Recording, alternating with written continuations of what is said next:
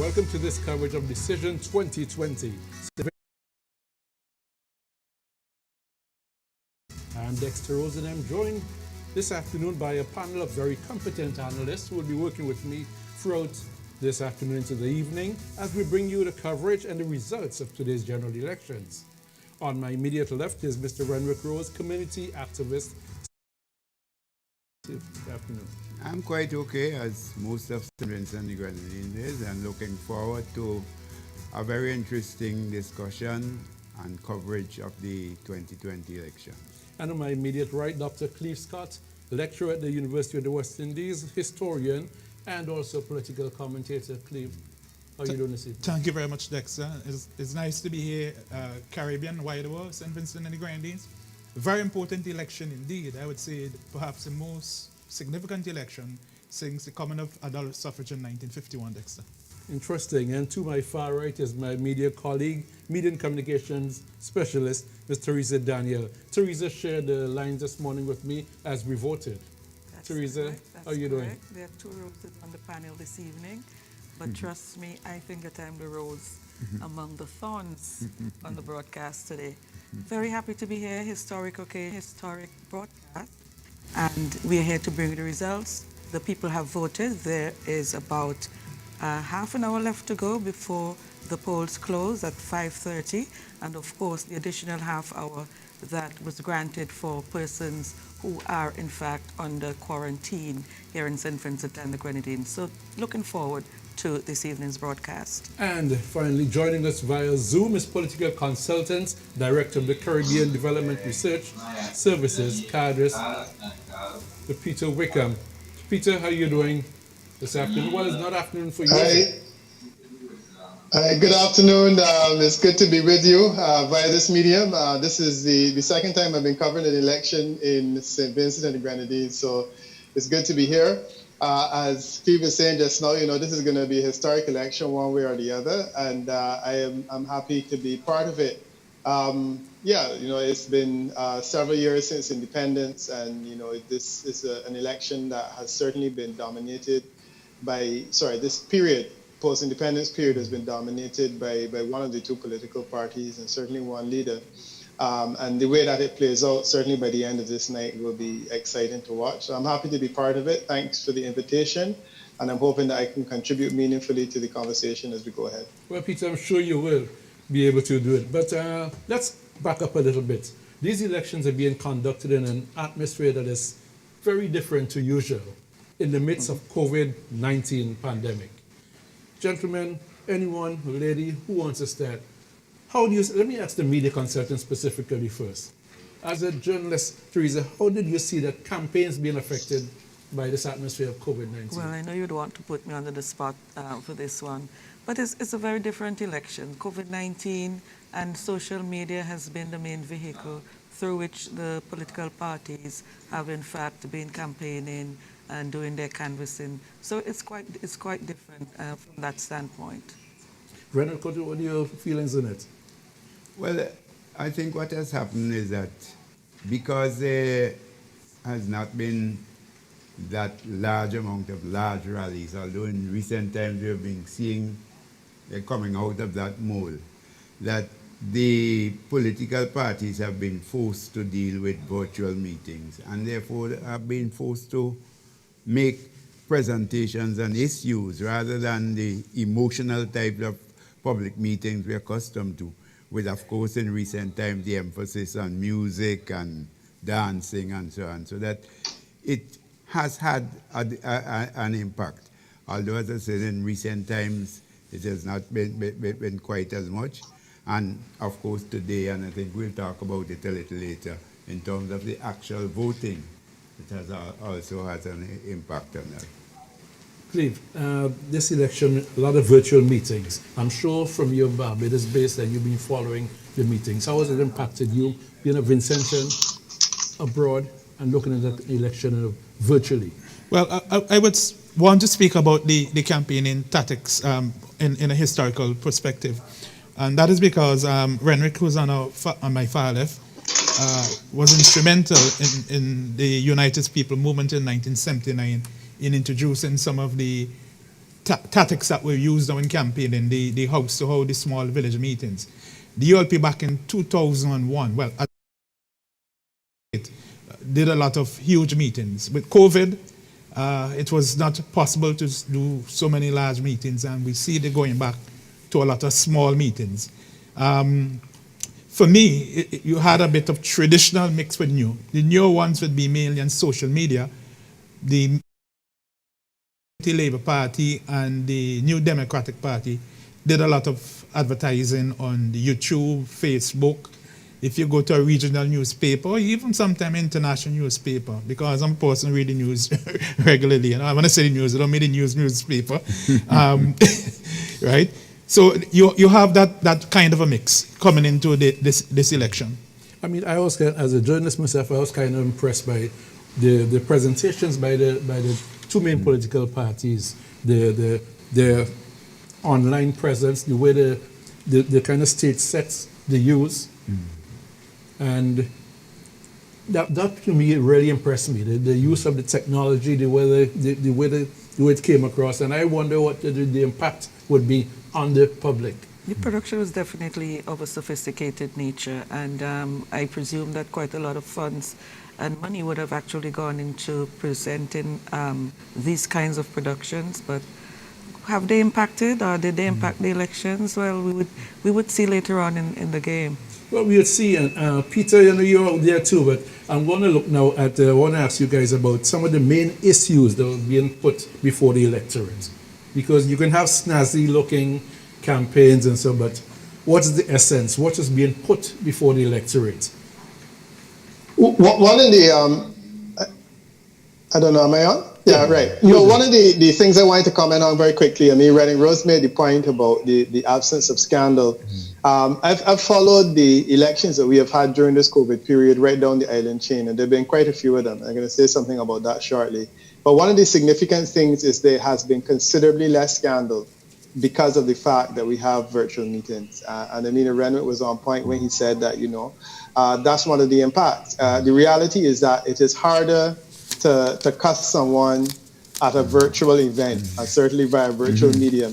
It's a lot more difficult. And I think that if there is one benefit that we have gained from it, it's the fact that we have had a series of elections in which the quantity of scandal has been reduced. So the personal vilification and whatnot, there was very little of that on this occasion, and I think that has been a great thing for the Caribbean community, because So I do feel that there's too much of that. So Peter, what you suggest? The reality is that it's hard in a virtual environment to get the kind of vibe where you can abuse someone personally. And as a result, it has not been happening a whole lot. So that's been one of the good things. Sorry? Go right ahead. Right. No, the other thing is in terms of the COVID elections, is it more in a question of voter turnout. And I did a study of the last set of elections that we had: Suriname, Anguilla, St. Kitts, Trinidad and Tobago, and Jamaica. Almost in all instances, we had a significant reduction in voter turnout. The last three significantly, Anguilla and Suriname resulted in change of government, but the last three, which would have been the real COVID elections when COVID set in, have resulted in retention of the incumbent. The one in Jamaica was particularly stark because it appeared as though there were two sets of Jamaicans. Those who supported the government, those who opposed the government. And the ones who opposed the government remained at home. The ones who supported the government came out in the numbers and voted the government back in. And the result was a landslide in favor of the government, which is very, very rare in the Caribbean as well. St. Kitts, we saw a similar phenomena. Of course, the St. Kitts peculiarity is the fact that a lot of their voters are imported anyhow. So they have a large overseas base that comes home to vote.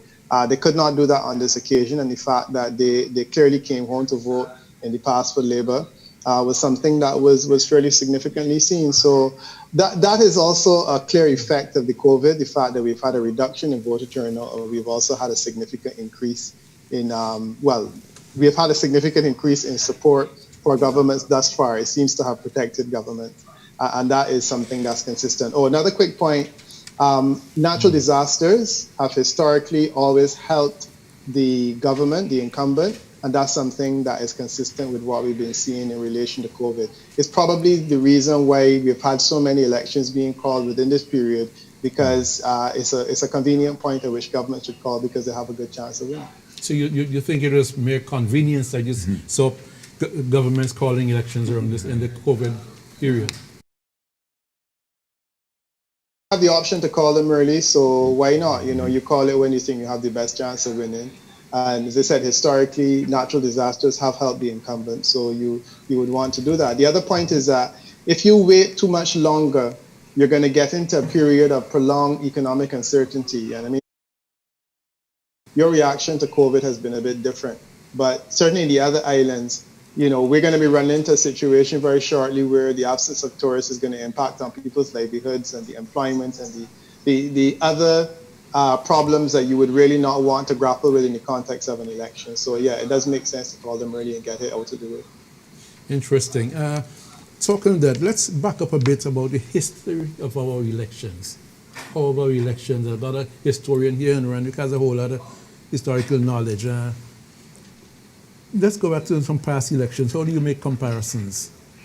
Well, first of all, Dexter, I probably the only person in the set was around for the first two elections, 1951 and 54, although I was too young to remember them. But interestingly, all the elections since 1957, I vividly remember them. In fact, the first one in 1957, the People's Political Party had an office downstairs where we used to live up Longwall. And I had the honor at the time of sometime having to carry Ebenezer Joshua's breakfast for him and so on. So it, of course, with the kinds of campaign they had those days, the large marches, candlelight marches and so on, as a young boy you get impacted by it. So I find it significant as well, looking back at the dates, that this is the first time we're having elections in November. We have had many other months, December, May, February, etc. So in a sense, we're also having history in having a November elections. But clearly there are just two other points I would like to make about the historical facts. That it is interesting looking back at the results in terms of voter turnout. The times when you had most turmoil, remember that the years between 1966 and 67, we had elections in 2 years back to back. The turnout there was in the 80s, and the only other time we have had a high turnout like that was in 1984, which was also a historic year in terms of the reversal of the dominance of the Labour Party. So I think those since then, clearly, a lot, I don't know if it's also because a lot of people, while their names are on the list, might have been abroad or what, but we have fallen from those high 80s and 70s and so on, that consistently the turnout in the polls has been in the 60s. It would be interesting to see what would happen today, given the context. You know? Matter of fact, in 1967 elections, the turnout was, voter turnout was 82.55%. And that is amazing. But you mentioned something which you sort of passed over. Cleve, he mentioned two elections back to back. What would have precipitated this? Yeah, Renwick is referring to 1966, 1967. In 1966, E.T. Joshua won the elections, and there were several election petitions that were filed by the Labour Party, led by Robert Milton Keyes, party back in 1955. And as they were awaiting the results of the petitions, Samuel Slater, he crossed the floor and moving PPP from 5-4 majority and technically the Labour Party to a 5-4 majority, but dropped surrender. And you had, as we were under colonialism, so you had some bickering and essentially went into a constitutional crisis. So eventually the election were called in 67. And that 67 election is what really gave birth to the Labour Party as a political party in power, 1967. When the NDP removed the Labour Party after what we call some alliances backward and forward, the Labour Party went into a decline. And back in 1994, when both the Movement for National Unity, the MNU, formed an alliance with the St. Vincent Labour Party, creating the Unity Labour Party, and eventually Sir Vincent Beach given way to Dr. Gonsalves in 1998, bringing the ULP as a strong party. And since then, he has been able to maintain threshold on the electorate. And so that is why one of the reasons why this election is so important. The other thing I want to add, Dexter, and I give kudos to Dr. Kenneth John for this terminology. About 10 years ago, he wrote an article saying that very soon, St. Vincent and the Grenadines will be entering what he calls doctor politics. And this is the very first time in the history of this country that two highly trained academics and practitioners and politicians are leading political parties. I'm speaking about Dr. Ralph E. Gonsalves and Friday. Dr. Friday, who is a historian by training, but for some reason he don't ever advertise it. I don't know, probably think he might lose because of that. But the election has been concluded, so I could say that. And Dr. Gonsalves himself, who is an ardent history writer and speaker. So it would be rather interesting, Peter, to hear from you how you view doctor politics across the region. What has been your analysis of the impact of this? Peter, you want to come in on that point? Yeah, I mean, I can. I don't know that has really made a huge difference. I mean, we've seen a medical doctor versus a doctor of philosophy in St. Kitts and Nevis, and there's been a handover from one to the other. But you know, we've also seen St. Lucia, where Dr. Anthony has been beaten by Compton, and then we had a situation where, well, Compton, of course, didn't defend his seat because he died. I am not convinced that it has made a huge difference in the sense that there have been so many doctors of philosophy or doctors of medicine that have tried to make it to the mark in Caribbean politics and haven't really survived. So I think what is more clear is that there is no longer a role for the non-professional in politics. And I think that that's a more significant development, that it seems as though politics has gotten to a stage where it has pushed out the ordinary guy who would be a good representative, like a trade unionist, and then would become a leader in that regard. I don't really know that there's a role for that person anymore. For the grassroots politician, one could argue. And I think that those days are pretty much over.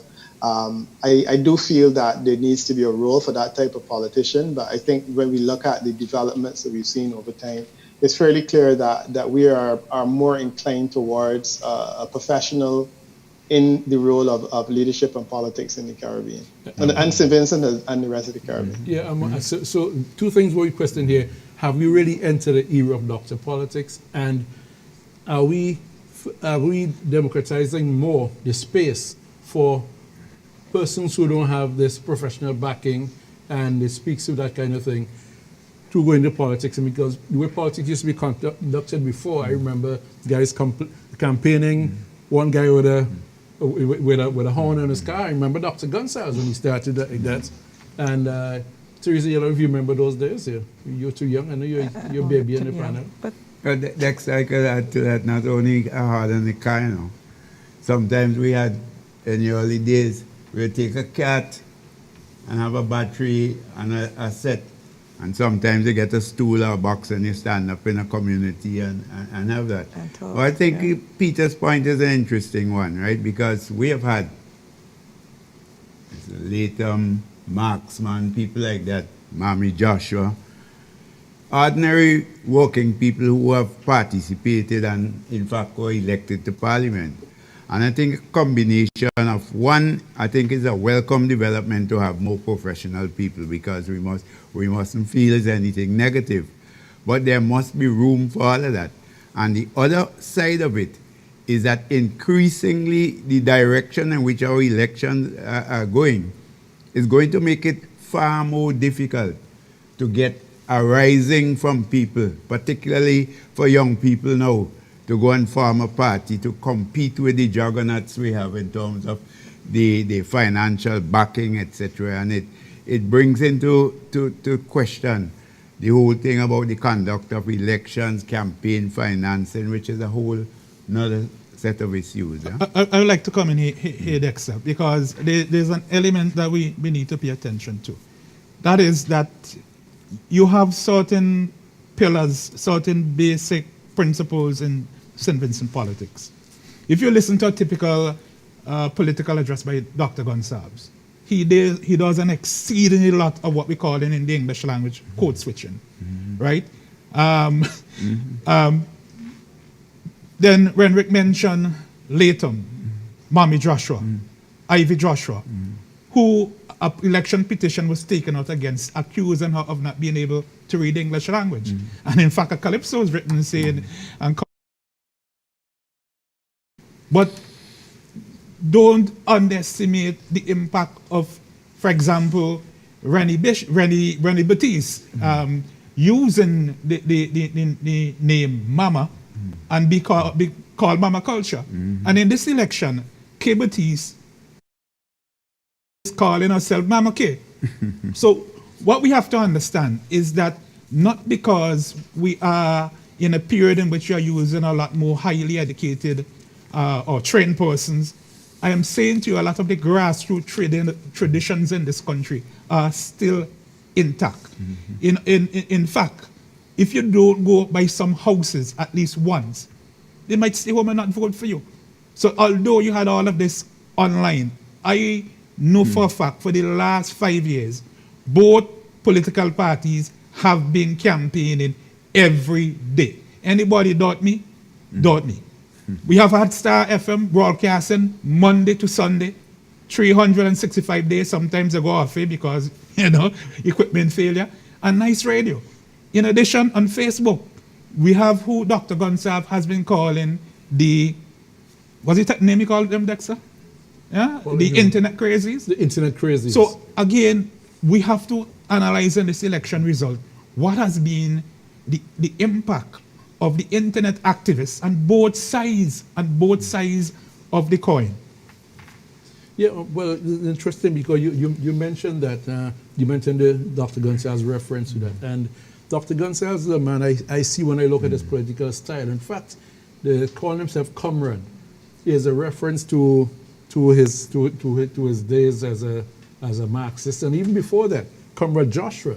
Yeah. Because I see Dr. Gonsalves, where people try to plug the Marxist brand, I see him always trying to adapt a lot of Happy Josh. Dexter, the only person anywhere in the world who spent more time with Joshua than anybody else is Dr. Ralph E. Gonsalves. He spent probably thousands of hours with him. He interviewed him over and over. And he is the modern invention of E.T. Joshua. He is the modern invention of E.T. Joshua. And what he has brought is his academic training and his understanding of the political science. All right? And I mean, Peter will speak to this later on. I heard him in the campaign of 2015 saying that I believe in the science. But we will see in this election later on whether or not the science works. And what science? The science. We're not talking about meta-science or metaphysics. Political science. Teresa, Clive made mention there to something Dr. Gonsalves always talked about, persons on the internet. The internet crazies. Yeah. Not the crazies, really, but the craze about the internet. And he mentioned in passing, too, that we no longer have a political season.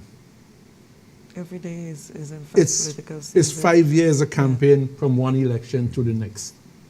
And this year has been particularly so. I mean, everybody is participating. And I think that is one of the main strengths of having the internet. Everybody can, in fact, contribute. Continue. Okay, they're not hearing me, so I was just... Oh. Yeah, I don't know why, but probably need to turn your microphone up a bit. Maybe, Yeah. or I'll remove it and put it somewhere Because else. I'm hearing you fine. Okay. Okay, probably not Yeah, hearing me. so are we saying that the internet democratizes the participation of the ordinary man in the It process? allows, that is what it is the greatest thing about the internet. It allows for all and sundry to participate in the democratic process. We would see if the elections turn out one way or the other, how effective the internet has been in giving people a voice and talking about the ordinary person a voice. And we definitely check on the efficacy of that at the end of the results this It will be evening. very interesting. Peter, you have any comments on that, on the use of social media and by the ordinary people? I'm not talking by the parties now, by the ordinary people. Yeah. I mean, first, let me go back a bit to this whole question of the professionalization of politics, and that's definitely something I can say has happened recently in the Caribbean. I started out my life as a lecturer in political science at UWI. Ironically, I occupied the same office that Dr. Gonzalez left when he left the university.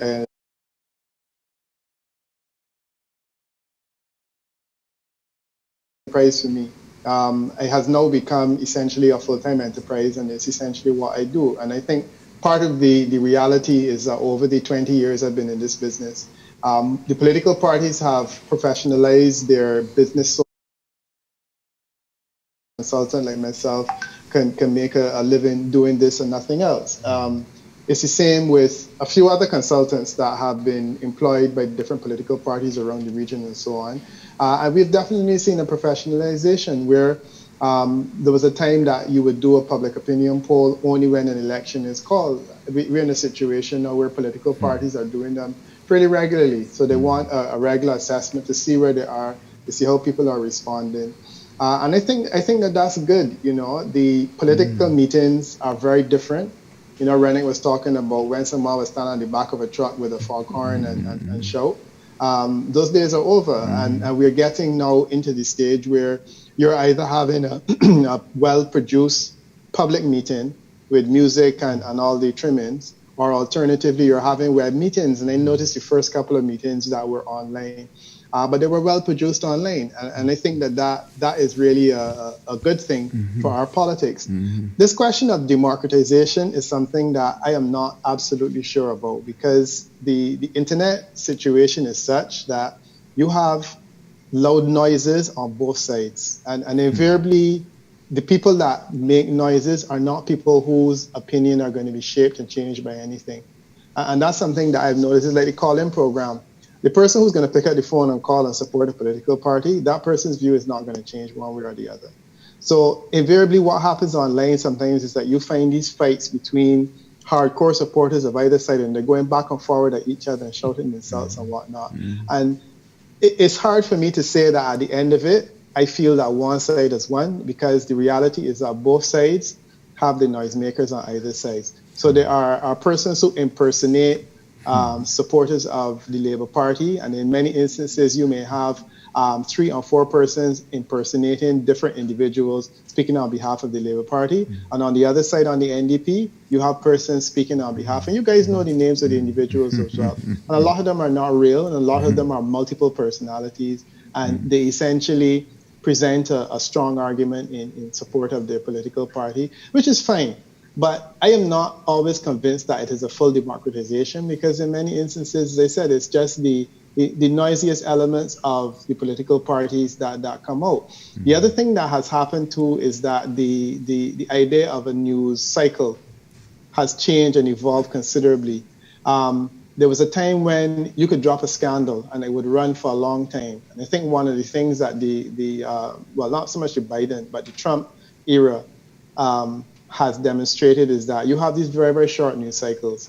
So something is a scandal today, and then tomorrow it gets knocked off the agenda. And that's one of the things that the internet does. It allows you to generate several news cycles.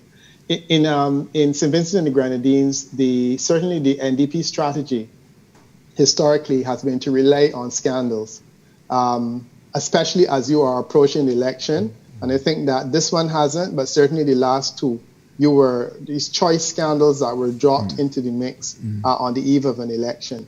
I suspect that with this environment, this type of thing is harder to run and to make it stick in the sense that it will carry through to the election, because the news cycle is so short. So those are the dynamics that I'm seeing. You would have seen them here in St. Vincent. And I am not, as I said, I am not convinced that it is a full democratization, because I do feel that a lot of the quieter voices are not necessarily the ones that we're hearing. The ones that we're hearing are the known faces and the known voices. Okay, then we haven't had any results just as yet. I know our viewing, listening audience will be anxiously awaiting. They don't want to hear us talking all night, all evening, but we don't have any results coming in just yet. As we said, voting has been heavy today. The polling stations have been heavy with voting, but we want to take a break at this stage and come back after this.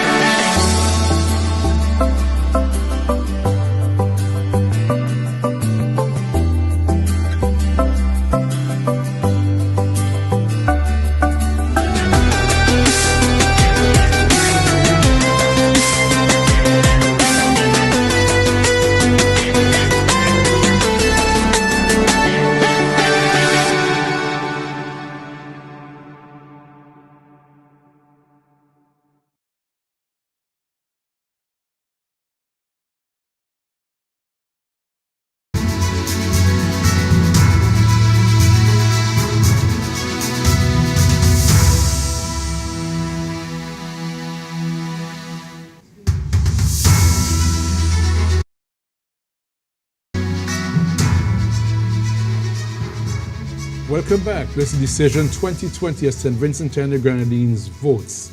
And let's talk about the voting. Teresa, like I said, I met you online this morning at the Public Works compound.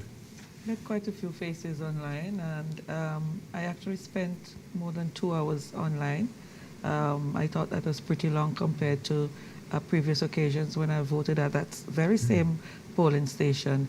And I noticed that there was a very heavy turnout in that particular station at Public Works Department at Annisvale, and the others in my immediate environment seemed nice as opposed to, say, last elections or the elections before then.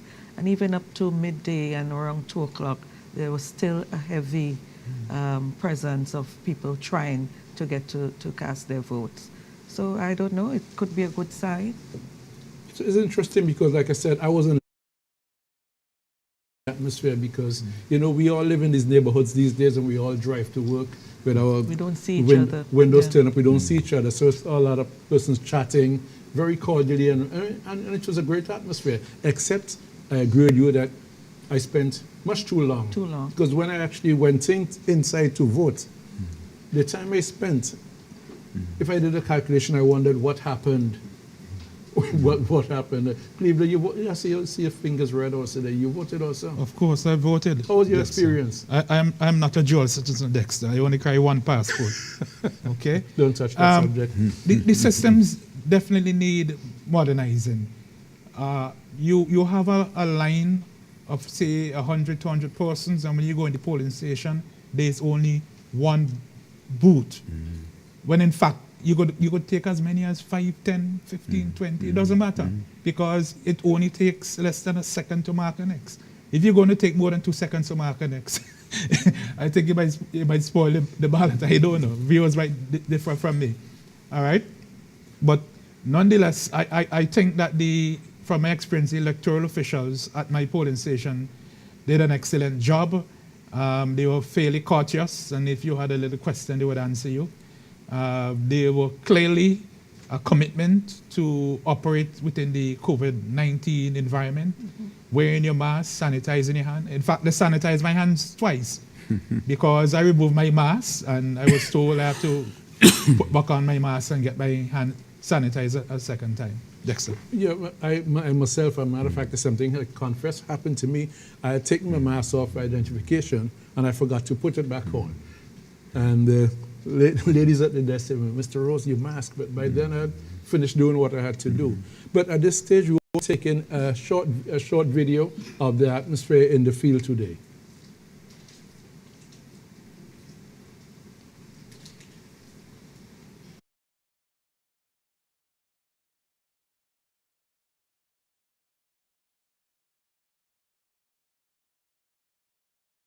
See some images here. I'm trying to recognize the area. This is Rillen Hill. This is Rillen Hill. On the leeward side. Yes. An area that's well contested. There, this is going to be, and I just saw somebody I recognize who works with us. I go, this is a very interesting atmosphere. I never realized it rained today. Because out in my area, it never rained. It was dry. Yeah, it was. Oh, this might be the sun. Sun, parasol. That's better, because the time I spent online, I felt that I needed. The sun. I felt that I needed an umbrella. I should have brought my umbrella along with us.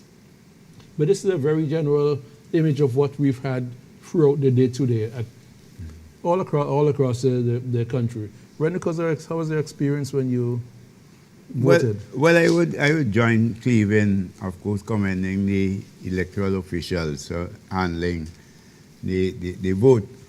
But something struck me at the polling station today.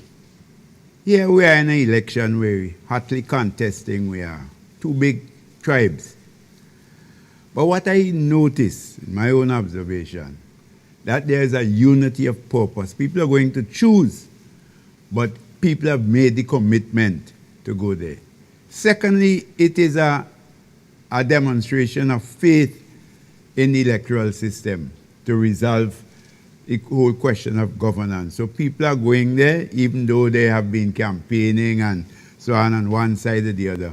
They are, in fact, standing in the line like I did for two and a half hours is a demonstration that you have faith in this X to try and resolve in where your concerns are in terms of governance of the country. So it's an important exercise in democracy because it is the only time, normally, if you're in a football team, a netball team, whatever it is, sometimes the people who organize the team who decide who is the captain. In our elections, it is the players themselves who get the chance to go out and choose who is going to be the captain. An interesting observation to make. And the final thing I want to is in terms of the politicians themselves. When I look at people in wheelchair in the polling station, I voted today, gentleman in white, old, and he came out to vote. Now, when people having to stay 2.5 hours and so on in the hot sun to go and vote for you, it is something that politicians have to take very seriously in terms of the sacrifice people have to make to try and put people in power. And on the other hand, when people are coming forward as candidates to elections, they are aiming to, of course, all of them say they're aiming to serve us. Many of them say they love us. But the question is that if they think clearly, do they think clearly of the heavy responsibility that they're going to undertake if they're elected? That these people who have come off their sick beds and so on have come there, all of them in the back of their minds is some aspiration for a better life. And I think it's something we have to hammer home in terms of our politics, that this is not just about you getting a glorified position. The aim is to serve people to make it better for all of us. Well, in fact, you said that people believe in the process. I mean, and it's played out, the sort of participation, as you mentioned before, of persons on radio every day, I mean, for the last 5 years. And it's going to continue. I don't know if anybody has any take on that? Not particularly. Except Dexter, I was going to make a point. You always talk with the talk show. Please just give me I happened to hear a couple of talk shows this morning. And we have a tradition, I think it's more than a tradition, I think it's supposed to be in the law, that you're not supposed to be campaigning and so on. And talk show hosts are encouraging people talking about this party or that party. We're not supposed to be doing that. We had all up to yesterday. We were supposed to go last night and say your prayers and look forward to participating and so on. And this was a period, because tonight we're going to be very different creatures tonight. The same people at the polling stations chatting amicably and so on. Tonight when they're listening to the results, tonight is when you see who voted where and what. And I think it's important to emphasize to people who have positions in the media that we have to learn to find time to bring people together, and there are times that we are divided and so on, and it was a glorious occasion. I think people are abusing their situation. Cleve, you were going to say something. Oh, Teresa. I also thought that the National Broadcasting Corporation did in fact spearhead some training for media professionals in the electoral process. Yes. So I don't know if these people did not avail themselves of the training when it was available, but I mean, it's not for the want of not doing something. These people know and ought to know. So I don't know what happened there, if somebody just fell through the crack, or more than one person for that matter. Yeah, well, I said earlier the systems need modernizing, the regulations need modernizing. There are lots of things I have observed, but I wouldn't discuss them here. I anticipate after I will have some conversation with the relevant authorities about my observations. And these are things that happen in developing post-colonial states like ours. But I want to go to a relatively personal point here. In this election, I'm particularly interested in Renwick, the performance of Curtis King and Israel Bruce, who served with me in the National Youth Council from the late 1980s to the 1990s. Early on, we were discussing with Peter the role of professionals in politics as against grassroots people. So I would say that both Curtis and Israel, while they are professionals now, they came from the bosom of the grassroots. And as youngsters, we follow the footsteps of people like Renwick in the NGO movement. So I would be particularly interested in see how the electorate in the different constituencies respond to them. Peter, you fell asleep in us? Okay. As you raise this,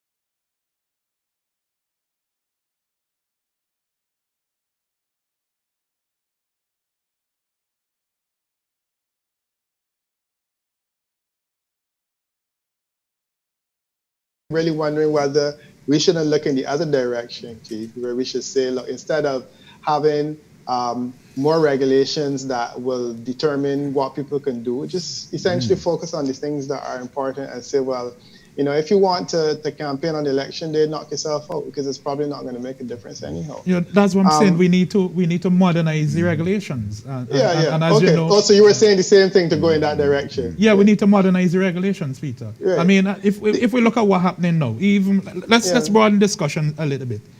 Look at Parliament.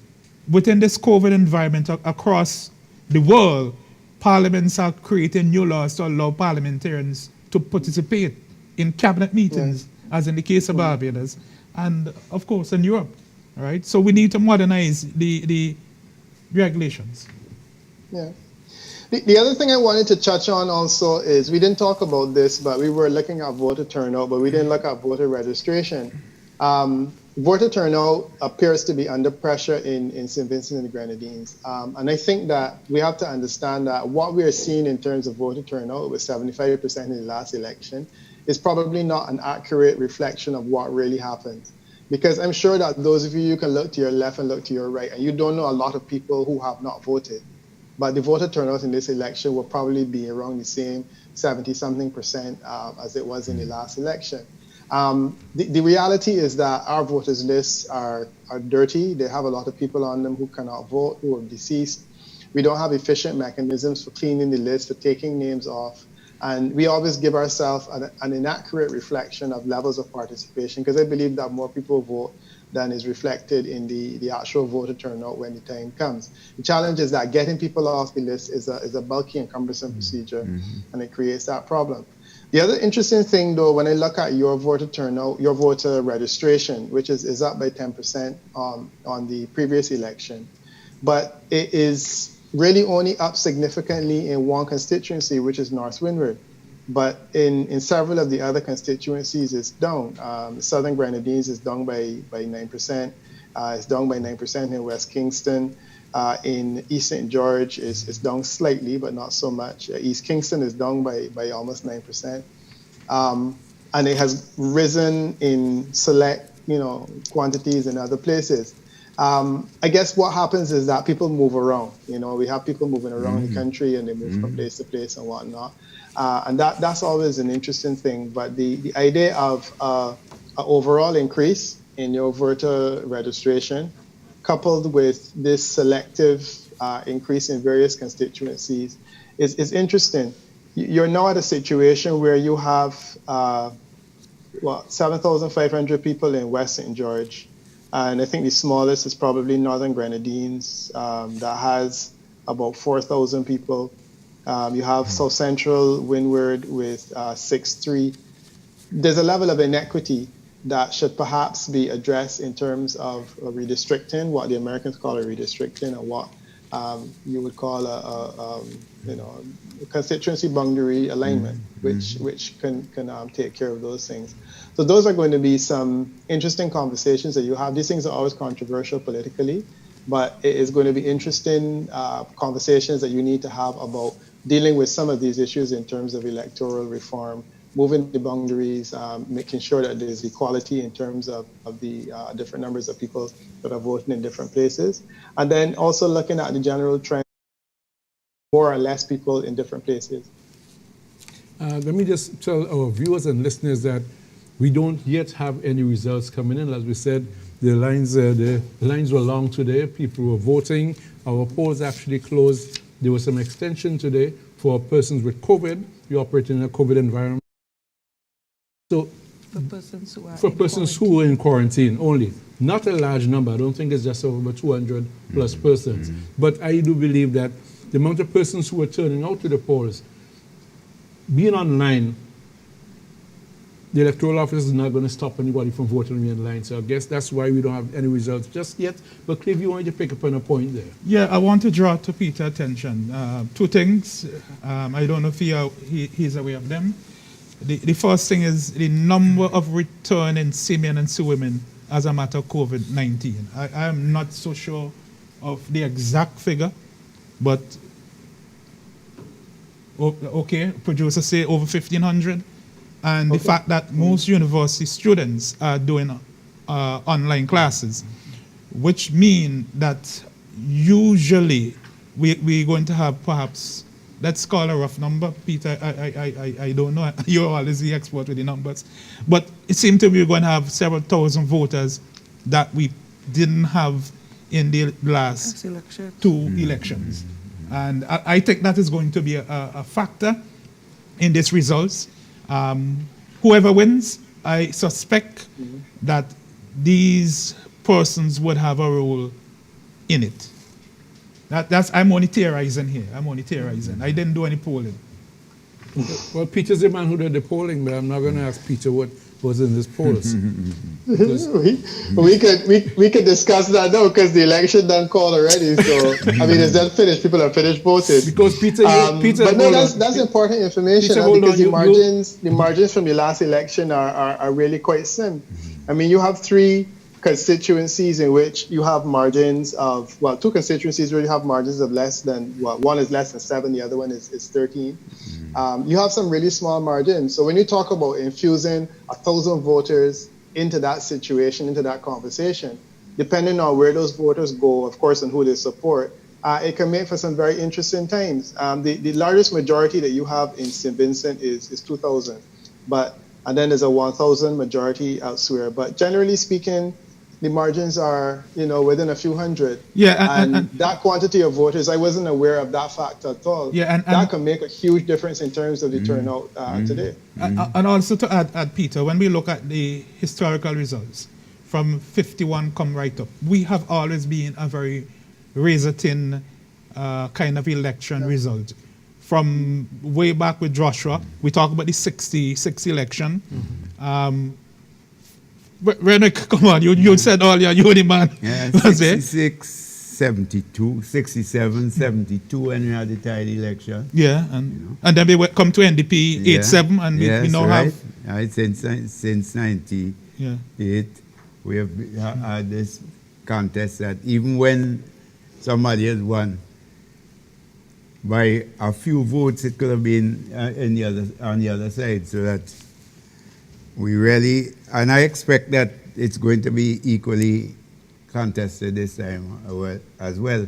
The problem is that in the first past the post, you can have two parties neck and neck, but in the outcome in terms of winning a seat, one party could win 4 seats more than the other one, but those 4 seats are won by 1 vote, 2 votes, 10 votes, But So- I wonder, Renwick, if that's one of the things that causes this sort of high tension throughout, because so a man might lose by 12 votes, and all of a sudden he has no voice in Parliament. So I guess, is it that the presence of the radio stations takes up the place because he has no voice in Parliament? Yeah, because, well, I think it comes to, we were talking electoral reform a while ago, but it deals with the whole question of constitutional reform and the political system we have, whether in fact this political system which the winner take all, and you continue to exclude people, particularly now at a time when Cleve was talking about the role of trade unions, non-governmental organizations. They're far weaker now. And it is a worrying concern, in my view, in Caribbean society, where you don't have those other levers where people have and have their voices heard.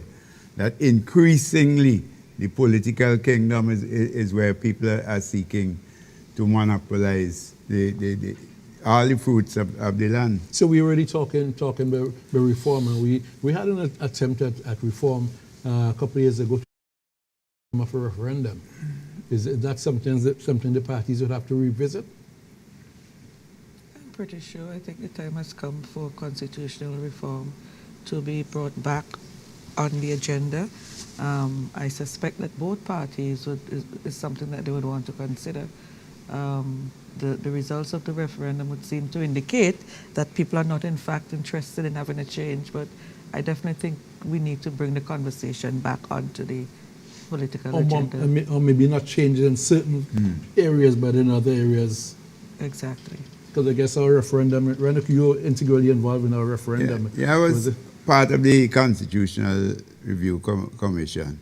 But I think a lot of mistakes were made in terms of a wholesale root and branch thing.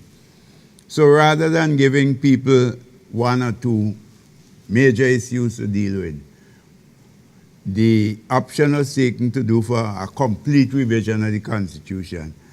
And perhaps in looking in retrospect, it was too much of people to swallow one time, and it left room for people to come with all kinds of distractions and so on. So I don't think people understood that.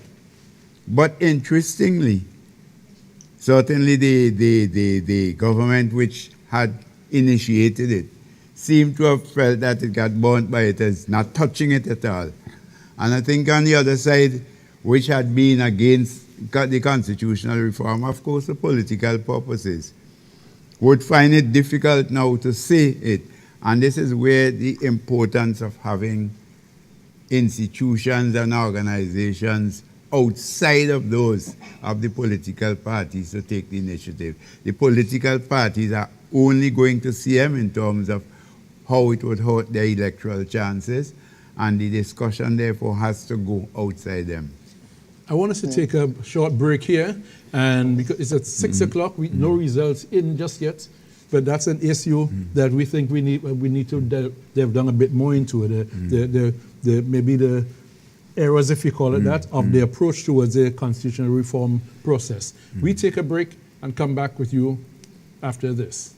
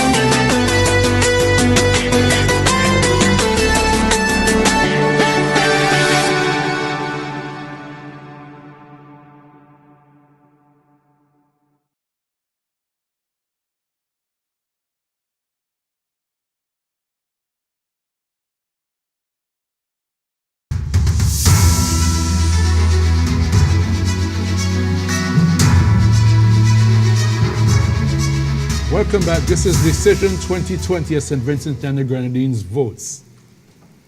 I know a lot of our viewers and listeners are expecting results. We don't have results just yet for you. I guess folks are doing a lot of counting. A lot is on stake, a lot of anticipation. And before we took the break, we were talking a bit about the approach to the referendum and constitutional reform process. And I come from the point of view that ever so often I hear particularly one party asking for issues that were in fact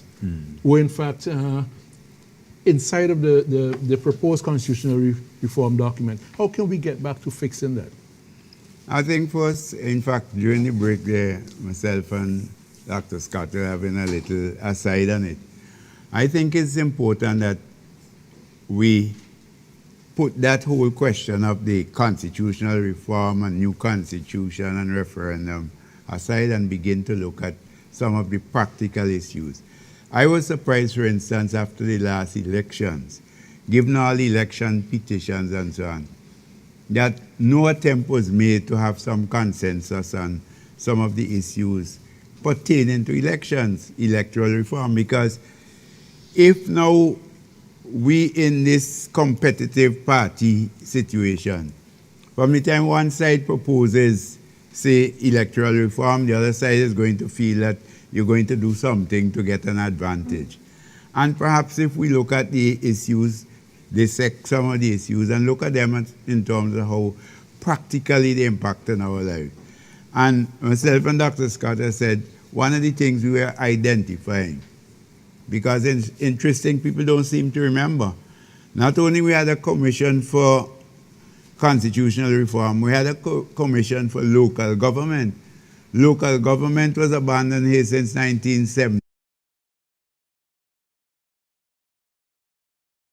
Any local government. What you call it local government, it is the government of the day appoints people to run the Kingston boards, Calicut boards. They're not accountable to the people in the area. The people have no way of... If we tackle them from a practical standpoint, we'll be able to get many things done. That if we go back to the whole big, what I call the big Mako stage we had, where we ended up, it really was like a contest between both parties at the end, because even the Constitutional Review Commission wasn't very much present in the discussion, that we would be able to at least reach some consensus on a number of practical questions which both sides could now deal with without feeling they have to save face and it is the other side which would gain an advantage. Exactly. And Peter, I want to pull you back in here because you began mentioning some figures. You certainly have some more detailed figures, and you've been lighting up the Caribbean with an article you wrote recently about making reference to the St. Vincent elections, and you said like Vincentians have voted. Talk to us. Yeah.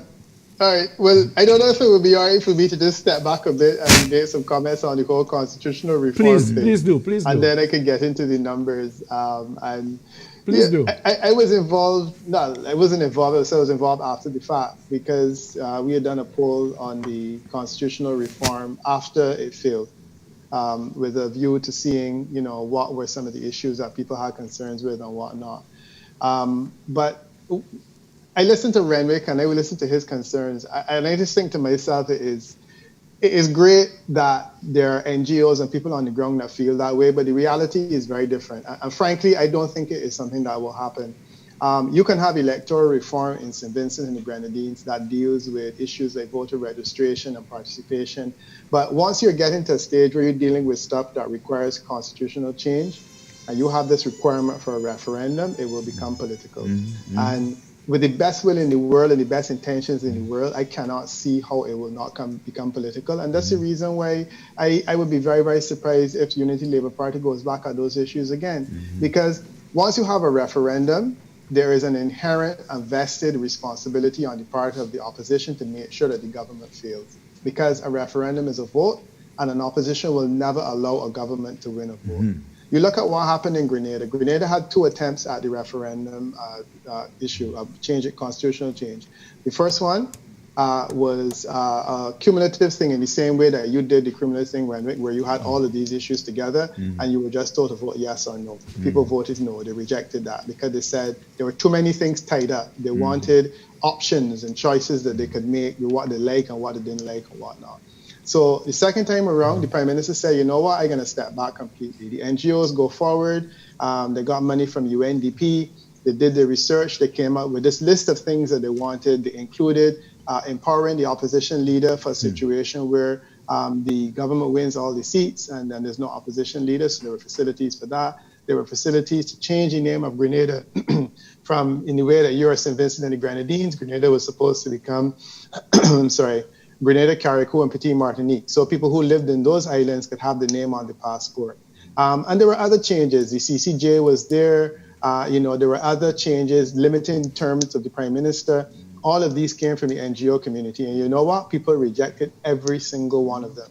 You saw a situation in which the opposition that had said they would support the imposition of the CCJ then decided that it was not in their interest to support it. You found an opposition that said they wanted the leader of the opposition to be created in a situation where all the seats were lost and they didn't have a leader of the opposition. So the sitting representative in the Senate for the NDC would have been given the status of leader of the opposition if the changes were passed, and they rejected all of that. And they rejected it for a simple reason. You need a 2/3 majority. In most Caribbean countries, you do not have a 2/3 majority on the part of any particular party. So you need to look to opposition support. And opposition has a vested interest in making you fail as a government anytime we're talking constitutional change. Is that... So once you have a referendum in there, and unfortunately or fortunately, St. Vincent has that requirement, and you have to go to the people, the opposition will set you up each and every time, because they may say, oh, we will support. They will make you fail, because you can't have a vote that passes, because the opposition will then have failed in that regard. So you're already losing an election. The last thing you want to do is to lose a vote. And that, sadly, is where you are. So I think for St. Vincent and the Grenadines, change in terms of electoral change, that can be done without reference to changing the constitution. And I think, sadly, until the political atmosphere changes considerably, constitutional change will become something that is a way down the road. So I don't know if we can talk numbers now, or if yes, we anybody want to talk your respond numbers. We want to talk your numbers. You're keeping it close to your chest. Let's say your numbers. The numbers, right? No, you're in an interesting situation in this election, and I mean the article was intended to say a couple of things. One is the fact that we've never had a person in the Caribbean that's been elected 5 times, and that is the reality. So if it is that Prime Minister Gonzalez succeeds in that regard tonight, he will become the region's first post-independence, and I made that point. First post-independence 5-star general. In military circles, I'm told that if you're a 5-star general, you have to be saluted twice. I don't know if it's both hands, but ultimately that's what would happen. And it would be a very, very distinct achievement. If he doesn't achieve that, he becomes a 4-star general. And there's one other in the Caribbean, Denzel Douglas. He won 4 elections consecutively. We also have Roosevelt Skerritt, who's done similarly and theoretically can become a 5-star general if he has the intestinal fortitude to continue. I am not sure that I would want to, certainly if I were ever to become a prime minister, which is not going to happen, that I would want to be around for that long. But nonetheless, that is that's the situation that we're in.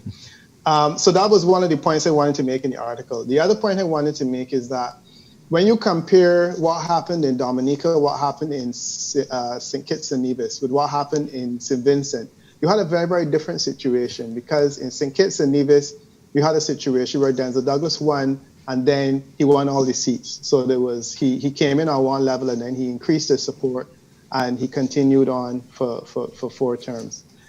In the case of Dominica, the same thing happened, because Roosevelt Skerritt came in, and he increased his vote count and seat count twice. So that, in a sense, lays a groundwork. The case of St. Vincent is very different, though, because when Dr. Gonzalez came in on the first occasion, he came in with seats. And in the first election, he lost seats. The next election after that, he held on to seats. So it was, I call it a controlled descent, in that he has been able to control the extent to which seats have gone away from him. So where we are now in 2020 is that we're in a situation where the effort required to make him lose completely requires close to a 5% swing, because his two weakest seats require a loss of 300, 200 and 300 votes around there respectively, which in the context of St. Vincent and the Grenadines, with the kind of margins that you have, is difficult. At the same time, however, if he gets 10 more votes in North Leeward, he gets that seat from the NDP. And if he gets 13 more seats in South Leeward, he gets that seat. And then, of course, there's the East Kingston situation. So the point that I was making is that in that context, and basically all of those seats are polling marginally. And the reality of polls is that once you have a plus or minus 5% margin, you will always know that somewhere within there's a possibility for either side to win. And the reality is that those seats, and I mean that is the reality of what the polls are showing. They're showing marginally, but showing in favor, marginally in favor of the Unity Labour Party, which means that in a situation like an election, it could change. And that's the reality that we are at. So it is easier for me to conceive of a situation in which the Unity Labour Party emerges tonight, either with the same number of seats it has or with additional seats, than a situation where they would need to lose seats. Because the general swing that we are seeing now is not a swing that is favorable to the NDP. It's a swing that appeared to have been going in the other direction, even though it's going in the other direction marginally.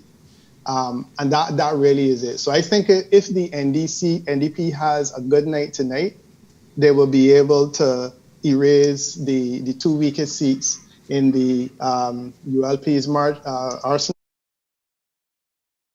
I believe the other one is North Windward. If it is able to get a swing in favor of the NDP, but it would be a considerable swing. And as I said, it hasn't been looking that way. If the ULP has a good night tonight, they gain 3 additional seats that we're looking at. The environmental factors I spoke about, COVID has been very kind to incumbents. So against that background, going to the polls in that situation, I would say also favors the incumbent. The other thing about the poll that is significant is that I have been polling St. Vincent and the Grenadines for the last 20 years. Actually, this was the first place outside of Barbados that I worked. And there was one consistent thing in that the leadership of Dr. Gonzalez has generally been more highly rated than any other competitor. And I think that that's a significant thing that we're seeing still, even though you now have a new person in the office of opposition leader.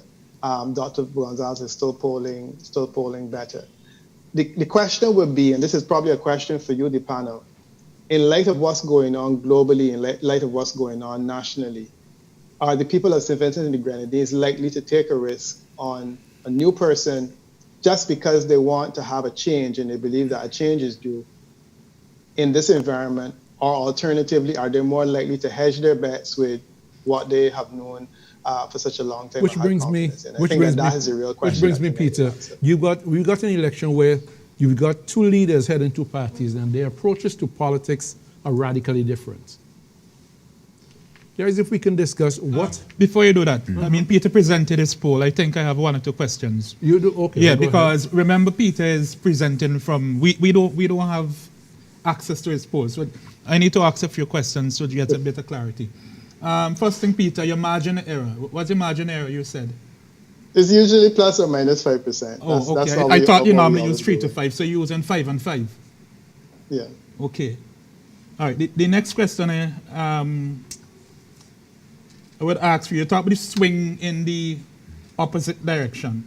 From your poll, besides the leadership factor, what's the other thing you think might account for that swing you see in the favor of the ULP? Is it issue of the economy or simply leadership?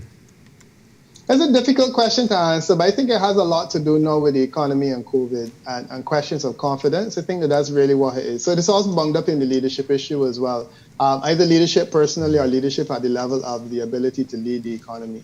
Right. But one of the things I want to say to you, though, in terms of this whole idea of swing is that, in this term, the idea of margin of error, is that, I mean, let's be clear, a 5% margin of error in the context of St. Vincent and the Grenadines and the types of margins that you have is not very comforting, if you understand what I mean. Right? It's not very comforting for either political party. So you may get data that shows that you are enjoying what appears to be a swing that is beneath 5 percentage points.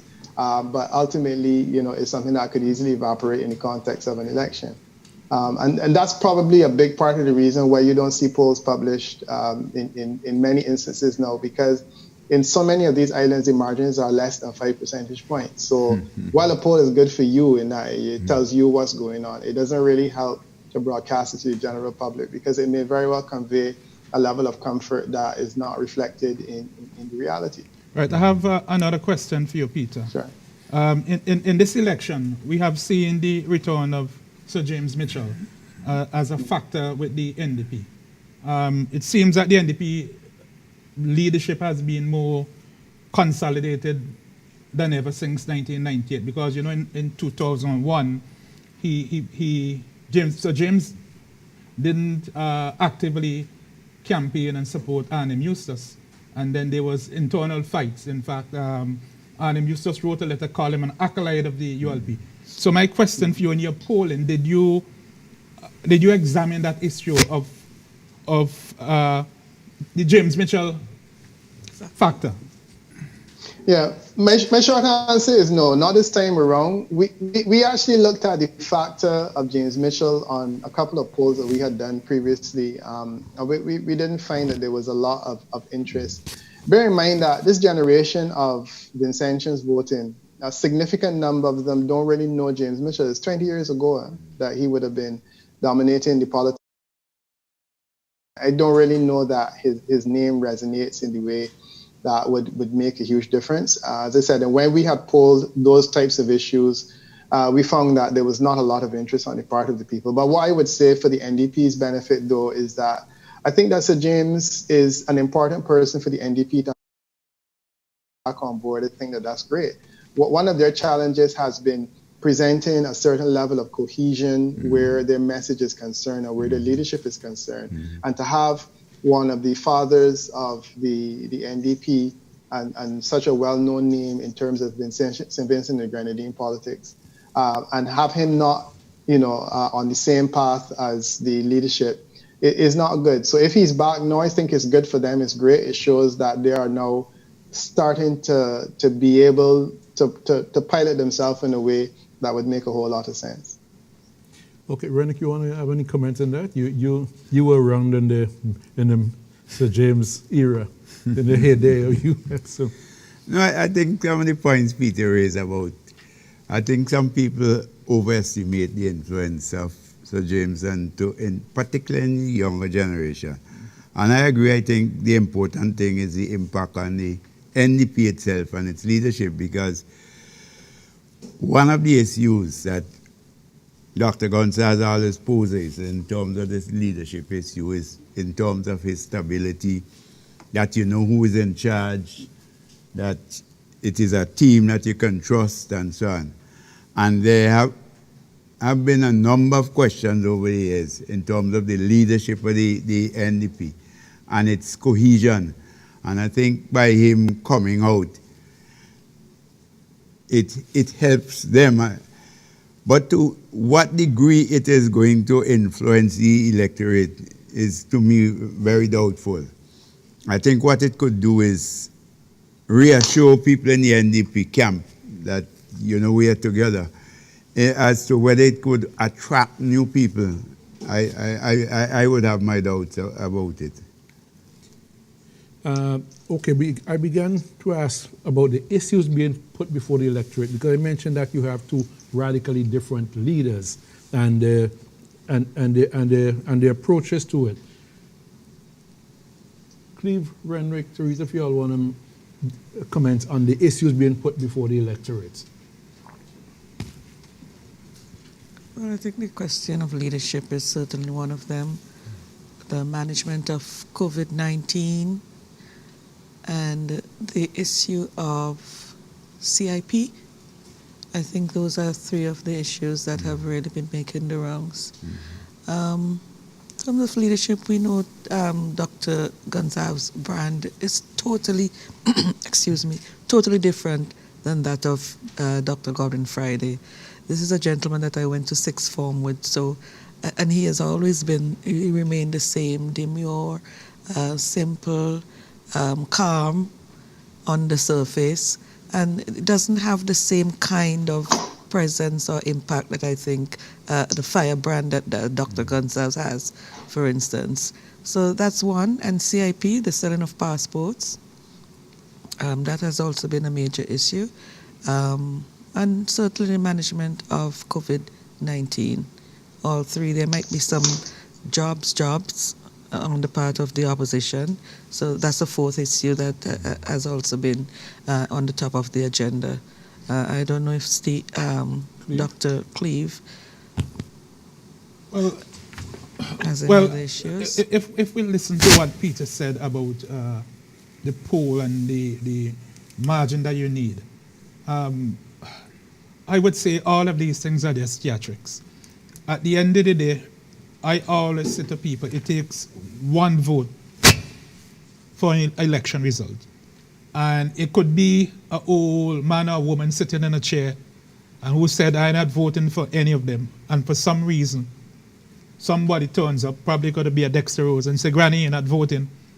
And he said, well, I would vote. All right? But yeah, there are a wide variety of issues that were put to electorate. The whole issue of citizenship by investment, which the ULP called selling passport, and the NDP did not back down from it. But I would say to you that what I found very interesting in the NDP's manifesto and the advertisement was the return to Otley Hall. And Dr. Gonsalves, in several of his campaigns, he focused on Otley Hall. In fact, there is an Otley Hall inquiry that is not completed. And Sir James went to the Privy Council to be cleared of allegations. I personally think that the appearance of Otley Hall in this manifesto has perhaps a lot to do with what I would call the Mitchell-Light faction. And I think from what I have seen in the history of this country in political, right, Joshua came to power in 1951 as part of the Army of Liberation, and Joshua remained an influential force until 1979. James Mitchell came in 1967 as a part of the Labour Party, and then moved with Joshua, with the PPP, and then formed his NDP. I personally think that there is still a significant percentage of people who are still alive, who probably might sit down at home and do not vote. We will see at the end of the night whether all of these things will make a difference. But the fundamental point is it's margin thin. And it's kind of good news because we're beginning to get some results, but when the results come in, Teresa would go to the magic board on my right, but we take a break before she goes to her dashboard with the results. We take a short break and come back to you eager listeners and viewers of this program. Decision 2020. We'll be back.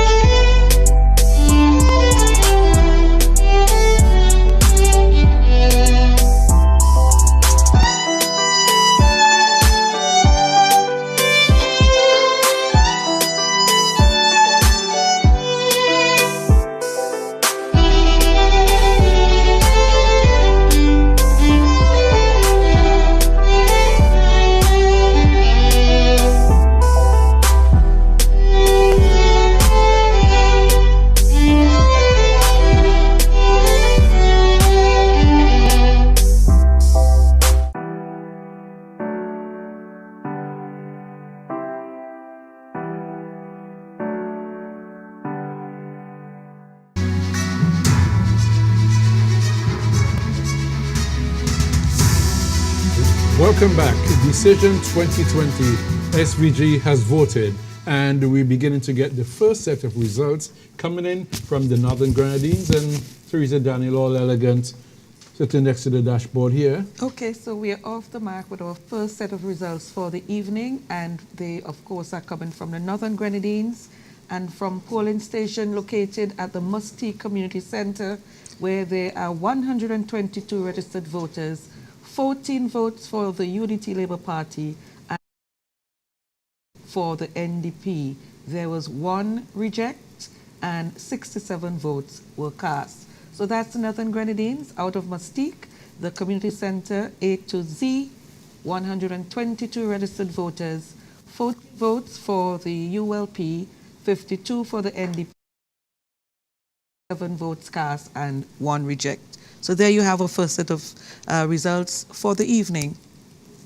And gentlemen, it's very interesting. You saw that when you look at the amounts there, that you have 122 persons registered, but only 67 votes were cast. Grenadines, any comments on that? Yeah, if you go to the election of 2015 for that box, A to Z, G? A to Z. A to Z, right? You have 16 for the ULP in the last election and 50 for the NDP. So the ULP has lost 2 votes and the NDP has gained 2 votes. Interesting. So the 2 persons probably crossed over. It's anybody's guess. Right? I was in a box. It's anybody's guess. Okay. Yes, gentlemen, but we can continue. If we look at the Grenadines and the contest in the Grenadines, is it fair to say there's any real contest usually? Well, not usually. Right? Some strange reason, well, I shouldn't say strange. I heard the ULP giving some confidence that they are challenging strongly in the Grenadines. It's left to be seen whether that would manifest itself in the election. But I think that most people, even ULP supporters, would be skeptical of the claim of any real serious challenge, but it's left to be seen, because normally when you begin getting the votes like this, the first returns, it's not much different to the last time. And it is difficult to pick up any trend and so we would wait to see. Particularly, I don't expect much in the Northern Grenadines, but we would wait to see what would happen perhaps when you get some in the Southern Grenadines, where I think that at least the ULP had 1 and 2 polling stations in Clifton last time. And of course, you're talking about the constituency where the leader of the opposition is running. I mean, it's probably a veritable Iron Man there. I mean, you know. And where Sir James would have the greatest influence as well. Yes, and as we said, Sir James is back. So you're saying those 2 persons switch because of Sir James? Maybe, perhaps. We don't know. We don't know. You can right? But the Grenadines has always been very strongly behind the New Democratic Party. Yeah. It's interesting that the New Democratic Party went back to the leadership after a brief period when Anna Eustace was the leader from the mainland. The emergent leader came out of the Northern Grenadines. Well, I mean, if Peter's there, Peter could speak to the impact of leadership on different constituencies, because there's a kind of tradition across the region. Usually, you would want your leader in a very strong seat, right, Peter? Yeah. Well, no, I mean, it makes sense either to have him in a strong seat, or alternatively, he can make a strong seat. I think that Dr. Gonzalez's seat wasn't always the veritable bastion of support that it was now. So he's made it into that, and certainly the leader would need to be able to do that. I think in the case of Arnhem Eustace, though, he struggled because he always got home by a majority that looked unsatisfactory for a leader. So that would have been something that we would want to remedy. And I think that the NDP has done well to locate the leadership in one of the safest seats in the Grenadines, because they know that the leader will not lose. And that's likely to be the case tonight, that the leader is not going to lose the seat. So I think that he's then freed up to go and help the others in terms of trying to win the government in other places. While in the case of Eustace, for many years, he would have been pinned to home because he couldn't really venture too far away from home because he would know that once he leaves his Kingstown for too long, somebody would be nipping at his heels. So it does make sense to have a leader in a strong seat. There's not a lot that we can learn from that result, though. There's a slight decrease in terms of NDP support over the previous election, but ultimately, a few votes here and there isn't going to make a difference. So that one is essentially not helpful in terms of helping us to shape the analysis, but I do agree with you that it makes a lot of sense to locate the leadership in one of the places that the party is strongest. I just want to throw a question out. Then you guys remember a case, a case where a leader ran an election and actually lost his seat? Yeah. Any name? 1989. James Mitchell. James Mitchell. Yes. In 79, right? And in Let's talk about that because a lot of younger persons are seeing this broadcast and they would not be familiar with that. And it's not that he lost his seat. Mitchell and Ebenezer Joshua, who's a candidate for National Hero, both contested in South Central, what is now South Central Windward. And both of them lost. Joshua even lost his deposit at the time. And people don't remember that because he's a big candidate. But Mitchell had left the Grenadines. So it wasn't like his seat, he hadn't contested there, but he was trying to gain a foothold on the mainland, especially he had pioneered the land reform in Lauder's area, in the Lauder's estate. So he was trying to gain a foothold. But both he and Joshua lost there to a man that people don't even remember in the annals of politics, which was Alfred Morris. Alfred Morris, a shopkeeper. Yeah. Shopkeeper farmer. That's interesting. Yeah. Yeah, and then we had a by-election where the winner in the Grenadines resigned and Mitchell won and so on. As a result of that. Yeah, but that was a very interesting time because the leader of the opposition then, there was some tussle as to who should be the leader of the opposition. And I know you could speak more to that for the sake of the wider Caribbean. But there's also, to take up the point you're raising, I don't know if people, especially have a number of younger people who vote in and follow in elections. The person who contested, which was Cosmos Cozy, and won the seat, never took up the seat at all. He was voted into Parliament, he never attended Parliament, he resigned and went back. So he never attended Parliament? No. So it was clearly he was just sitting in there in case Mitchell's... The idea is that if Mitchell was to win a seat on the mainland now, he was sure that Cosmos was going to win down there, so it would strengthen his hand. So he was a surrogate. And in this election campaign too, Sir James have accused Dr. Gonsalves of trying to act as a surrogate. He said, vote Ralph and get Camilo. And that's for the sake of listeners all across the global following and wants to know what has been happening on the ground. And there's actually an add to that post. Just one other issue, because we are talking about the issues in the election. I think one of the things that we should have flagged as well is what I would call political fatigue among a section of the population. We have heard the thing, Ralph did too long. It's time for a change, time to give somebody else a chance. And it's something that is creating some currency, but in itself is not sufficient. I mean, you have to, a leader of a country is not a lottery, it's not something you say you suddenly give somebody else a chance. Now, do you put aside your wife because you say you married a woman too long after 20 years? But it is something which gaining currency because not only has Dr. Gonsalves been in power that long, Dr. Gonsalves is, as everybody can notice, he's clearly one of those people who enjoys the limelight, very much in your face. And therefore, over the years, despite his undoubted popularity on one hand, there are a number of people who seems to be rub them the wrong way and feel that they have a vested interest to proving that he is not be all and end all. So it would be interesting to see how that currency sells with the electorate, you know. Peter, I want to bring you back in there. Yeah.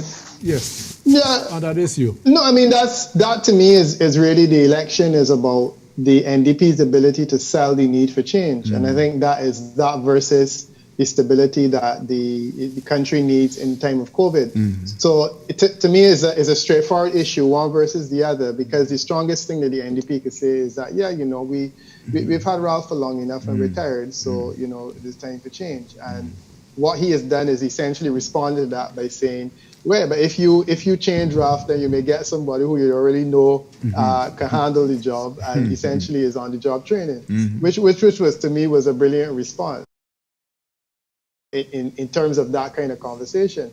But I agree with you that it would make sense that people would be fatigued by now. The popularity over the years has been quite high, and the Prime Minister is a person who sucks a lot of the oxygen out of a room when he comes in, and how much longer that can continue.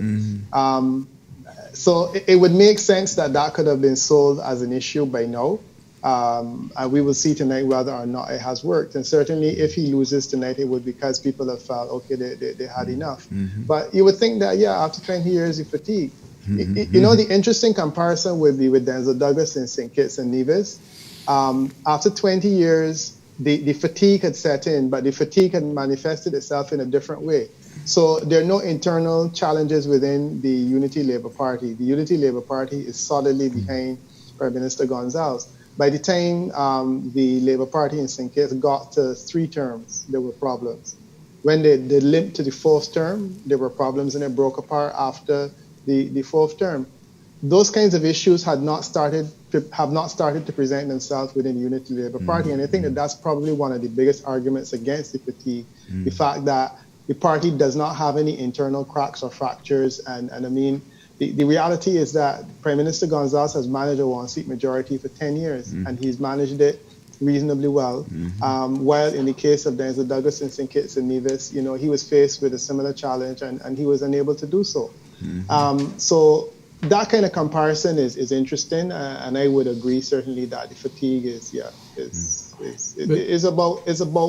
likely that would be a factor by now. Yeah, well, I want to go on to another issue. Where you want to jump to?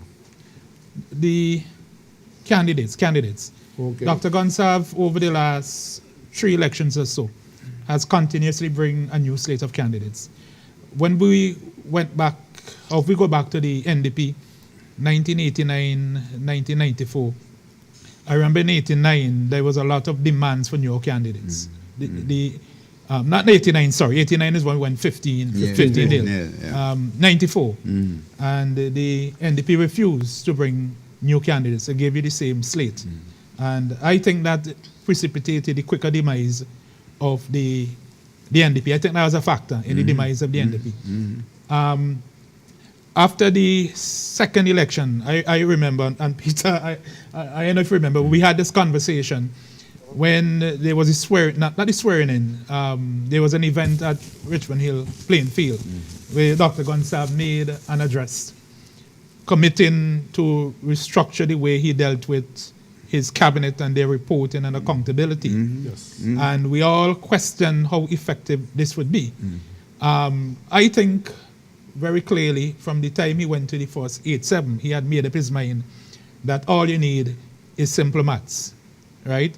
8 is more than 7. 7 could never be more than 8. So there is really no need for me to fight for all of these. And what he have done clearly is to focus on certain constituencies. And in this election, we are seeing it, that although Peter's saying there's a possibility of 3-4 moving, but I'm convinced that the strategy of the ULP is at most, let's keep the 8-7 because we have already mastered that, right?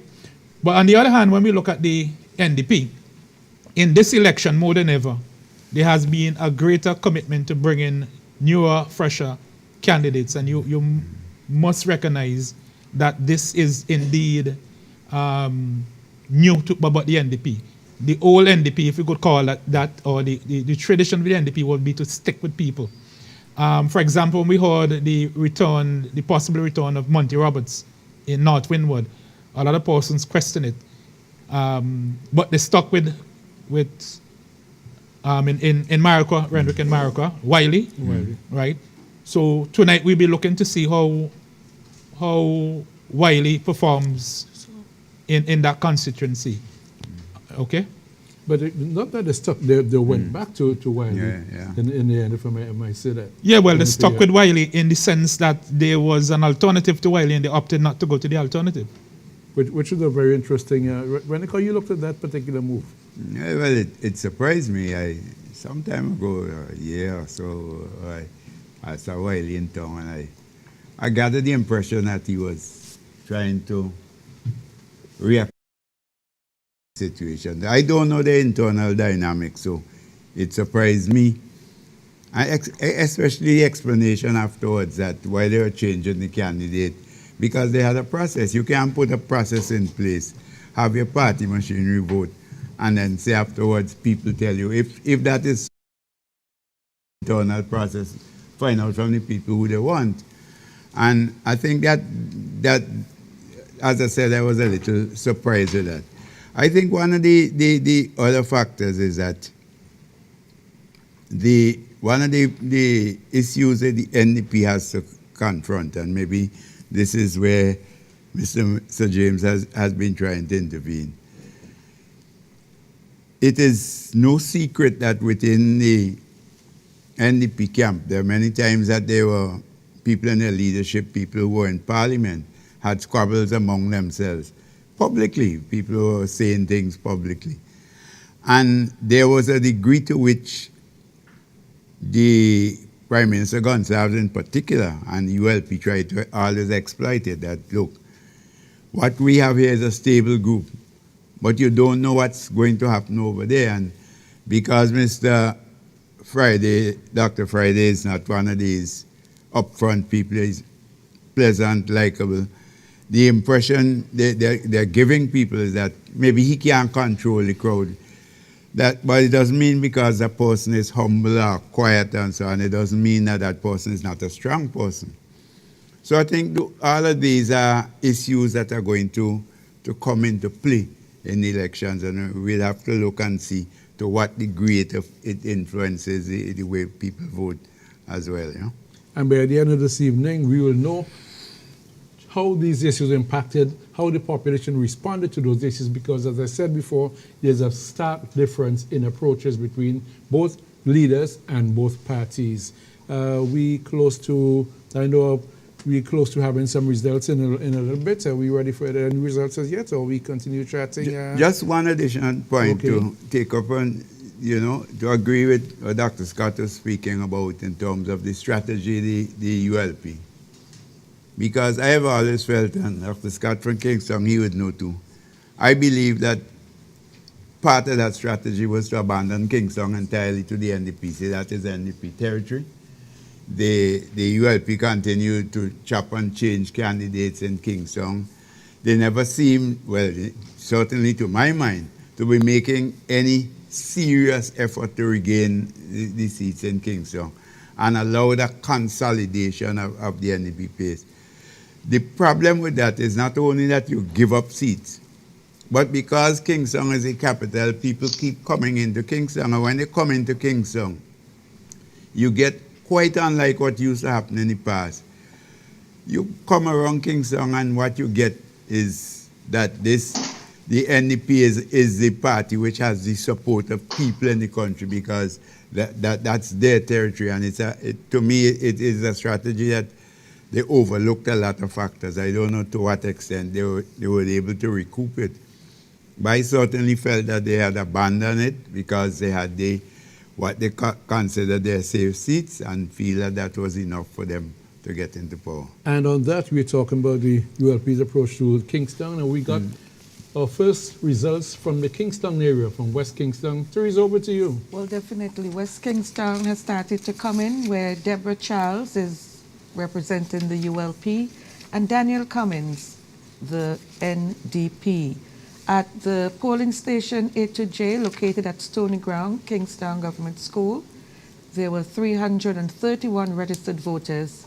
The ULP got 98 of those votes, the NDP 121, and of a total of 220 that were cast, there was one reject.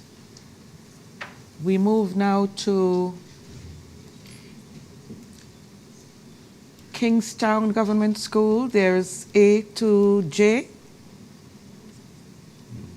104, or rather A to Z, 104 registered voters, 32 for the ULP, 39 for the NDP, 71 votes were cast. The results also from the Kingstown Government School, where 252 people were registered to vote, 88 votes to the ULP, 79 to the NDP, from a total of 88 votes that were cast. There was one reject vote. So there we have it, results from 3 polling stations located at the Kingstown Government School at Stony Grounds. Teresa, you want to go over those results here again, please? Okay, so surname A to located at Stony Ground, Kingstown Government School. There were 104 registered voters, 32 ULP votes, 39 for the NDP, 71 votes were cast. Surname A to J, 331 registered voters, 98 votes for Debbie Charles of the ULP, and 121 for Daniel Cummins of the NDP. A total of 220 votes cast with one reject. And the other polling station, surname K to Z, 252 registered voters, 88 votes for the ULP, 79 for the NDP, and 168 votes were cast. There was also one reject vote from that constituency. Well, that's the first and we continue, and I think we got something coming in from Eastern Georgia. Are we ready for it? Or are we looking? It's good that we in Stony Ground, my own. Your stomping ground. My stomping ground, my hometown. My hometown. Renrick's as well. Okay, and we are We in go to Eastern George. Eastern George. Please. Polling station A to Z, surname located at the Calico Town Hall. There were 403 registered voters at this polling station.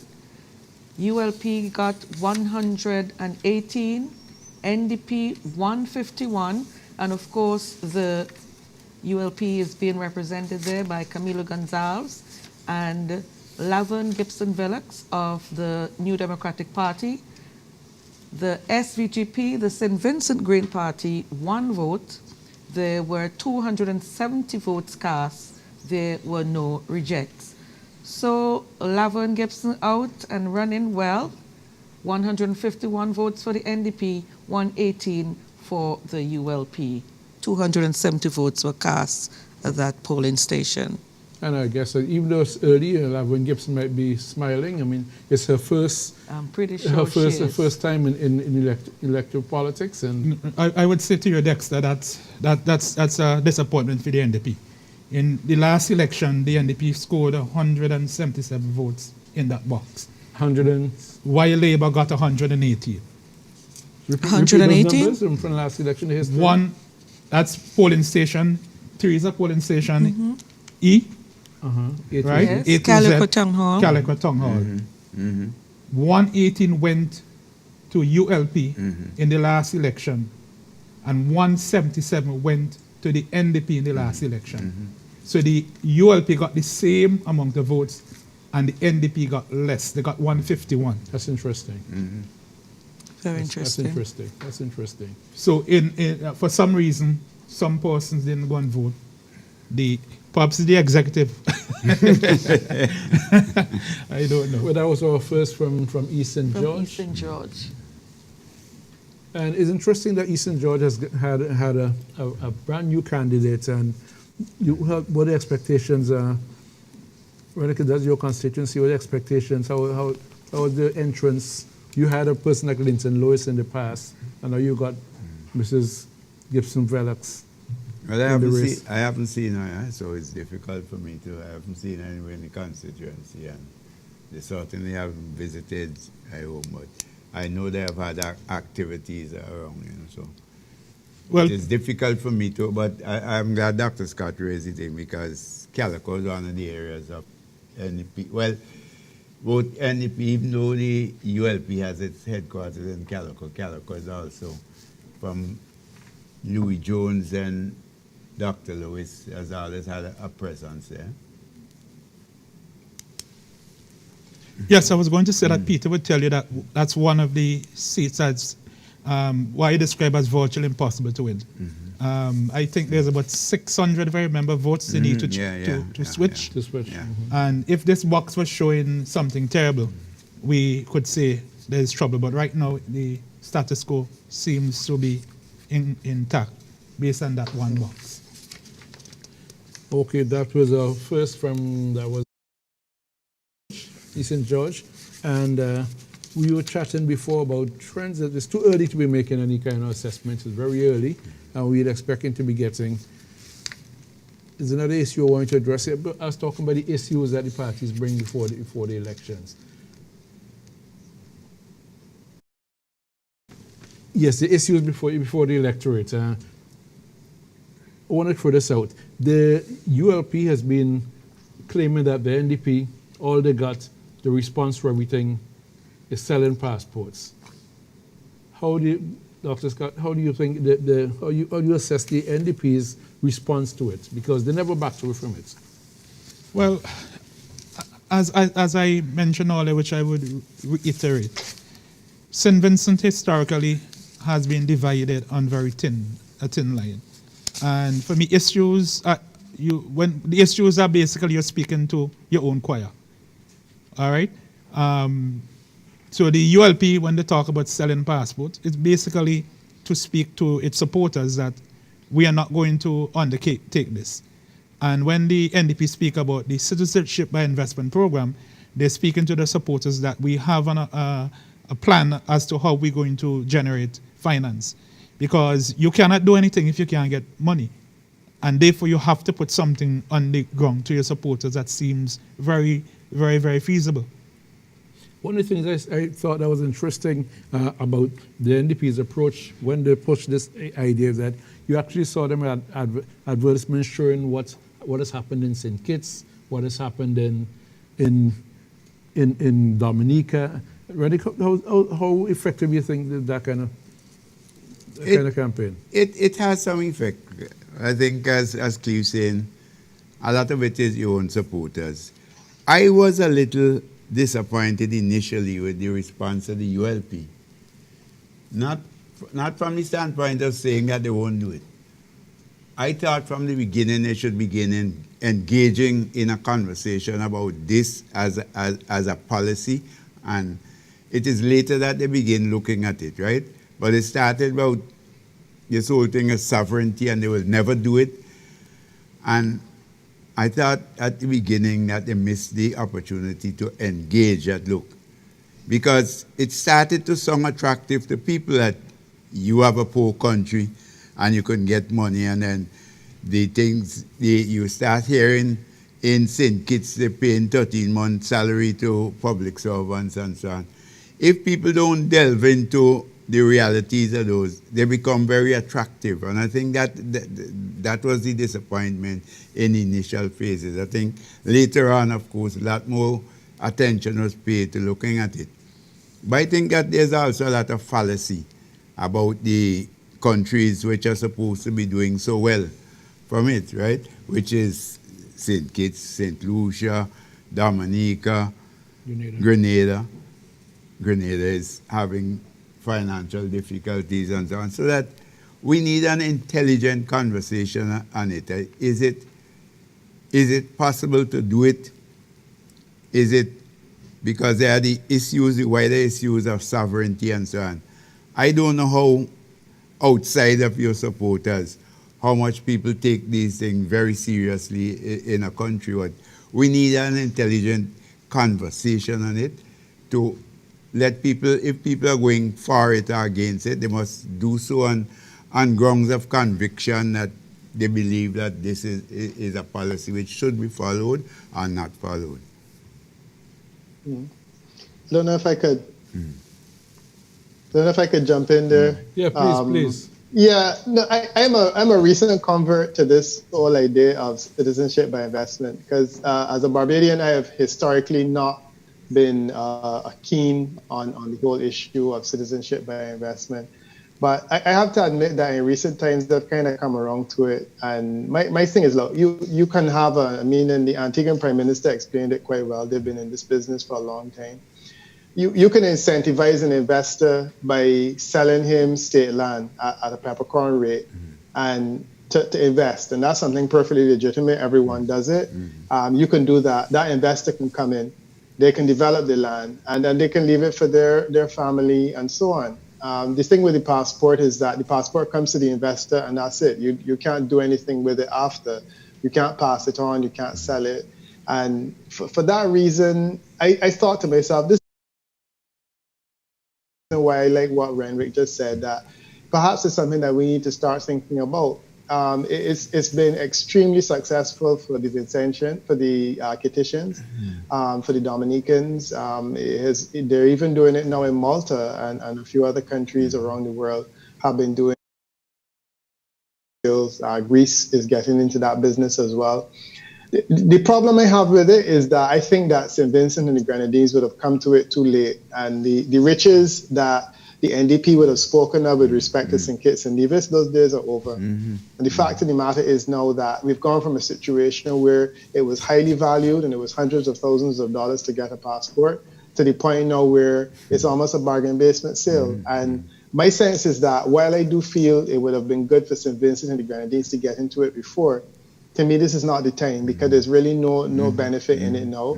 And what St. Kitts was able to do 10 years ago in terms of generating a whole lot of money very quickly, there was a huge cost to the St. Kitts and Nevis in terms of its reputation because they were given the passport so easily that their due diligence had fallen significantly. And then they started ending up in the hands of wrong people. So they had those challenges to deal with. In addition to all the money that was made, they had some problems that were created in terms of safeguarding the integrity of the process. And then the other thing now is that, as I said, there's really no value in it. So while philosophically, I don't have a difficulty with it, I really don't know that I would want to encourage St. Vincent and the Grenadines to go that way now because the life has been sucked out of the citizenship by investment program. I think Dominica, St. Lucia, St. Kitts enjoy the glory days, and I think that those days are now over. And I think that the future of St. Vincent and the Grenadines is probably more closely bound up with ganja production than passport sales, and that's my sense on it. Well, you jumped into something there. The approach to ganja. Both parties have a very different approach. Any comments, Leave or Renwick? You want to comment on that? The approaches. Well, I think two things.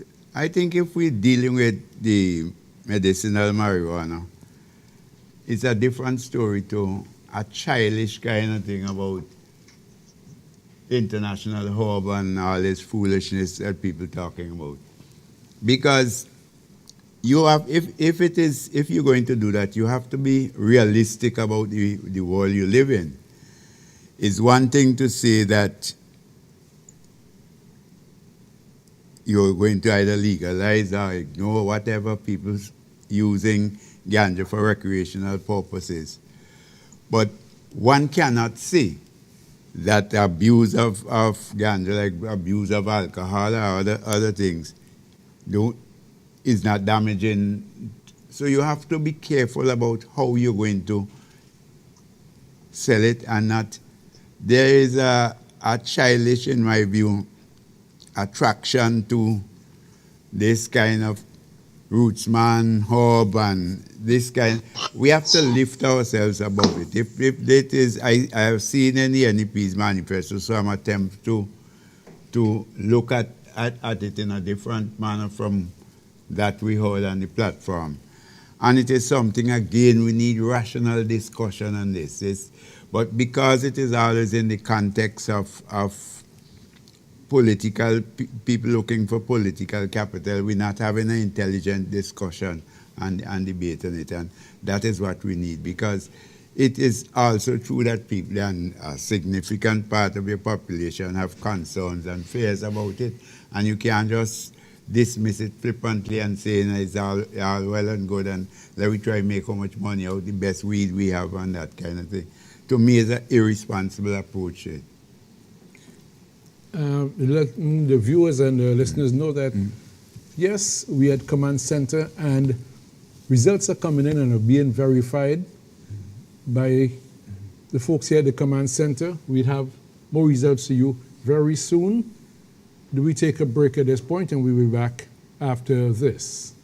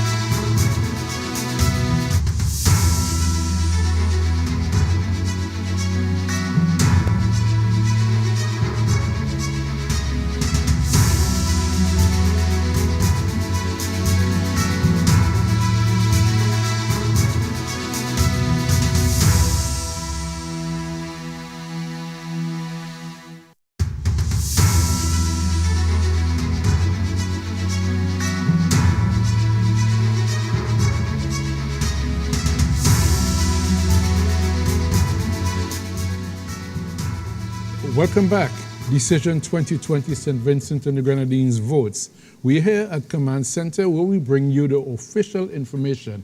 If you're not hearing a lot of results coming in quickly because our results have to be verified by the folks from the Electoral Office. So what you hear from us here are the official verified information. If you want to continue talking, let's go back a bit some history while we wait these new results. No problem. We in 1984. Yes, So- horn for them. Yes, horn for them. Yeah. Let's go back to that and let's paint the picture of what happened back then. Well, the important thing about that election is the ability of Sir James Mitchell, then leader of the New Democratic Party, the NDP, to bring a relatively unknown list of candidates. And he has written a lot about that in his various books. But they were able to capture the imagination of the electorate and to remove Milton Cato, the leader of the St. Vincent Labour Party. And the following,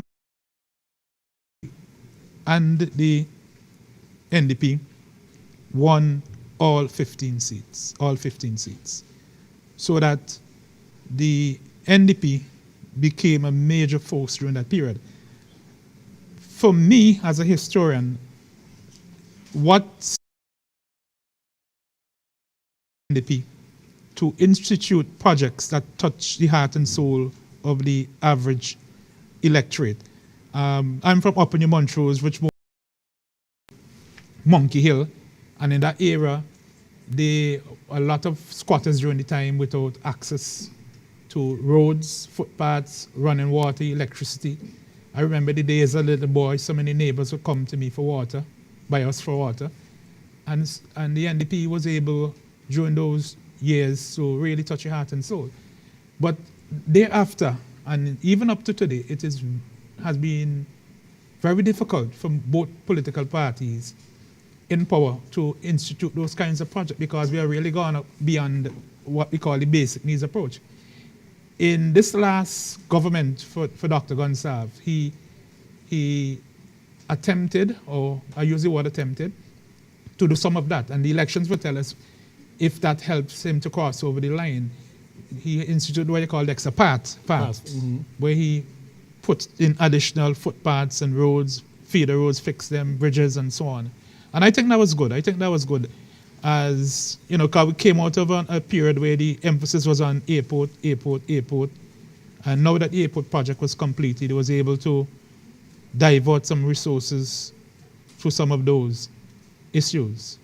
To do some bread and butter issues, if you call it that. Well, Yeah, because at the end of the day, you only need one vote to win an election. And there's, if Peter with us, he could speak about what we call incumbency advantage. Incumbency advantage. Once you are in government, you have an advantage over the opposition. You have an advantage because you have the resources of government.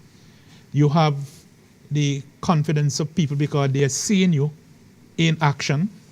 When we go to look at North Leeward tonight, the question is to what extent Carlos James was able to demonstrate to the people of North Leeward that he is a potential better representative than Patel.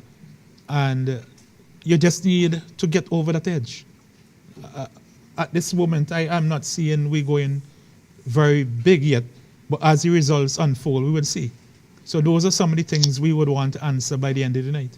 Peter, you still with us there? Yeah. Yeah, I listened to Dr. Scott here on this issue about some of the kind of projects that the NDP after 84 to 89 instituted, things like footpaths in villages and that kind of thing. And he mentioned that Dr. Gonsalves' administration in this last couple of years have been doing the same, similar kind of things. How you think you got the impression how it has been impacting on people? Because you built an airport, and after a while, people would consider, yes, we got the airport, now what? Well, that's the reason why they need to talk about the hospital, and certainly the hotel plan is on that level. I think that really, by the time you start to build the hotel, build the airport, the people at St. Vincent and the Grenadines have gone past footpaths and those types of things because there's a feeling that the bar is set fairly high. And it's difficult to trump an airport. And I think the idea of going after the hotel development now is attractive for a couple of reasons. One is that it creates a whole lot of employment. It creates employment while construction is going on. And then it creates a different type of employment once the hotels are finished. And I think that is something that at these times, especially during COVID, it excites people. The interesting thing is that during this period of this lockdown and while there's not a lot of tourism going on, a number of hotels are using it as an opportunity, certainly in Barbados, to refurbish and to do construction and to make sure that whenever the world is open back up, that they're in a position to take maximum advantage. So I think that the strategy of going in that direction is good, but I do feel that by building an airport and an impressive airport at that, he has set the bar fairly high in terms of the kind of development that he brings, which means that to pave a road here and there and to build footpaths or whatnot is not something that is going to go very far. I hear you. There was a period in Peter, I have to interrupt you here. development where Peter, those I'm going types to of interrupt things were significant and important. And I'm not trying to belittle the efforts of anyone who brought running water. I do feel like you're in a different era now where people are traveling, they're going overseas, they have cable television, they're watching, and they're saying that, there's certain things that they also need to have. One of the things that the ULP would have done quietly is education.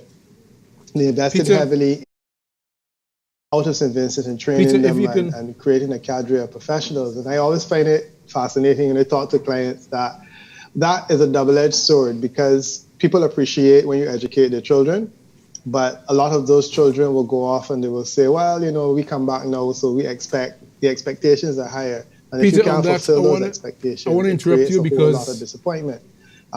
Certainly not in St. Vincent, but in some of the other Caribbean islands, I've heard leaders speak about people who they invested in overseas. Take over. Okay, we got some new results coming in, Peter, from East Kingston, and folks have been clamoring for results. Here we got some new results. We go over to the magic board, and Teresa Daniel is. Okay, so East Kingston, of course, one of the very hotly contested seats out of polling station C, bearing the surnames A to Z, located at the Richmond Hill Thomas Saunders Secondary School. 218 registered voters. Luke Brown of the ULP, 64 votes. That's 64 for Luke Brown of the ULP. And for Dwight Fitzgerald Bramble of the NDP, 86 votes. There were 150 votes cast from that polling station. There were no rejects. So 64 to Luke Brown, 86 to the NDP. And that's polling station C, located at the Thomas Saunders Secondary School. We move now to polling station I with surnames A to Z. And this is located at the Sign Hill, the wheel at the Sign Hill Junction. Registered voters 492. For the ULP, Luke Brown received 148 votes. 148 for Luke Brown of the ULP and 189 for Fitzgerald Bramble of the New Democratic Party. 340 votes were cast and there were 3 rejects. So that's 148 at polling station I, 148 for Luke Brown of the ULP, and 189 for Fitz Bramble of the New Democratic Party. And of course, 340 votes were cast at that polling station. So Luke Brown, ULP, 148, and Fitz Bramble of the NDP, 189 votes. In case you missed the first set of results from polling station C, located at the Thomas Saunders Secondary School, Luke Brown of the ULP, 64 votes, and the NDP's Fitz Bramble, 86 votes. There you have it, the first set of results coming in from East Kingstown constituency. First set of results, and I wonder, Dr. Scott, you got some comparison there from 2015, how in those same polling stations? Yeah, well, the NDP is maintaining its presence in the East Kingston. In the last election, Thomas Saunders, Teresa, your screen has gone. Thomas Saunders, he scored, Luke Brown scored 61. This time it's 64, increase 64. Of 3.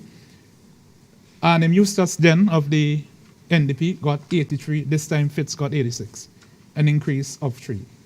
And we go down to the wheel, Teresa. The wheel was, which you don't have it there anymore? I think those The screen is down. Yeah, the wheel, the ULP in the last election scored, Teresa, the wheel is which one again? Wheel is the last one. Z. Aye. So It A to Z, polling station I. right, so 148 right, so in the last election, and 189.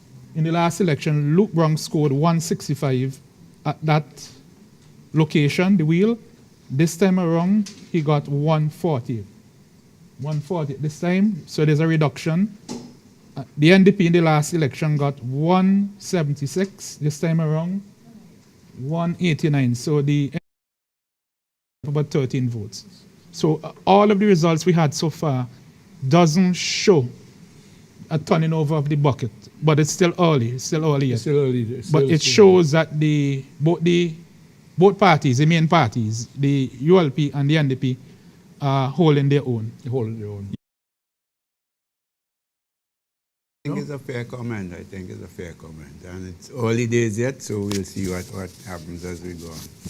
Yes, and this is one of the hotly contested areas of this election, because you have a brand new candidate coming in, a young man, former national footballer, well-known and popular figure around town, former diplomat coming back home to take over from man named Eustace, and it will be interesting to see how he fares in this election. Yeah, the constituencies I'm anxious to see is what Pete would call the battleground, to use the American term, the battleground states or the battleground constituencies, which would be North Leeward, Central Leeward, South Leeward. But on the other hand, the NDP has spoken a lot about their potential performance in North Windward. So those are the ones I'll be anxious to see. Not Windward, but I like I said, there's a lot of the entrance of Fitzgerald Bramble created a lot of excitement in Kingstown, because I guess because of his stature as a former national footballer, he created a lot of excitement. So it'll be very interesting to see. And 2 young men, Luke Brown has been battling it out there, and he's always very present in the community, and he is You got more results coming in? This is great news. And we're going to the Maricopa Valley where we got some of the first results. Teresa, what do you got for us over there? Okay, from Maricopa Valley, polling station A with the surnames A to I, and that is located at Maricopa Government School. The ULP's Jimmy Prince, St. Clair Jimmy Prince, scored 128, 128.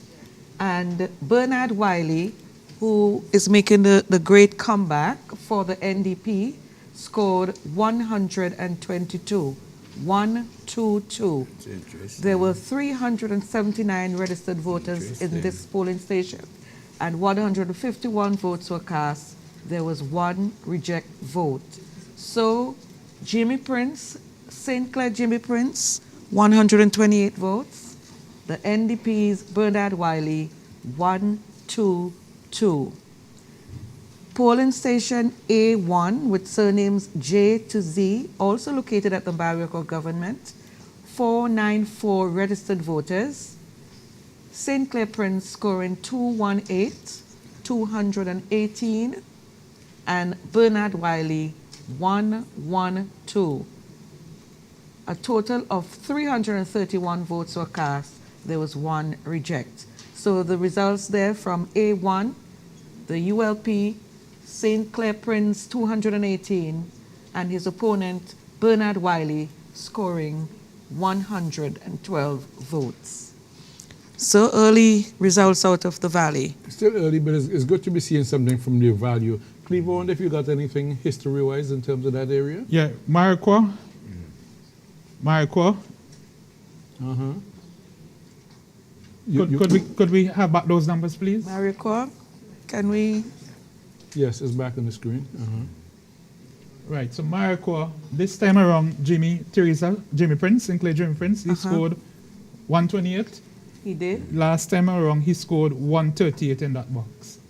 The NDP, last election, got 99. This time around, 122. So the NDP improving in that box, and Jimmy Prince, St. Clair Jimmy Prince, 10 less. Then the next box, which is, Teresa? A1. J2Z. In the last election, St. Clair Jimmy Prince got 237. This time, he got 218. which means he lost about close to 2019. And the NDP got 116 in the last election. And this time around, they got 112. which means they lost a few 4. votes. Some people would say probably some NDP supporters died. I don't know. Anybody's guess, but it's interesting that they seem to be holding, but yet, once again, early days. Early days. Pretty early. But like was said, it's interesting in Maricopa, you had the return of Bernard Wiley, who was in office with election and went away for how many years? Close to 20 years. 20 years. 20 years, practically. Practically. And 19? Yeah. Because he's a pretty young candidate back then. So he's come back now 20 years later, and it's be Still interesting to creating see. an impact. Yes, at least in that area. It's a big place, a very populous farming community, and it will be interesting to see what happens by the end of the evening.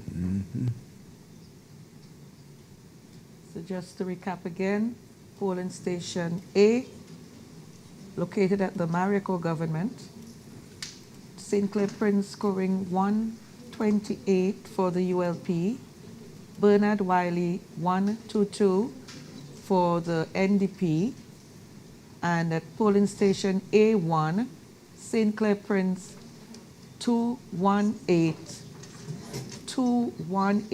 and Bernard Wiley 112.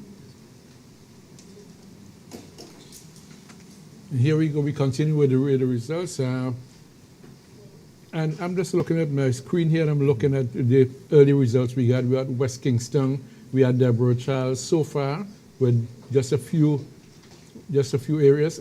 Just switch from the screen. We are having some from the Northern Grenadines coming We're in going back as to the well. Northern Grenadines. Yes, Northern Grenadines. From polling station A, Okay, Teresa? so polling station F with the surnames A to J, located at the Patted Farm Community Center. There were 316 voters registered at this polling station. The ULP's Carlos Williams scored 39, and Dr. Godwin Friday 188. Polling station F1, also at Paget Farm Community Center. Well, I think my line is...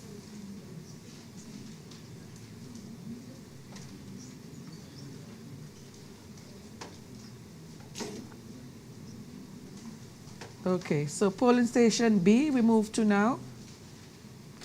Port Elizabeth Friendly Society Hall, and bearing surnames A to Z. The ULP's Carlos Williams scored 80, and Dr. Godwin Friday of the NDP, he's also the lead of the NDP, scoring 238 votes. 238. Total of 320 votes cast at this polling station, and there were 2 rejects. 2 rejects. So that's 80 for the ULP, 238 for the NDP, with 2 rejects. 80 ULP, NDP, 238. Polling station D, located at Bamboo Inn and Suites. Surnames A to L, 395 registered voters, 24 votes for Carlos Williams of the ULP, 215 for Dr. Godwin L. Friday, 215. 240 votes were cast. There was 1 reject vote. So that's 24 for Carlos Williams of the ULP, 215 for Dr. Godwin Friday of the NDP.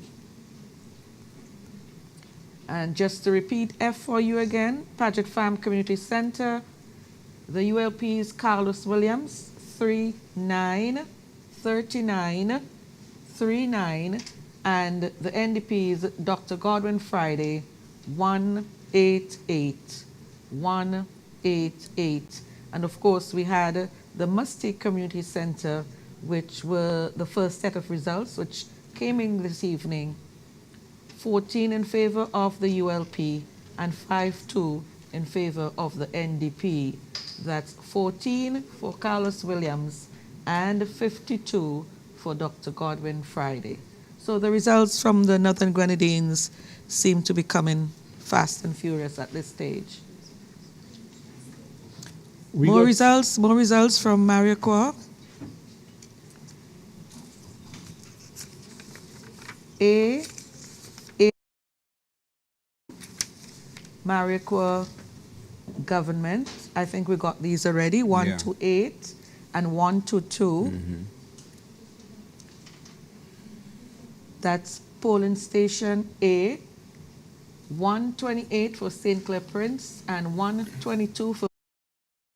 And at A1, also located at Mariquois government, 218 for St. Clair Prince and 112 for Mr. Bernard Wiley of the NDP.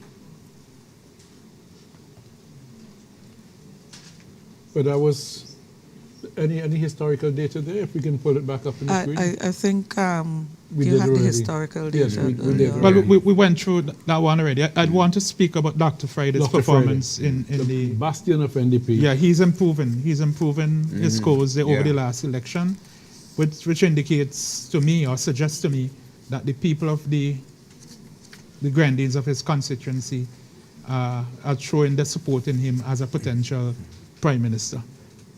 It's a fair interpretation, I believe. But Mariquois, on the other hand, has been going so far the ULP way. What Bernard Wiley has been doing is to keep the NDP base, steady, yes, the NDP base the together. base steady, yeah. So we'll have to see how the other areas. I don't know if Renwick are familiar as to what areas these people who vote in these boxes are from. Those at A, Okay, it's not there. I'll have to see here. A and A1, which is Marika Government School. You know precisely the villages for those, Renwick. You probably know them better than me. No, I think that would be the Morocco proper. Down in the, Down the flat? yeah. Does it Montague and what other areas? Montague, the area of Montague, so might be. And those are traditional Labour Party areas. Yeah, well, Those were areas which, for example, Ken Brown was strong, the Iron Man. Okay.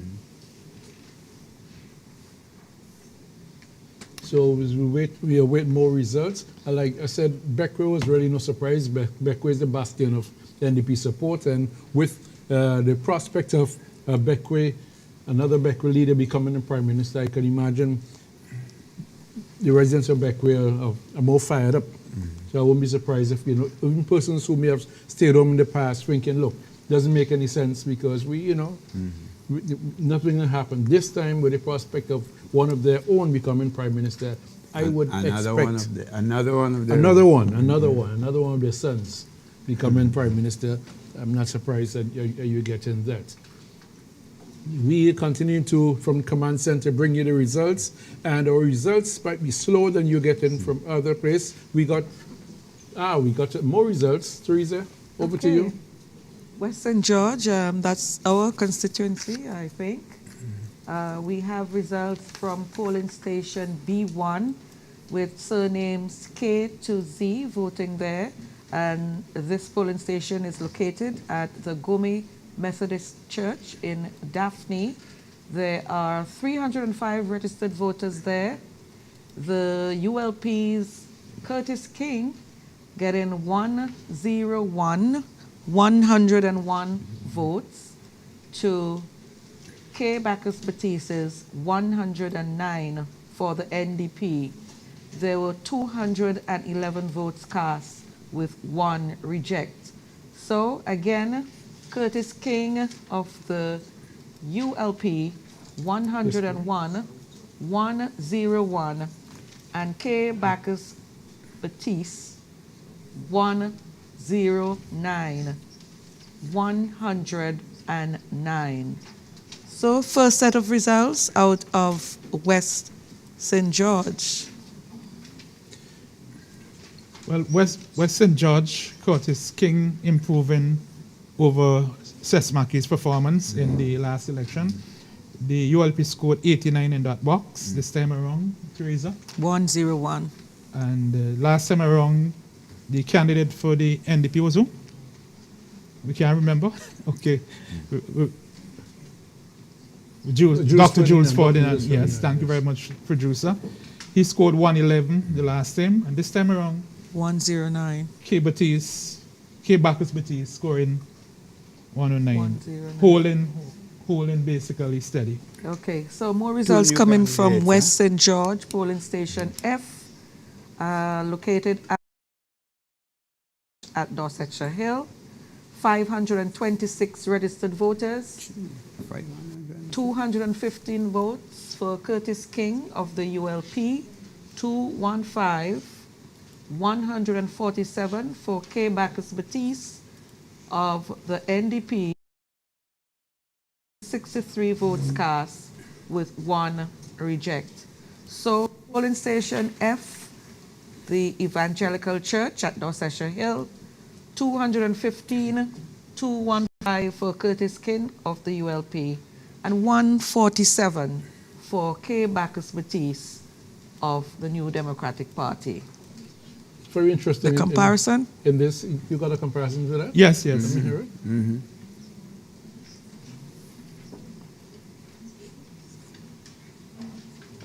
It's interesting that they've got two brand new candidates in West St. George. Yeah, K. Bacchus Batiste has increased the performance in this time around for the NDP. Last time around, the NDP got 112, 112. This time, 147. So that's an increase of 35. Last time around, the ULP got 226. 215 now. This time, 215, which is a decrease of 11. Interesting.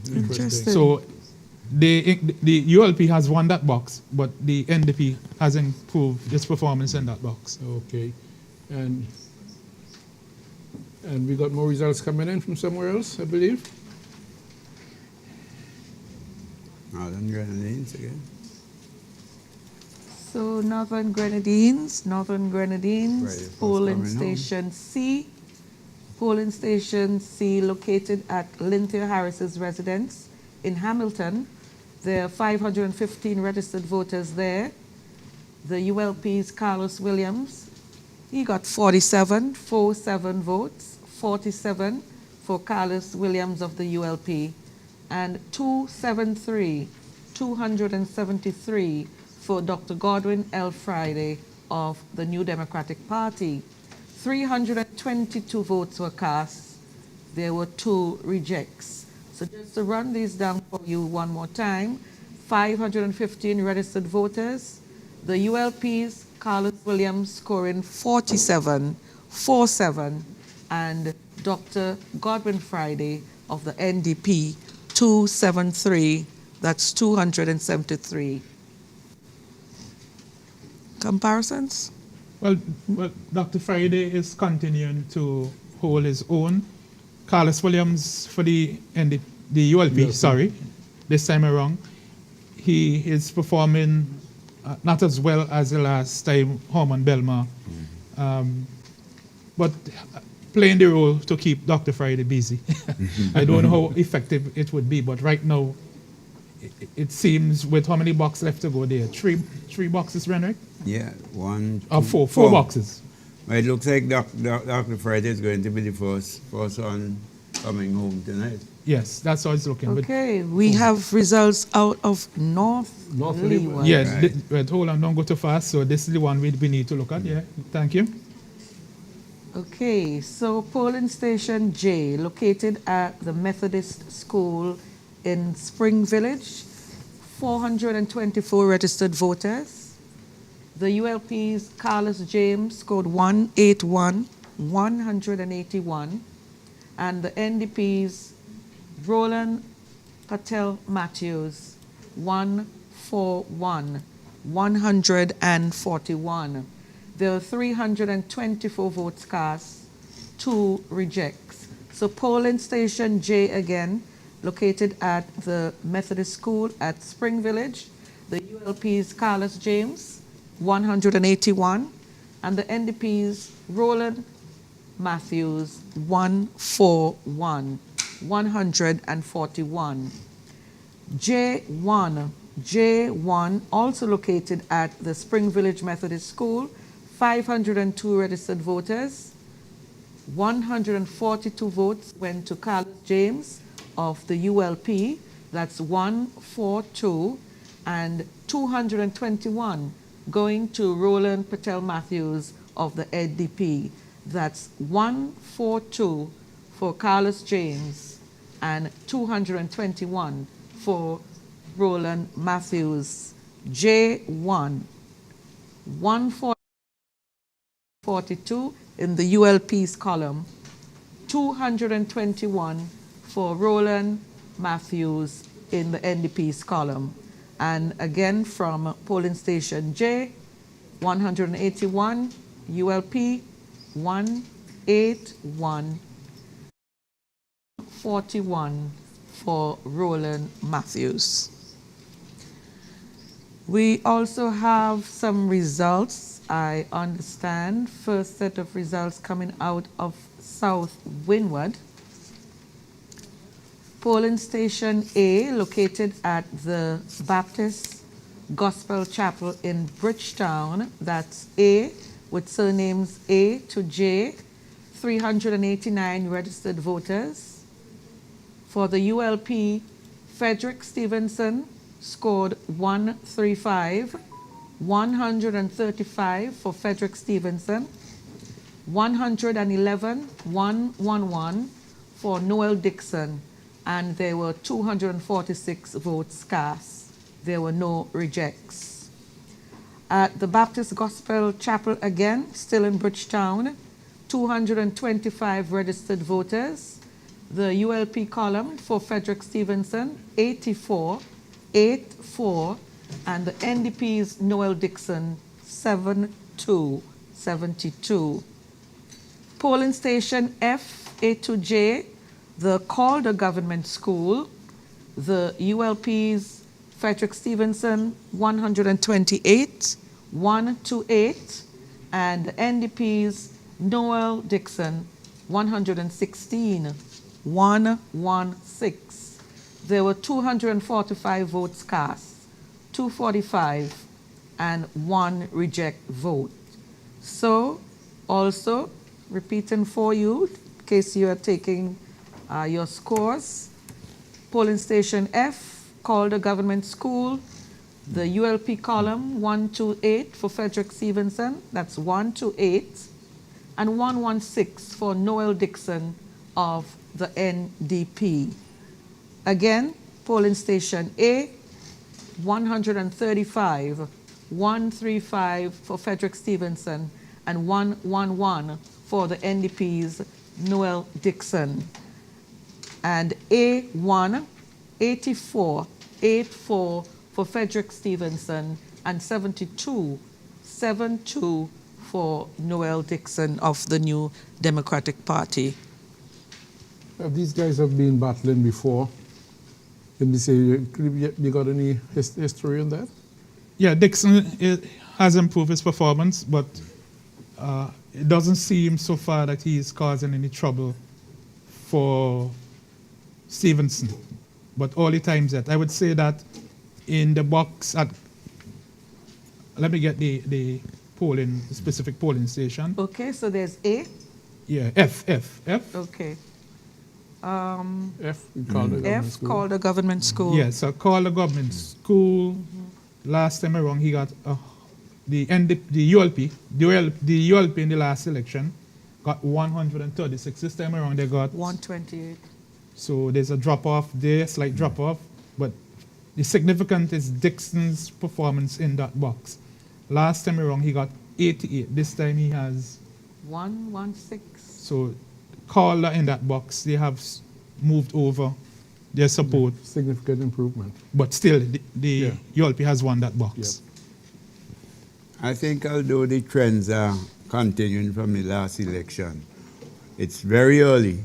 But one of the trends you begin seeing is that even where the ULP is holding its own, it's seeming to be losing some ground, right? It's still out front, but not doing as well as it did. But as I said, very, very early, you can pick up these trends and make a conclusion. So And we have more results coming out of South Windward, this time from the Carapan Secondary School polling station H1, surnames J to Z. 367 registered voters. The ULP's Frederick Stevenson getting 94 of those votes, 94, and Noel Dixon of the NDP getting 121, 121. 217 votes were cast to rejects. So that's polling station H1, located at the Carapan Secondary School. 94 for Frederick Stevenson of the ULP, 94, and for the NDP's candidate, Noel Dixon, 121 to 1. And how does that compare with the last time? Last time around, the ULP got 109 votes in that box. This time around, 94. 94. The NDP, 119 last time around. This time, 121. So they won that box again. They hold in that box, as in the last election. Okay, and we are back in the Mariacoa Valley. Polling station F1, also located at the Cane End Government School. 364 registered voters. 117 voted for the ULP's St. Clair Jimmy Prince. That's 117. And 119 for Bernard Wiley of the New Democratic Party. There were 238 votes cast with 1 reject. So here we go again. F1, polling station F1 in Mariaqua, 117 for the ULP, St. Clair Prince 117, and 119 for Bernard Wiley of the NDP. I will missing vote. I will missing vote. And we're moving right along. We are back in Western George,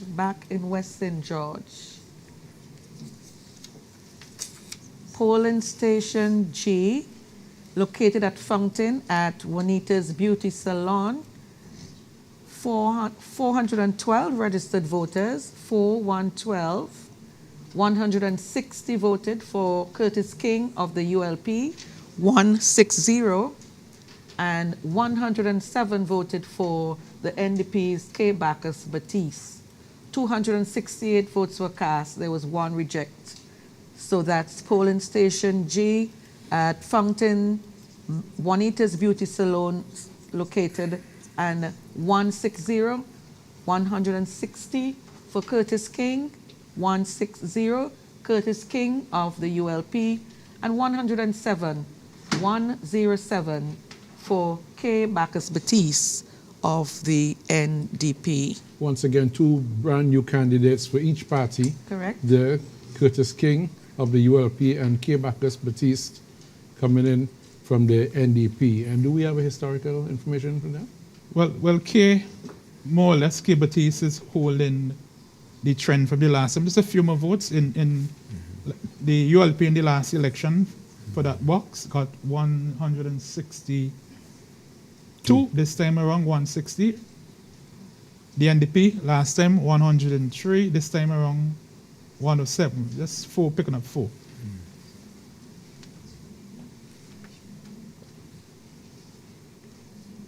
So more results from East Kingstown. Polling station located at Joyett's apartment at Murray's Village. Polling station F, located at Joyett's apartment at Murray's Village. 365 registered voters. The ULP scored 127. 127, Luke Brown of the ULP, and Fitzgerald Bramble of the NDP, 133. 133. 264 votes were cast, and 4 of them were rejects.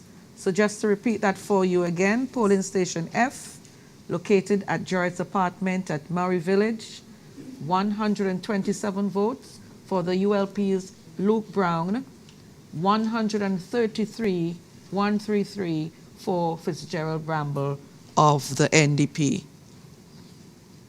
Very interesting in this hotly contested East Kingston constituency. Do we have any historical data? Yes, Luke losing that box this time around. Last time for the ULP he got 141. This time he got 127. The NDP last election 112. This time 133. So Fitz improving over Arnim Eustace. And he must be in that smiling box. all the way to the bank so far. East Kingston. Yes.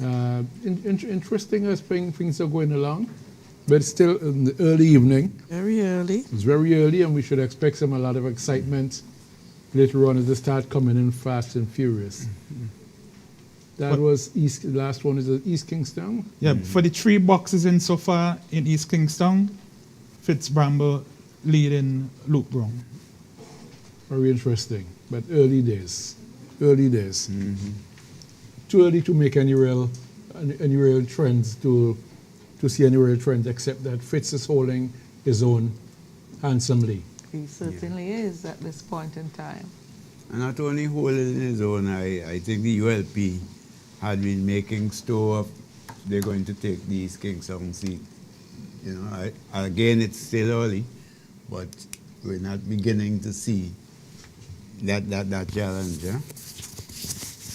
It must be a challenge for a party. And this Luke Brown is running just his third time Third around. time, yeah. His third time. So would it be third A time young lucky? one, yeah. Or first time lucky for Fitzgerald Bramble? It would be very interesting to see what happens by the end of this evening. His party leader had to run 4 times before he won. Huh? So As in Dr. mustn't Gonsalves. Feel, yeah, he Yes. mustn't feel Well- it so badly. Politics is a long race. There are too many people who come into politics nowadays think it begins at the moment. It's take a long time if you're really serious to get there. I remember when I was a student in the grammar school, and Curtis King, who was running in this election, was in the same class with me. And we actually swore that we would never do certain things. Right? But over time, times change and things change, and you have to respond. So if you're interested in politics, like Luke, and even if he loses this seat, I would not say to him, finish with that, because you would eventually win. And at some point, if you might come prime minister too. You have to keep at it. Peter, I think you want to jump in on this discussion? Yeah, let me just make sure that it doesn't make sure my mic is not muted. No, it's not muted. No, what I'm seeing is essentially very, very slight moderate movements in terms of the numbers that you have called, which basically tells me that this is not going to be a big swing election. It's not going to be an election in which there is a landslide one way or the other. It is going to be a small swing election, which ultimately will benefit the Unity Labour Party. That's one of the observations that I'm making. The fact that Luke Brown is not making progress in East Kingston, and we've been measuring that one, he is now at a minus 3% swing, which basically means that the likelihood of him winning it is low, which means that the NDP has made some improvement in that seat. Enough for them to hold on to it, but not necessarily enough for them to be able to, capture new ground. So that's an interesting one. I am not. The question of his future is going to be interesting because I see Luke Brown as someone who has been in the vineyard for a while. He's a young guy, but he is knocked at the door and he has essentially come close. My assumption was that he wasn't doing as well as he could have because of the fact that he was running against the leader of the party. The leader has now gone. And now that the leader has gone, he's in a situation where one would assume that he should do well on this occasion. So while I don't know that he necessarily needs to hang up his boots, I do feel that he has to look seriously at this performance because this is the first time he's performing. He is essentially competing against someone over whom he should have an advantage. He's a minister of government. The person he's running against is a newcomer. So that is an analysis that I think is going to be an interesting one. Other than that, the voter turnout doesn't look to be significantly different from last time around, which means that there's really no uptake. In terms of the boxes that they've called so far, that you've called, there doesn't seem to be any huge uptake in terms of the voter turnout. And if the voter turnout is down, then we have to start to look at the implications of a reduced voter turnout. But I am keen on the background constituents. Those are the ones that I'm keen on hearing, and I don't know that we have enough information in any of those yet to form a clear impression. So, Peter, that's one thing. You mentioned not only is Luke a minister of government, he was a minister of health, and you in those countries where the COVID effect that the government seemed to have gotten the benefit.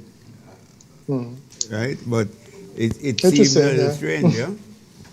Okay, so we have results coming in from South Leeward, which is another constituency that many people have a great interest in.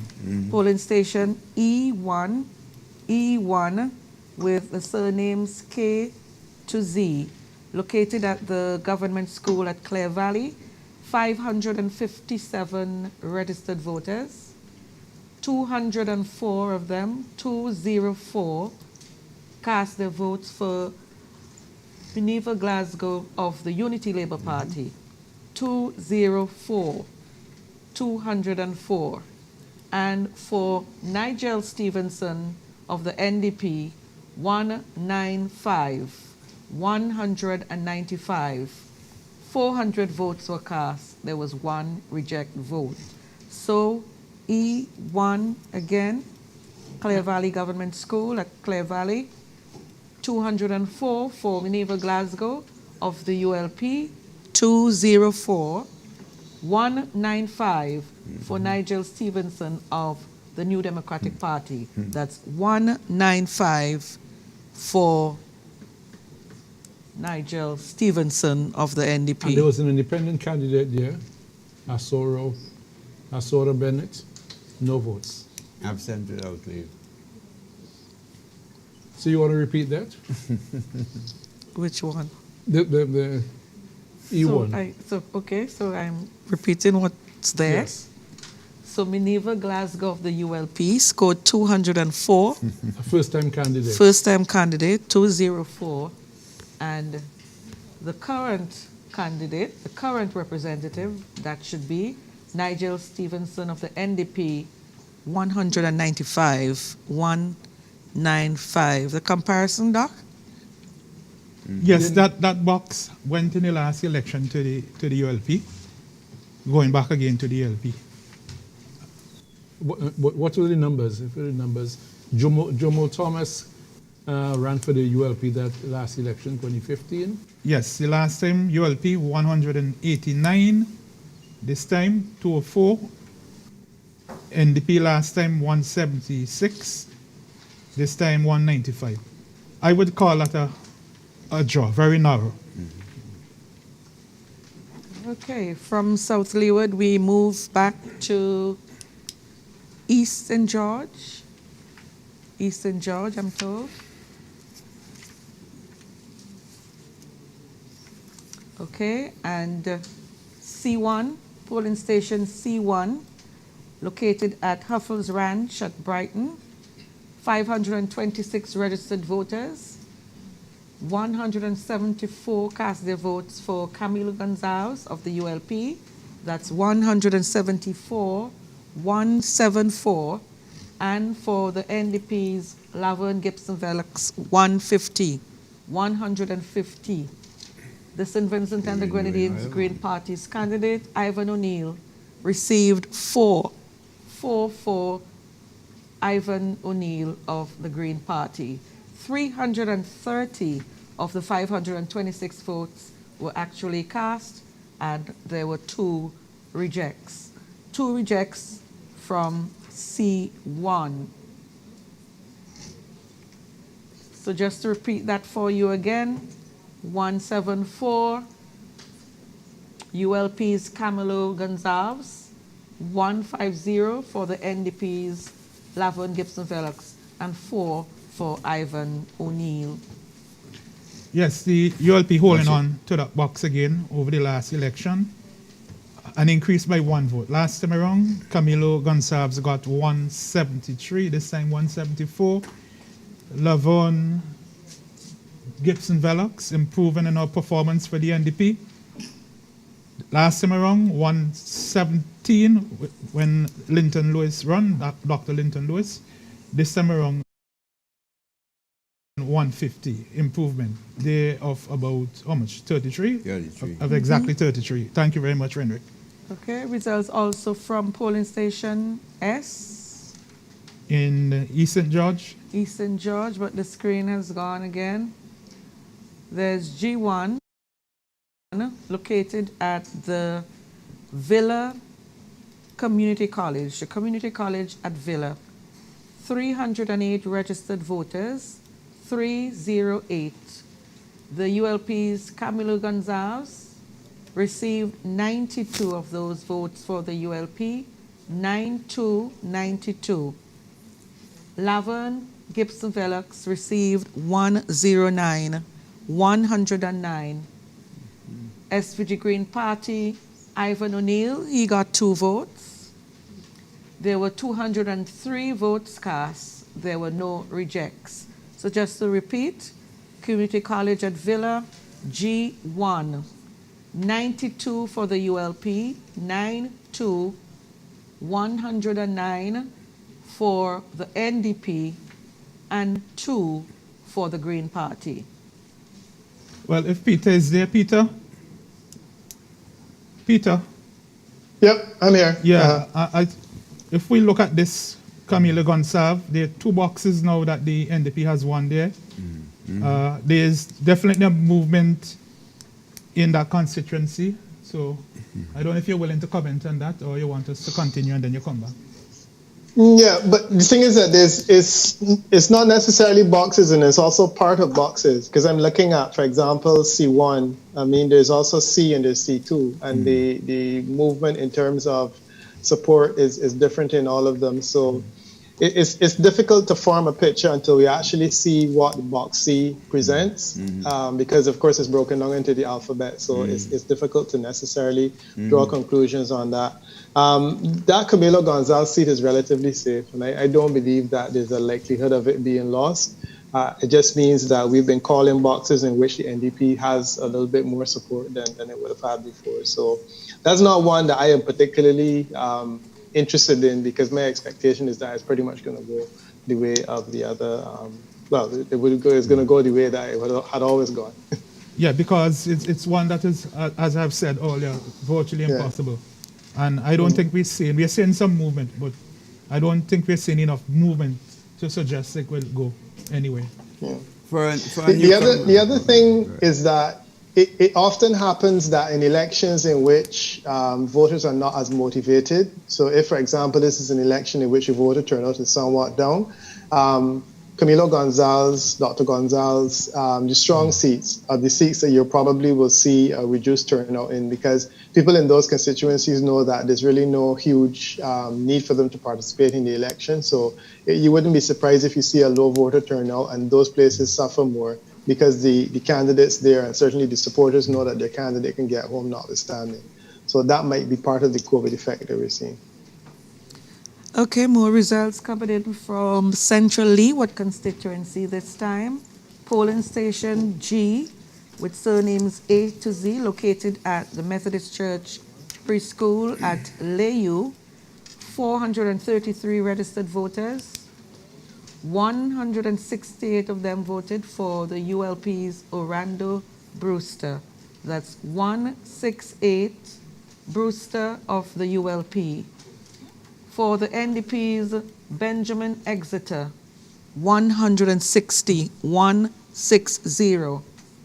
A total of 328 votes were cast.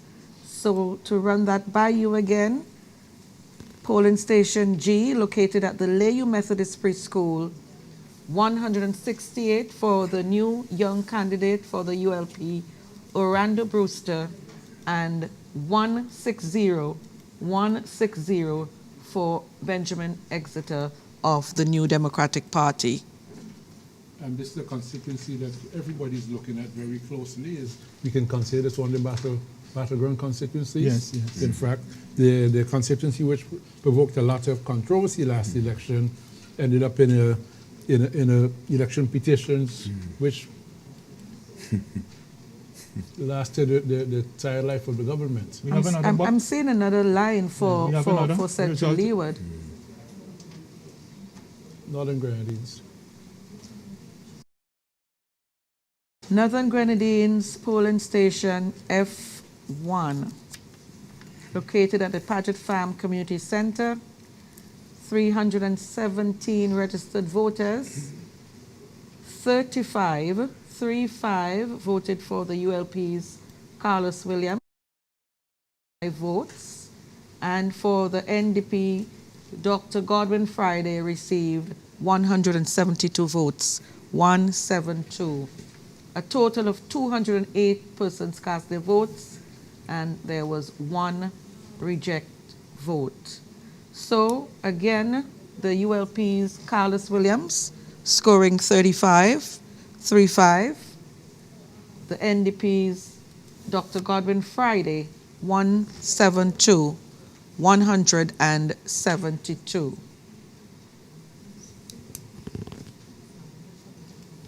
We move back now to East St. George. East St. George. East St. George.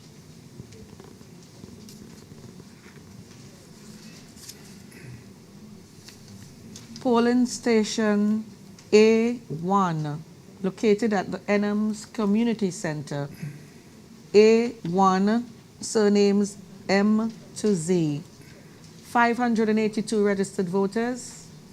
202 voted for the ULP's Camilo Gonzalez. That's 202 votes for Camilo Gonzalez.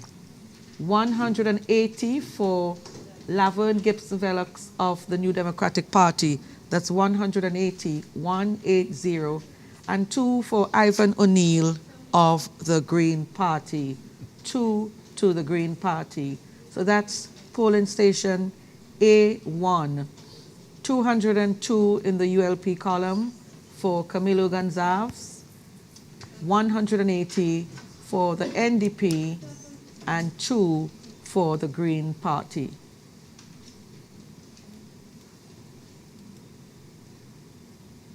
Do we have B as well? Polling station B, Belmont Methodist Church, 514 registered voters, 169 votes to Camilo Gonzalez of the ULP, 169, 151 to the NDP's Laverne Gibson Velox, 151, 1 to the Green Party, 1 vote, 323 were cast and 2 were rejected. So we'll run that by you again. 169. You took away my screen. 169 for the ULP, 151, 151 for Camilo Gonzalez. I'm sorry, for Laverne Gibson Velox of the NDP, and 1 for the Green Party.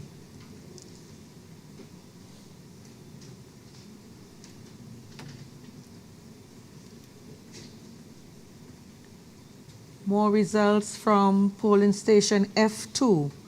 F2 located at the health clinic at Glen, where there are 400 registered voters.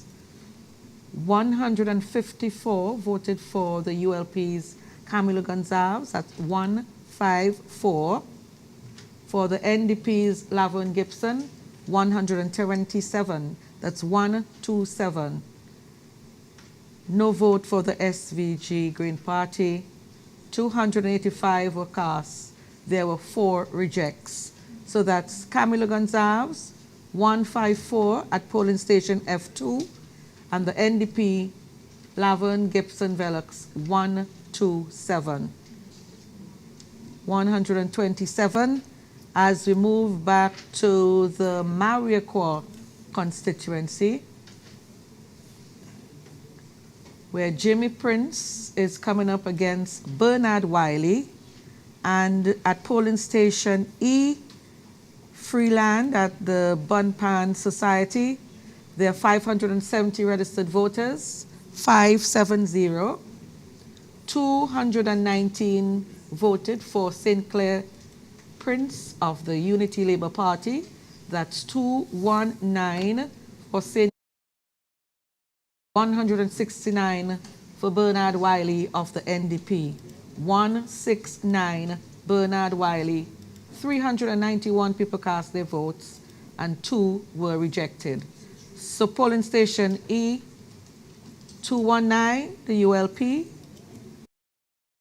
9 Bernard Wiley. As we move back to East Kingstown, polling station D, located at the Revival Center at Rockies. Registered voters 399. The ULP's Luke Brown received 130 votes, 130. The NDP's Fitzgerald Bramble 143, 143. 274 people cast their votes. There was 1 reject.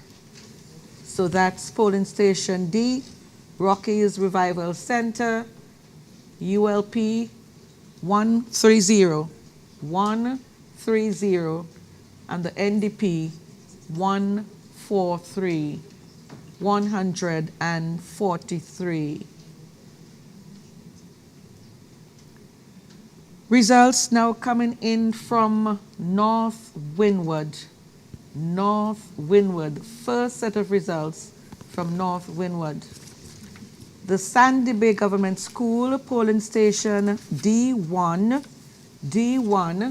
where there are 386 registered voters. 229 voted for Montgomery Daniel of the ULP, that's 229, and 83 voted for Chevron John of the NDP. That's 229 for the ULP's Montgomery Daniel and 83 for the NDP's Chevron John. 313 votes were cast. There was one reject. Polling station B, located at the Owia Government School, where there were 419 registered voters. 118 voted for Montgomery Daniel of the ULP. 235 voted for Siobhan John of the NDP, 235. And there was a total of 353 votes cast. That's polling station B at Owia Government School. Montgomery Daniel of the Unity Labour Party, 118, and from the NDP, Chevron John, the newcomer, with 235 votes for the NDP. Another of the interesting constituencies there, where you have a brand new candidate in Chevron John coming up against the veteran Montgomery Daniel. And do we have any history on those, please? Yeah, in the box D2L, what polling station is that? That's the government school, Sandy Bay Government School. D1, yes. Yeah. That does not look good at all for the NDP. The last time around, the NDP got 172 votes there. This time 83. That's like almost half. While the ULP got 313 votes. This time around 229. However, in the other, in B at Owia, that's an improvement, a slight improvement for the NDP. Last time around, they got 208, now 235.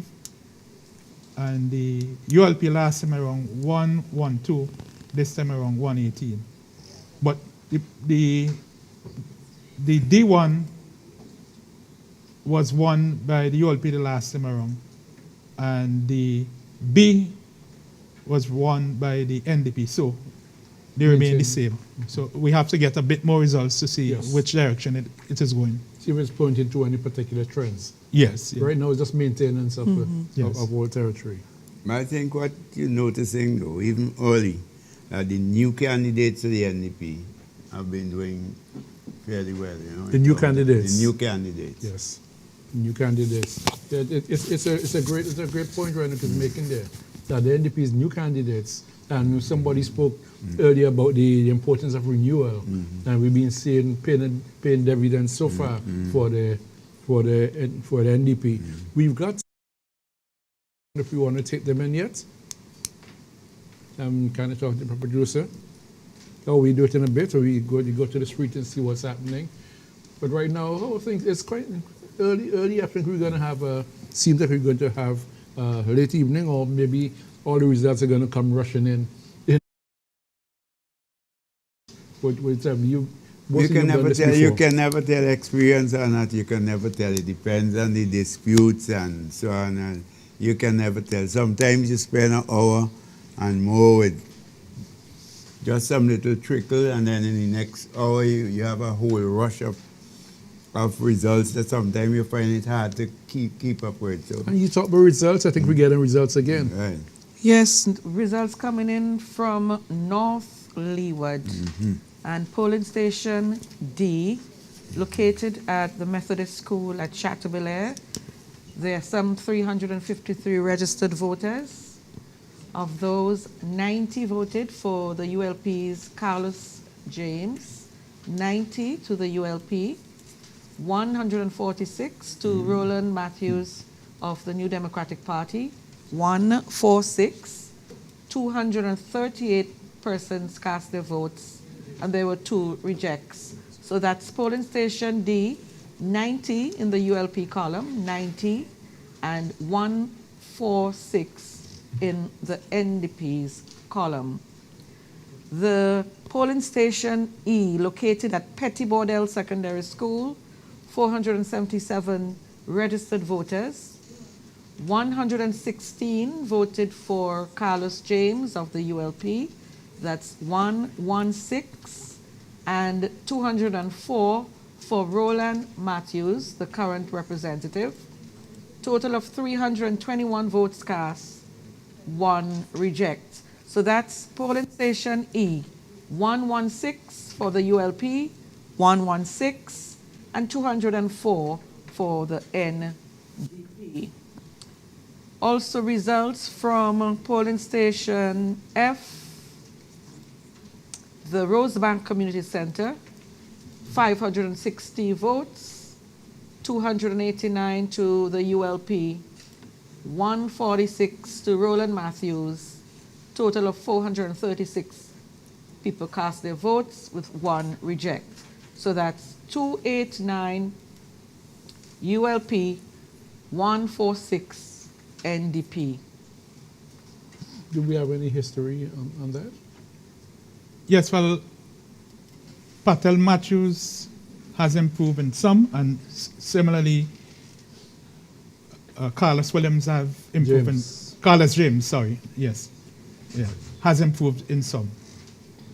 But we will need more results We need before more we results because, yeah. could even say any But direction. this is going to be one of the constituencies where they're going to be battled, because if we recall in 2015, the difference in votes between one candidate and the next was a mere 12 votes. Correct. Interestingly, you know, we're talking about history earlier on. We talk about all 1966 and 67. North Leeward has always been this knife edge. It was 4 votes in one of them at the time. I think in 66 election, it was a difference of 4 votes. So North Leeward has always been a highly contentious constituency. But is it true to say North Leeward has flipped from one party to the next also? Yes, it has also. Calder Williams won one year. Yes, it has done so. Very interesting neighborhood. Okay, so more results coming in. They're coming in fast and furious now. We move back to South Windward, constituency of South Windward, and we are at polling station D, located at the government school at Peruvian Vale, where there are 355 registered voters. 100 voted for the ULP's Frederick Stevenson, that's 100, 100. 38 for Noel Dixon of the NDP, 38. 144 votes were cast, and there were some 6 rejects. So that's polling station D in South Windward, located at the Peruvian Vale Government School. 100 votes to the ULP's Frederick Stevenson, that's 100 votes, and 38 to the NDP Dixon.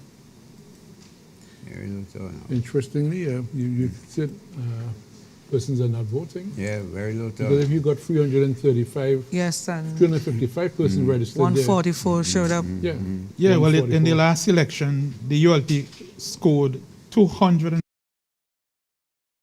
This time they only scored 100. It's interesting. Yeah, And we what was don't know what happened there, You whether got the it? list. And you got how many votes were cast last time? I don't have the total You don't have the total. that was cast, but I have how much they scored. Yeah. However, Dixon got 42 the last time, and this time he got 38. 38. Now, let me see, last time I think I have some figures. So. Yeah, I was guess if you have diminishing voters, both candidates should suffer diminishing returns. That's D. Is it D?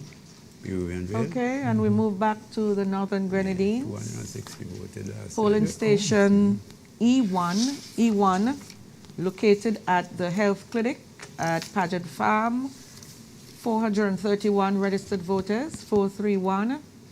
The ULP scored 47 of those, 47 for Carlos Williams of the ULP, 235 for Dr. Godwin Friday of the NDP. That's 235 for Dr. Godwin Friday.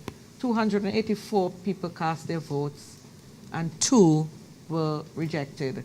So that's E1 at Paget Farm Health Clinic in the Northern Grenadines, 47 for Carlos Williams of the ULP, 47, and 235 for Dr. Godwin Friday of the NDP. Dr. Friday continues to maintain his votes, but one of the things that at a quick glance is the amount of persons registered as against persons voting. That might probably speak to bloated list, not, Results coming in from West St. George. Polling station C, located at the community center at Daphne. 419 registered voters. 176 voted for Curtis King of the Unity Labour Party. 176. 96 voted for K. Bacchus Batiste of the NDP. That's 96. 272 persons cast their votes. There were no rejected ballots. So polling station C for you again. The ULP's Curtis King scoring 176, 176, and 96 to K. Bacchus Batiste of the NDP. Polling station C1, also located at the Daphne Community Center. We had 298 persons registered to vote. 109 did so for Curtis King of the ULP, and 79 for K. Bacchus Batiste. 79. 189 persons cast their votes with 1 rejected ballot. So that's Curtis King of the ULP, 109, and K. Bacchus Batiste of the NDP, 79. Dr. Scott, do we have any history of that? Yeah, Curtis King is doing well in, let me see, in several boxes. But as I keep saying, it's too early. Let's get some more figures before we could even think. But I could tell you the total I'm seeing here, Curtis King, ULP, 760 versus K. Bacchus Batiste, 530. That's what we have so far. So he's leading by over 200 and something. And that general area is considered a bastion for the ULP. But we want to take a break out to one of our reporters from the ULP headquarters in Calico. Barbara Olivier is there with us. Barbara, do we have Barbara online? Yes, good night. How are you? I'm great. How are you doing? How's it out there? Good evening. I'm good. What's the atmosphere like in Calico? Well, right now, the persons at this office are quite lively. They are paying close attention to the results. And You get that impression? Have you been able to speak to the candidates at that particular? Not as yet, but right now, a lot of people are paying very close attention to the results as it is right now. I think they are quite confident. Interestingly. Well, it's still early days. But have you seen the candidate there? Not as yet. Okay. I guess he's canvassing other areas. But of course, everyone has voted and we're following the results keenly. Anything from any supporters asking anything? Well, Bavin, thanks for your appearance. We'll be back with you later on. And we're going to switch later on to Keisha Woodley, who is reporting from the NDP headquarters in West St. George also. So thanks again, Bavin. Talk to you later. All right, thank you. No problem. Okay, welcome back. This is Decision 2020. We are still here with the results as they come in, sort of slowly, but reminding our viewers and listeners that the results you get here are not results that people are projected. These are verified results from the electoral office. So this is the place you need to be following for your results, because the results you hear from us are official results. Cleve, you had any more history for us? Any general comments? And I mean, it's early days. Yeah, I think we just have to wait more till we get more results. Okay, I'm understanding that our other reporter in the field is ready. Kisha Woodley. Kisha, are you with us? Kisha, are you hearing me? Good night, Dexter. How are you doing, Kisha? And to everyone else. Right now, I am at the roundabout. Just behind me is K. Batiste's constituency office. About this time, it's very quiet. Few people coming in and going out. So basically, I think it's too early to get a real feel of the reaction here. And since you've been there, have you seen Mrs.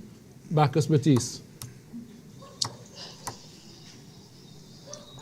Did you hear me? Yes, sorry about that. We have not. Keisha, But as soon as I'm finished here, I will go closer and ascertain if she's there. Now, Keisha, I'm concerned you're in the roundabout. Make sure you're not in traffic's way. I'm perfectly safe, thank you. Okay, that I'm very interested in. Wouldn't want to have any kind of mishap. True, thank you. But Keisha, you say it's quiet there. Okay, we can go back to Keisha later on. We continue our discussion.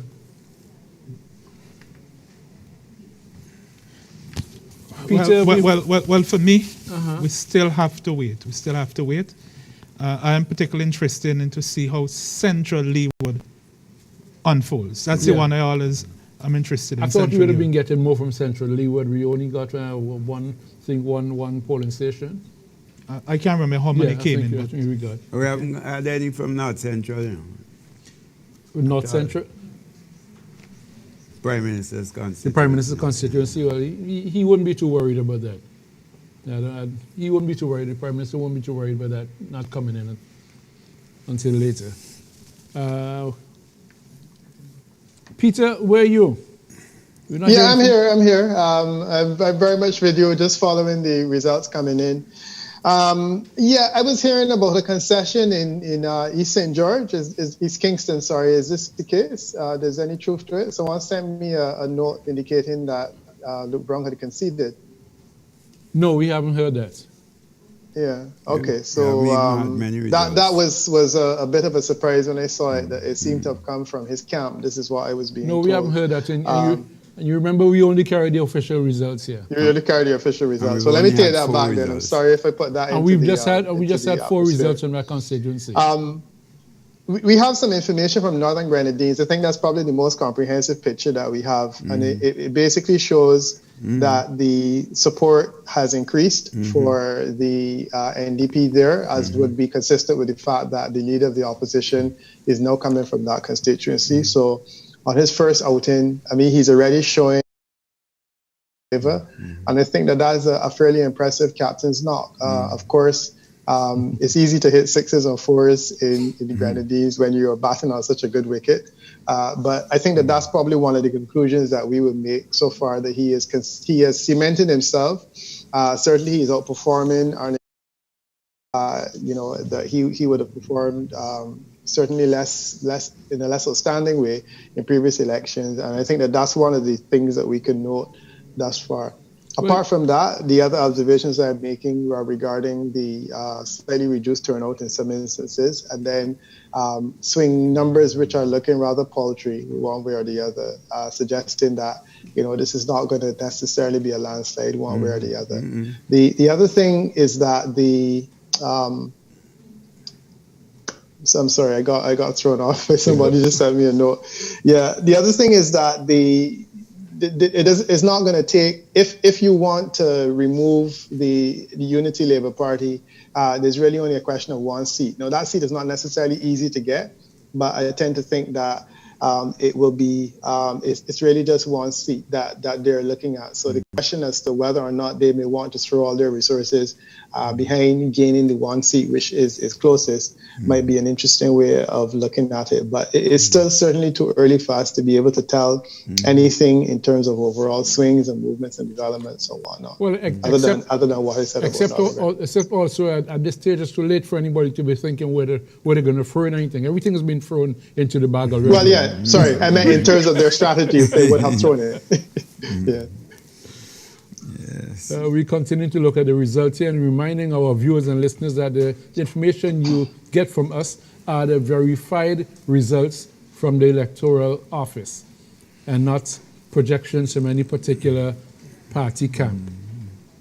We are on target here. Things are slow, but things are slow when you got to make sure what you announce is correct.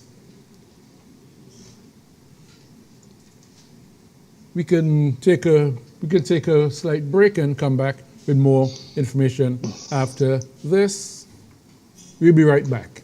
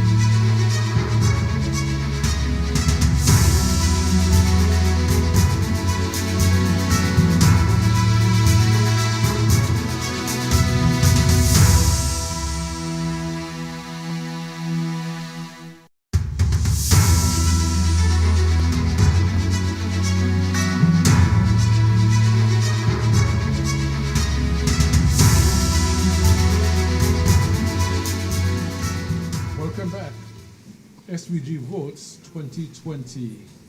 Decision 2020. We're back with you from Command Center, and we've got some new results. Kathleen? Yes, we've got some new results for you. Yes, we do. From West Kingstown, polling station A,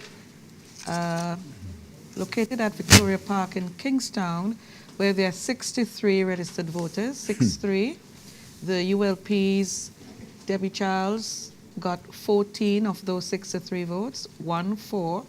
And the NDP's Daniel Cummins, 26, 26, 41 votes cast with 1 reject vote.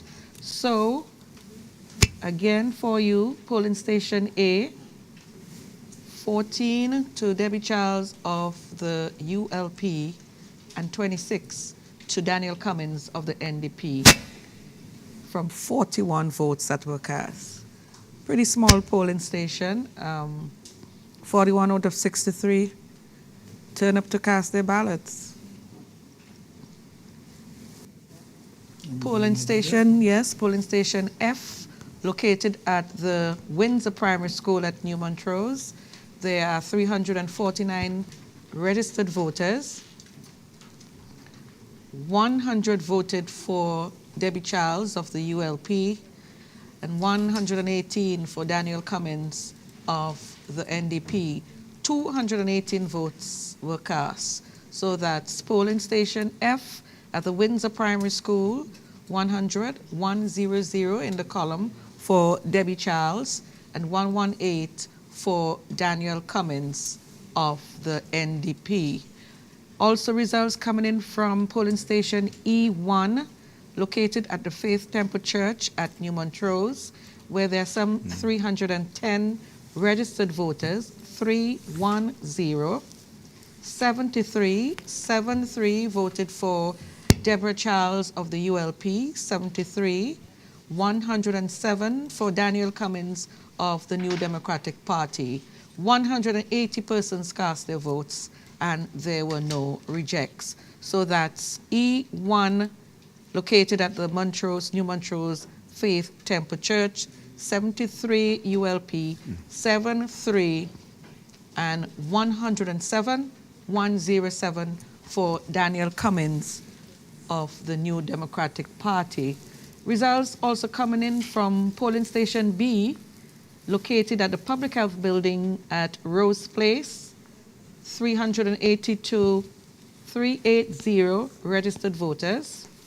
92 voted for the ULP's Deborah Charles, 92. 148 for Daniel Cummins of the NDP. 240 votes were cast, and there were 2 rejects. So that's polling station B, Public Health Building at Rose Place in Kingstown. 92 in the ULP column, 92, and 148 in the NDP's column. So the latest from West Kingstown. Yes, you want to compare to 2015?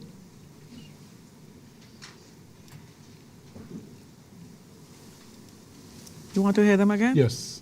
Just before we get some history, how to compare with 2015. So starting with polling station A, ULP 14, 14, NDP 26, 26. Polling station B, located at the Public Health Building at Rose Place, 92 to the ULP, 92, and 148 to the NDP, 148. Polling station E, located at the Faith Temple Church, 75 ULP, 75, and 128 NDP, 128. E1 also at the Faith Temple Church, 73 ULP, 73, and 107 to the NDP, 107. And polling station F, located at the Windsor Primary School at New Montrose, 100 to the ULP, 100, and 118 to the NDP, 118. Just seems that Daniel Cummins is holding steady. Scott, you got any comparisons? Yeah, Daniel is holding steady, but the observation I have here is at Rose Place, Renwick, Public Health Building.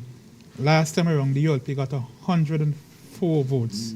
This time they got 92. The NDP 137, this time around 148. I don't know if the discussion about the construction of the port probably irritated one or two persons, but there is insignificant movement away from the European bottom tongue.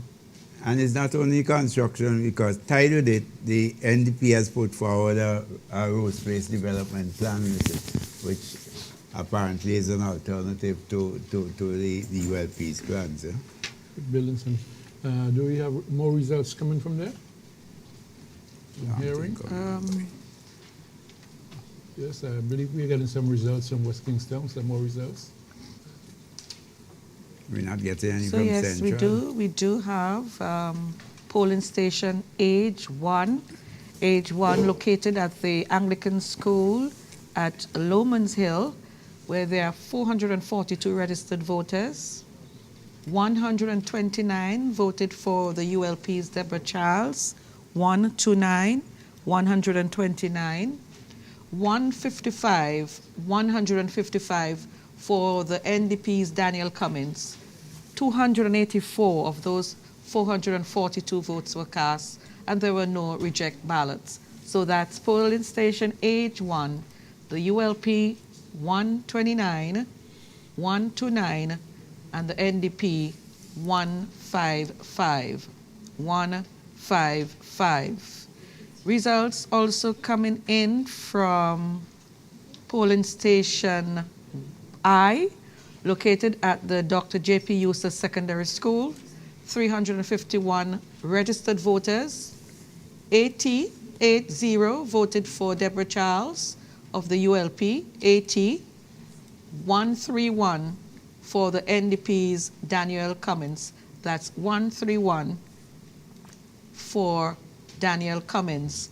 Total of 212 votes cast, 1 reject. So that's 80 ULP and 131 for the NDP. More results coming in from I1, also located at the Dr. J.P. Eustace Secondary School. 417 registered voters. 92 voted for the ULP's Deborah Charles. 92, and 152 for the NDP's Daniel Cummins, 152. 246 votes were cast. There were 2 rejected ballots. So that's 92 for the ULP, 152 for the NDP. Also from the J.P. Eustace Secondary School, polling station 12, where there were 475 registered voters, 104 voted for the ULP, 202 for Daniel Cummins, 307 cast their votes. There was 1 rejected ballot. So that's 104 for the ULP, and 202 for the NDP. That is actually I. Correct. Yeah, West Kingstown, Edinburgh, there seemed to be something happening in Edinburgh.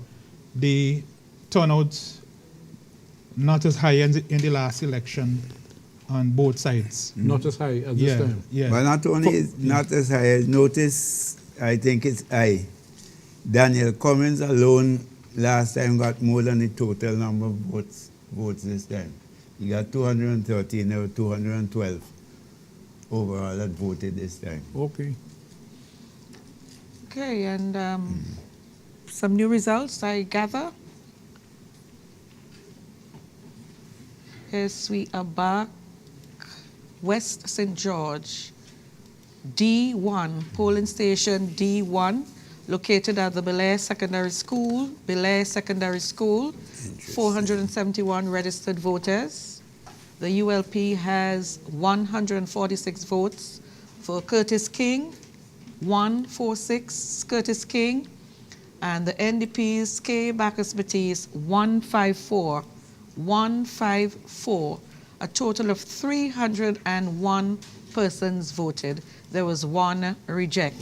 So that's D1 in West St. George at the Belair Secondary School, 146 for Curtis King, ULP, 146, and 154, 154 for K. Bacchus Batiste of the NDP, of course. Get back as the piece, but he's doing a decent showing there. She would be proud. I don't know how it compares with the NDP's vote last time, but we continue. Both of them had 7 extra votes. Okay. We are at polling station H, Annisvale Braxa Building, H. 483 registered voters. 155 voted for the ULP's Curtis King, 155, and 142 voted for K. Bacchus Batiste, 142. There were 300 votes cast with 3 rejected ballots. So that's 155 at polling station H for ULP, 155, and 142 for the NDP, 142 votes for K. Bacchus Batiste. Polling station I is in as well. That's located at the Roy's Summer House at Villa. Roy's Summer House at Villa, 208 registered voters. 74 cast their votes for Curtis King, 74, and 59 for the NDP. 59 for the NDP. A total of 134 people cast their votes, 1 rejected ballot.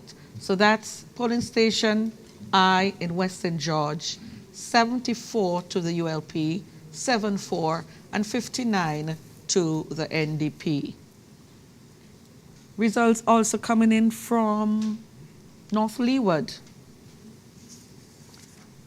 Polling station A, located at the Golden Grove Learning Center, 326 registered voters, 90 cast their votes for the ULP, 90, 9-0, 168 for Roland Matthews of the NDP, that's 168, and a total of 258 did in fact cast their ballots. So that's polling station A in North Leeward. The ULP's Carlos James 90, 9-0. The NDP's Roland Matthews 168, 168. Polling station D, located at the Chateaubelair Methodist Church, or the Methodist School rather, 353 registered voters. Yeah, that's already. 90 cast their votes for Carlos James of the ULP, 90, 9-0, and 146 for Roland Patel Matthews, 146. 238 persons cast rejected ballots in this polling station. So that's 90 to the ULP, 90, and 146 to the NDP at polling station D. Polling station D1, also at the same 281 registered voters. 111 cast their votes for the ULP's Carlos James, 111. 97 for Roland Matthews of the NDP, 97 Roland Matthews. 208 persons cast their ballots, 208. So that's 111 in the ULP's column and 97 in the NDP's column.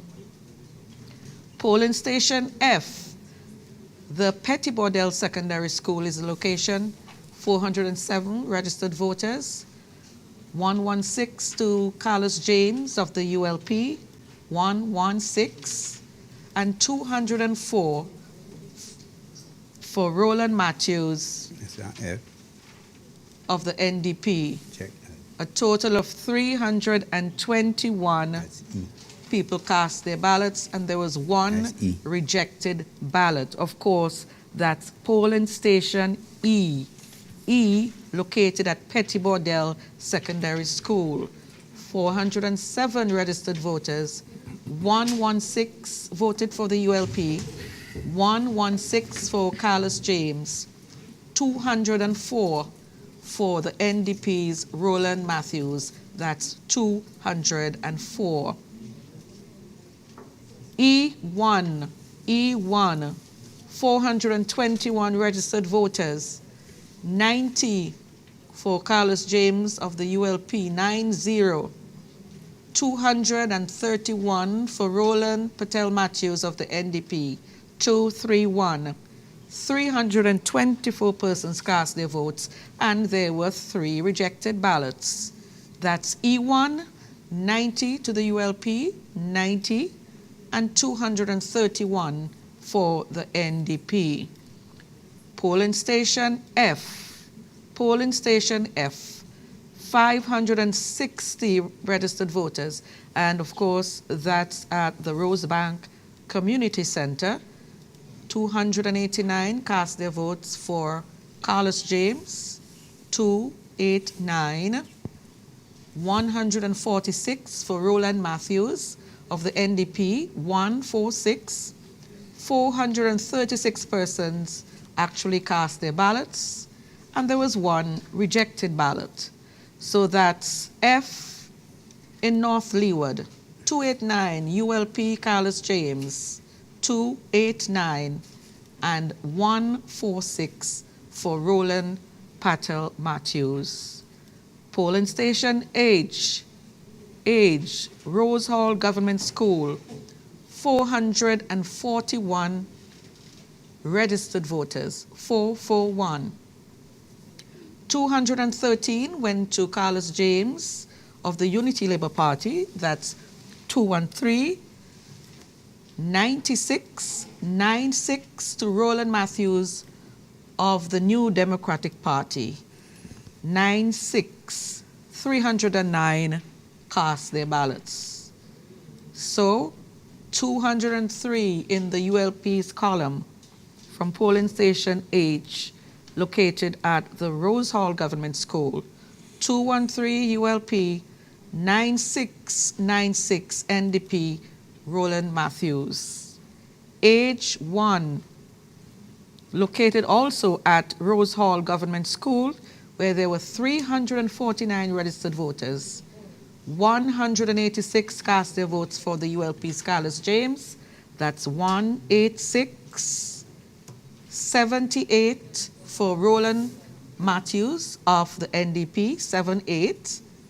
Total of 264 persons cast their votes. So that's Rose Hall Government School, H1.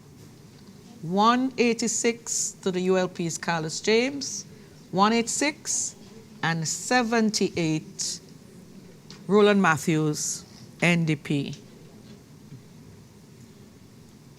A lot of results So coming in lots there. of results, One and time there. that happens all the time. Yes, you still got another one.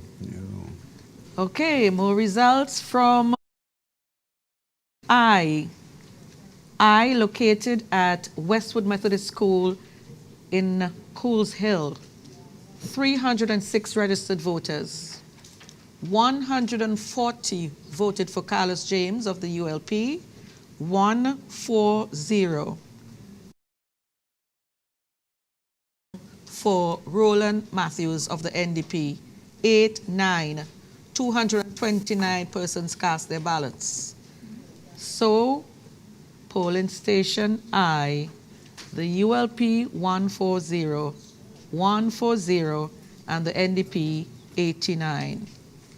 Well, we just had a whole slew of results there from North Leeward. It's a lot to digest. A lot to digest. A lot to digest. I mean, you're hungry, and then all of a sudden, there's an abundance of information. Yes. And how do you break it down? But it's an interesting. I don't know if we can see any trends there. And have you noticed any trends there yet?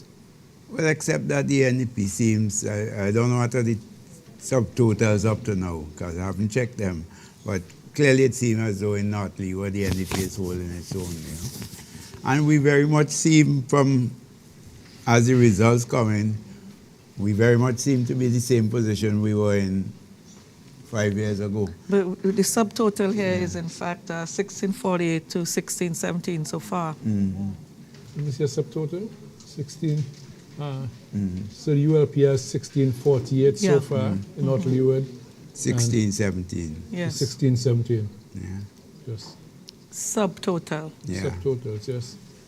It's still early days. Like I said, we had a lot of information coming in there. It'll be very interesting. Dr. Scott, I don't know if you were able to. No, as I said, I'm waiting there. on the other results. For No, North I Leeward. was just saying if it compared. Well, Renault already said that the NDP is holding its own. Yeah. And from what I'm seeing here, we have 1, 2, 3 more boxes, 3 more divisions to call. Yeah. Yeah, but because Which based on the last thing, seem to have been, 2 of them seem to have been NDP and 1 ULP. But we must remember it's 12 votes we're dealing with last yes, time. So I always we're remind back in that, we must remind ourselves that the difference between one and the other was a mere 12 votes, and tonight they can go any way. It'll be interesting what happens at the end of the evening. Do we have?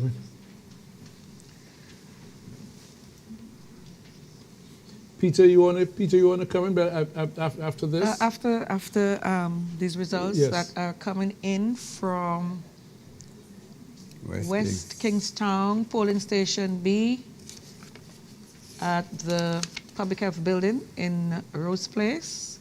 380 registered voters, 380. 92 to the ULP's Debbie Charles, 9-2. 148 to Daniel Cummins of the NDP.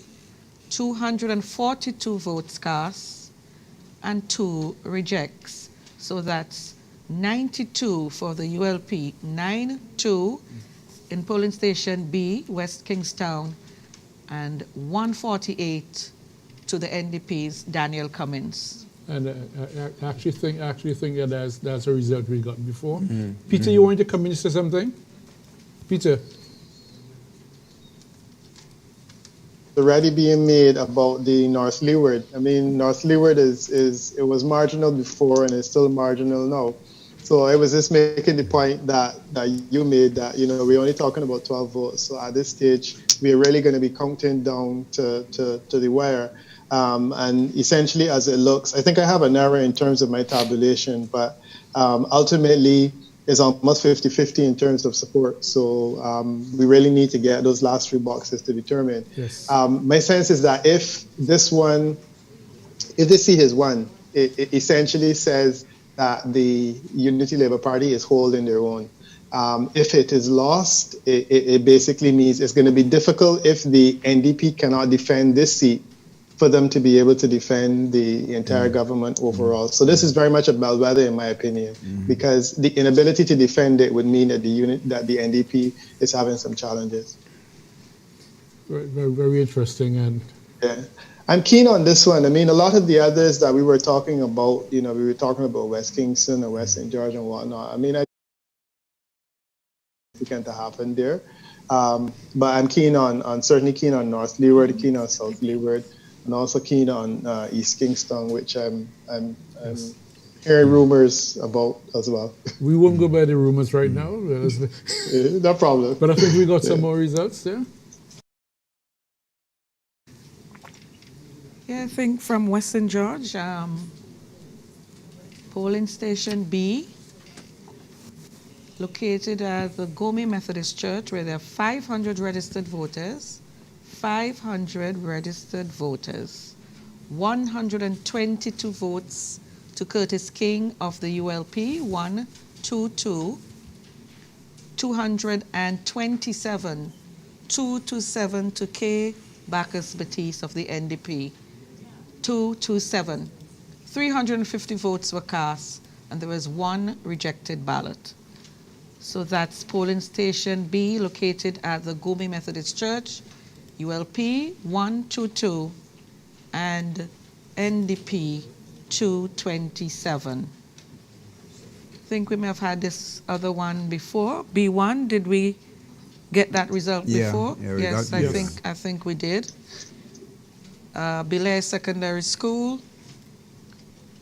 polling station D1, 471 We got that already. registered voters. 146 of them voted for Curtis King of the ULP, 146, and 154 for K. Bacchus Batiste of the NDP, 154, 154. There were 301 ballots cast with one reject. So that's polling station D1, 146 ULP column, 146, and 154 in the NDP's column, 154. More results, and I think it's the first we are hearing from North Central Windward, which is the Prime Minister's constituency. No, is it? It yes, is, it yes, is. it is. Polling station C, Georgetown School for Children with Special Needs is the location. 370 registered voters. 152 voted for Dr. Ralph E. Gonzalez, leader of the ULP, 152.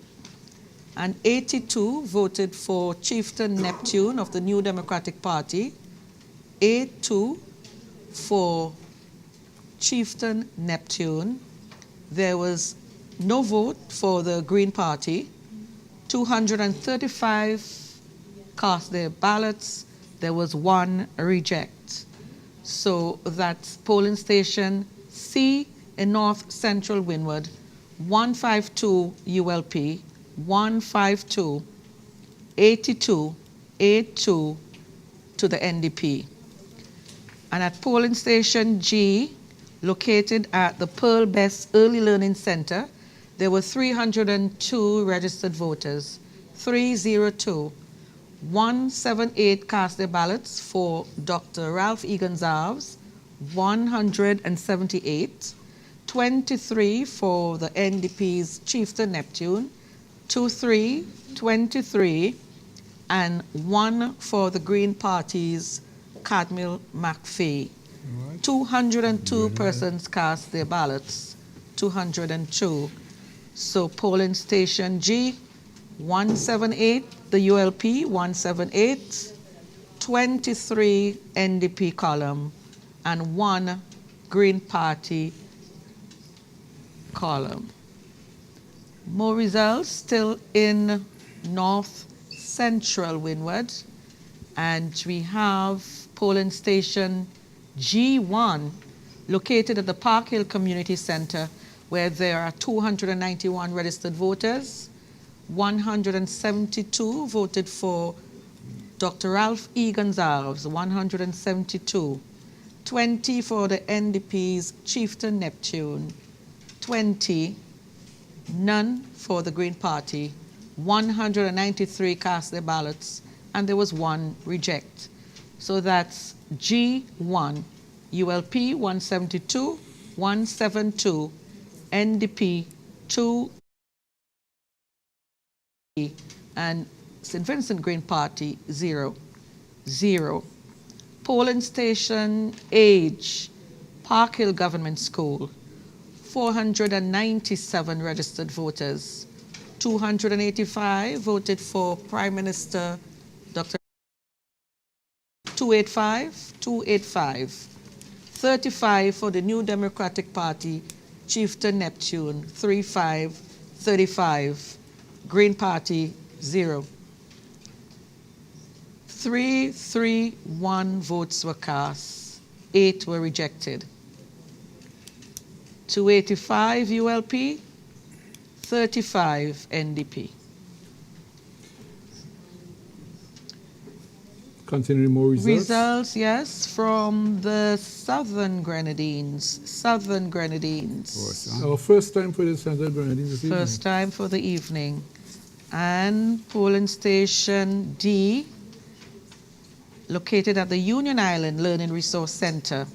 500 registered voters, 500. 65 voted for Edwin Snagg of the Unity Labour Party, 65 for the ULP, 203 for Terence Oliver, 203 for Terence Oliver of the New Democratic Party, 271 cast their ballots, 3 of which were rejected. So that's 65 ULP, 65, 203 NDP, 203 NDP. D1 located also at the Union Island Resource Center, 468 registered voters, 60 voted for Edwin Snagg of the ULP, 194 for Terence Oliver of the NDP, 194. 256 persons cast their ballots. 1 ballot was rejected. So that's ULP 60, NDP 194. Polling station C, the Union Island Clifton Government School, that's the location. Think we gave you those already? No, we didn't. No. 500 registered voters, 500. 149 voted for Edwin Snagg, 149. 136 voted for Terence Oliver of the NDP, 136. 289 cast their ballots, 4 of which were rejected. So that's polling station C, 149 to the ULP, 149, and 136 to the NDP. Polling station B, Myro Government School, 223 registered voters, 40 voted for the ULP's Edwin Snagg, 40. 118 for the NDP's Terence Oliver, 118. 158 persons cast their ballots. There were no rejects. So that's 40 ULP in Myro, 40 and 118 the NDP. In the Canawan Administrative Building, there were 391 registered voters. 52 voted for Edwin Snagg of the ULP, 52. 189 for Terence Oliver of the NDP, 189. 244 votes were cast, 3 were rejected. So that's 52 ULP, 189 the NDP. And the polling station A, also located at the administrative building in Canawan, 437 registered voters, 53 went to the ULP's Edwin Snagg, 5353. 404 went to the NDP's Terence Oliver, 404, and 261 cast their ballots, 4 rejected ballots. So that's 53 ULP, 53, 404, NDP column, 404.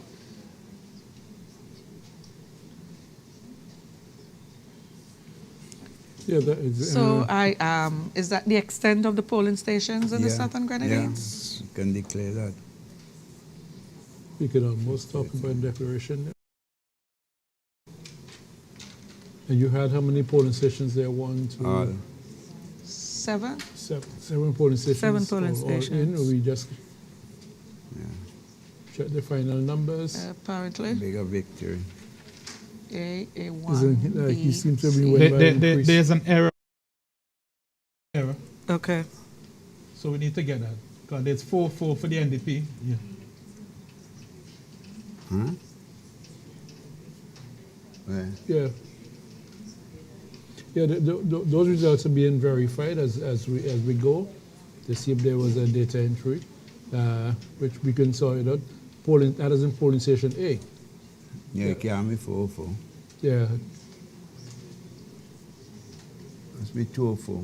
Okay. Must be 204. All right. it just sounded yes because it will be 4-4. So It'll be there we have that. Must be 204. No, I'm saying it will be was 261. statistically impossible for it to be 4-4 Correct. NDP. And it's being verified by the Electoral Office, that number, so we can correct, which seems to have been a data entry error there. That's in Nevertheless, polling it station A. means But it shows South clearly Sudan, that Terence Oliver As has we say. swept that constituency once again. Yes. It's just a matter of the exact numbers, which is really no surprise anyway. He beat, Okay, I he think beat we're Dr. Friday we to are the back tape. in East Yes. St. George. Okay, we're back in East Back St. to East St. George. George. Back to East St. George. Polling station H. Yes, H is located at the Fairhall Primary School. There are 474 registered voters. 138 voted for the ULP's Camilo Gonzalez, 138, and 168 for the NDP's Laverne Gibson Velux, 168. The Green Party received 1 vote.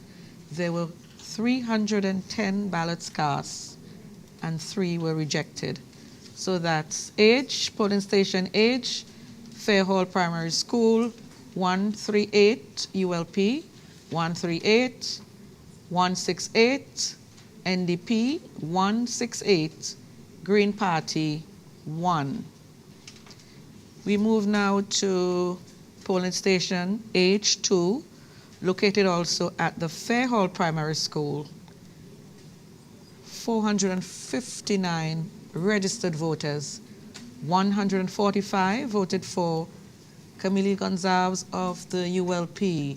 145 Camilo Gonzalez, ULP. For the NDP, 157 votes go to Laverne Gibson Velux. 157. Green Party, 0. 308 ballots cast with 6 rejects. 6 rejects. So that's 145 ULP, 157 NDP. Interesting there in those polling stations, the NDP has been coming out looking good. Teresa, more Yep. results? More results from polling station F, also in East St. George. Glen Health Clinic is the location. 393 registered voters. The ULP got 143 of these, 143 to Camilo Gonzalez of the Unity Labour Party, 124, 124 to Laverne Gibson Velux of the New Democratic Party, 124. Green Party, 3 votes. 271 persons cast their ballots, and there was 1 reject.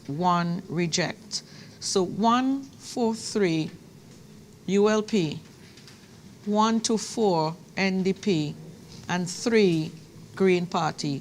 3 Green Party.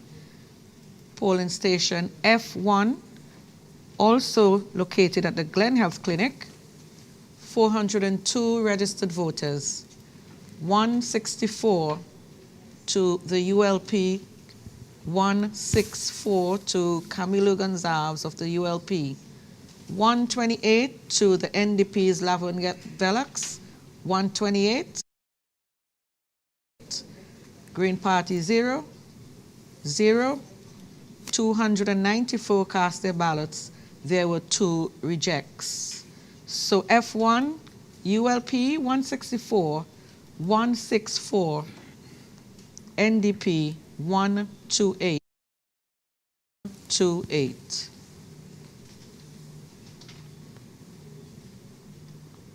We continuing East St. George. More results from East St. George. Now we are that one Polling already. station H2.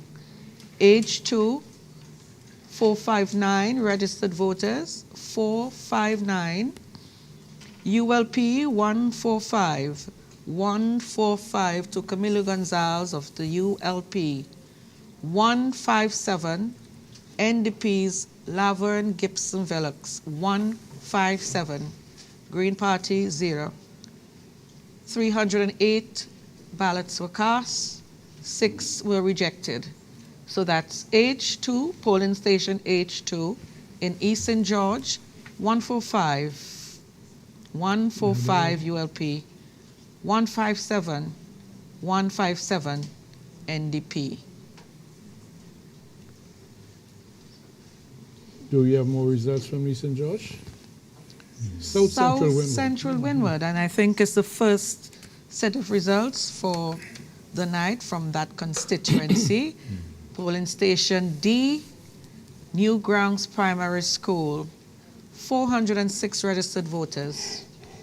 150 voted for Sabuto Caesar of the Unity Labour Party, 150. 112 for Israel Bruce of the New Democratic Party, 112. 263 cast their ballots, 1 rejected. So, here we go again. D1, Newgrounds Primary School, 368 registered voters. 136 cast their vote for the ULP, 136. 125 for the NDP's Israel Bruce, 125. 261 persons voted. So that's 136 ULP, 125 the NDP. Polling station F, North Union Bethel Gospel Assembly, 404 registered voters, 142 cast their ballots for Sabuto Caesar of the Unity Labour Party, that's 142 ULP, 160 for Israel Bruce of the NDP, 160. 303 people cast their ballots and 1 ballot was rejected. So that's 142 ULP, 160 NDP.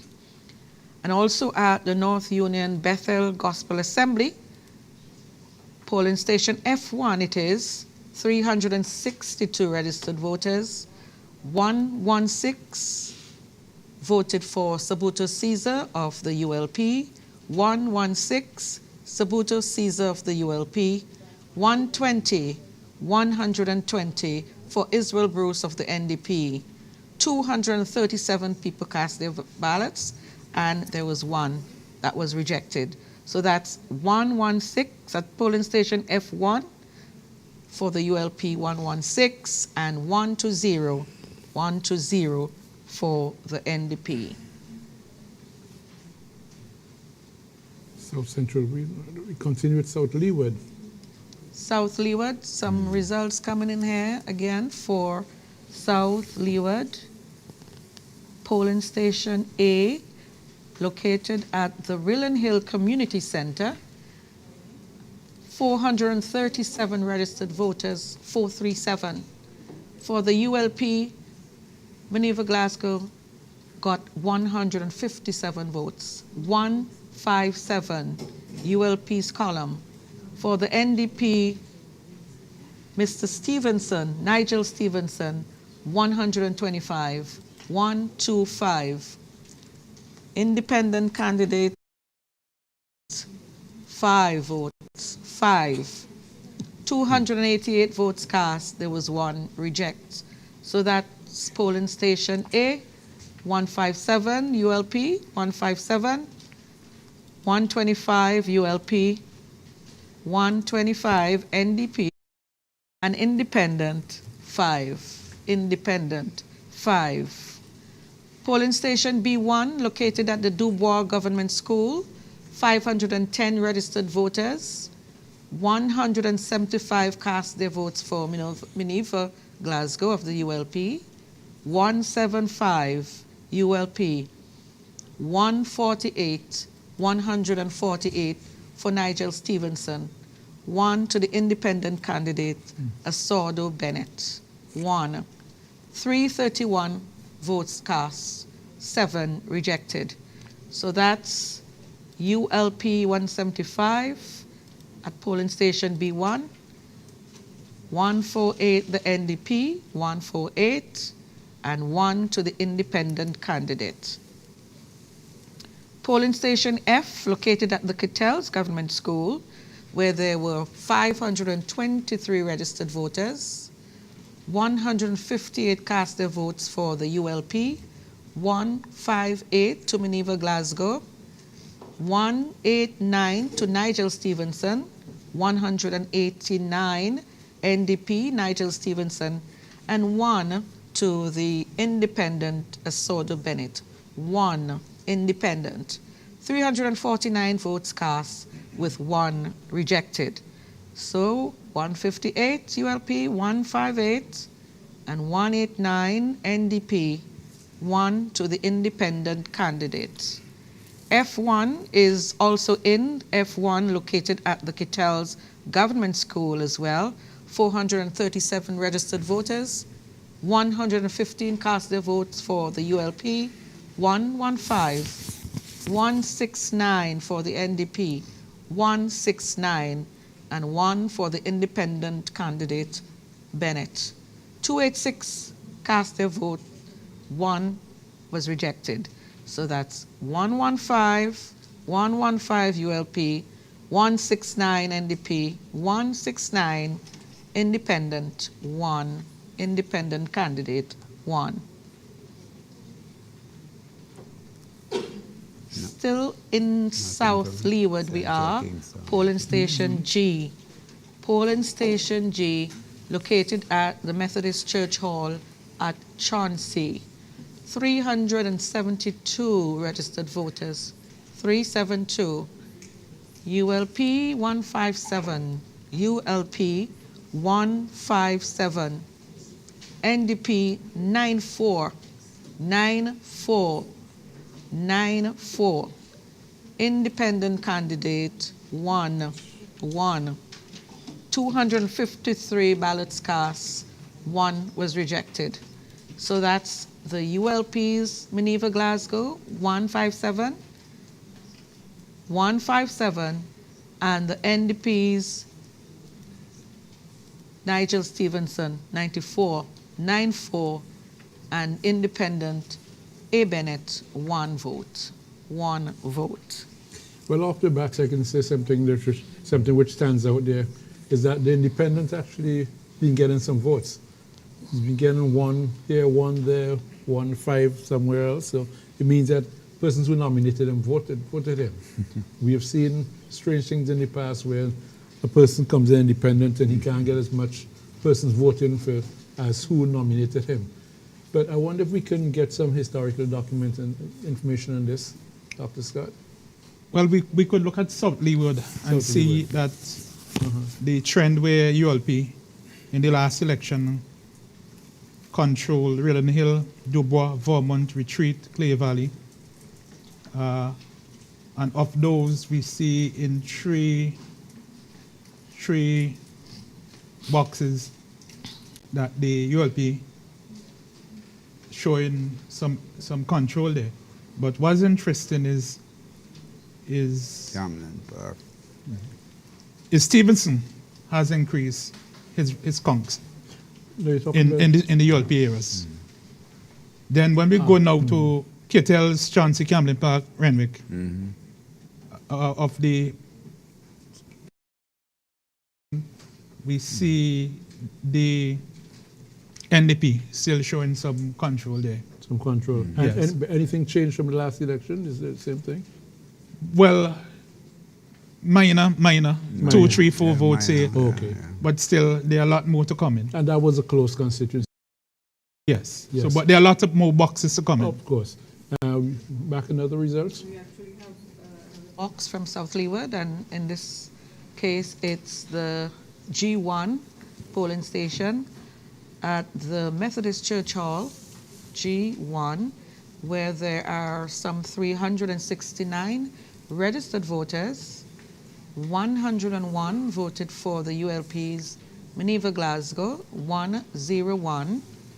and 145 for Nigel Stevenson of the New Democratic Party. That's 145 for Nigel Stevenson of the NDP. No vote for the independent candidate. 246 persons cast their votes.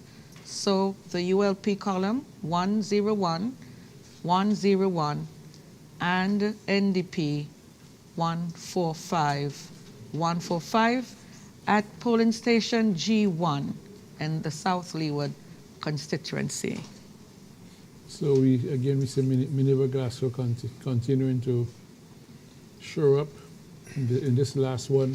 NDP romping home comfortably in this polling booth. This constituency on the whole would be very interesting. I'd like to see the final result. The Camden Park results are due to come in. Camden Park is the NDP stronghold. Yeah? And you expect there are 4 stations in Camden Park. Yeah? And those you expect them to be NDP. Yes, I don't know how big, but I expect them to. And that should make a lot of difference. Peter, you still with us in your observations? Yeah, I'm still very much with you. South Leeward is also of interest to me. The margin, the distance right now based on my tabulation is 2 votes. And in a situation where you have an independent candidate with 8 votes, that creates a fascinating scenario that may very well mean that the independent has cost one or other the election. So far, the independent has more votes than the margin between the 2 candidates. I think last time around this was down to about 13 votes, and presumably it's still going to be a battle right down to the end. Interesting. Any other comments on that? Well, except that I said, if you look at the last time in terms of votes from Camden Park, and historically, NDP and Camden Park, I don't expect it to be that close again. Unless there's a rapid turnaround. You mean, and go in what direction? Well, I expect that the NDP, when the Camden Park votes come in, would forge ahead. Would forge ahead and outdistance here. Yeah. Minerva Glasgow contesting for the first time, and she has some. She has done well, but not well enough to me outlast what they expected to come in Camden Park. I think we're going to go back to our report on the East St. George constituency. Not yet. Okay, he's indicating he wants to come in, but just not yet. We have any other results? We understand there's a lot of activity out in East St. George, but very soon we'll be speaking to our reporter out there. Meanwhile, we're back here waiting decision 2020 as SVG votes. SVG has voted. Nothing from Central Kingston yet. Yeah, noticeably Central Kingston hasn't reported anything. Central Kingston has not reported anything yet. We've had East Kingston, West Kingston, and nothing from Central Kingston yet. Interestingly.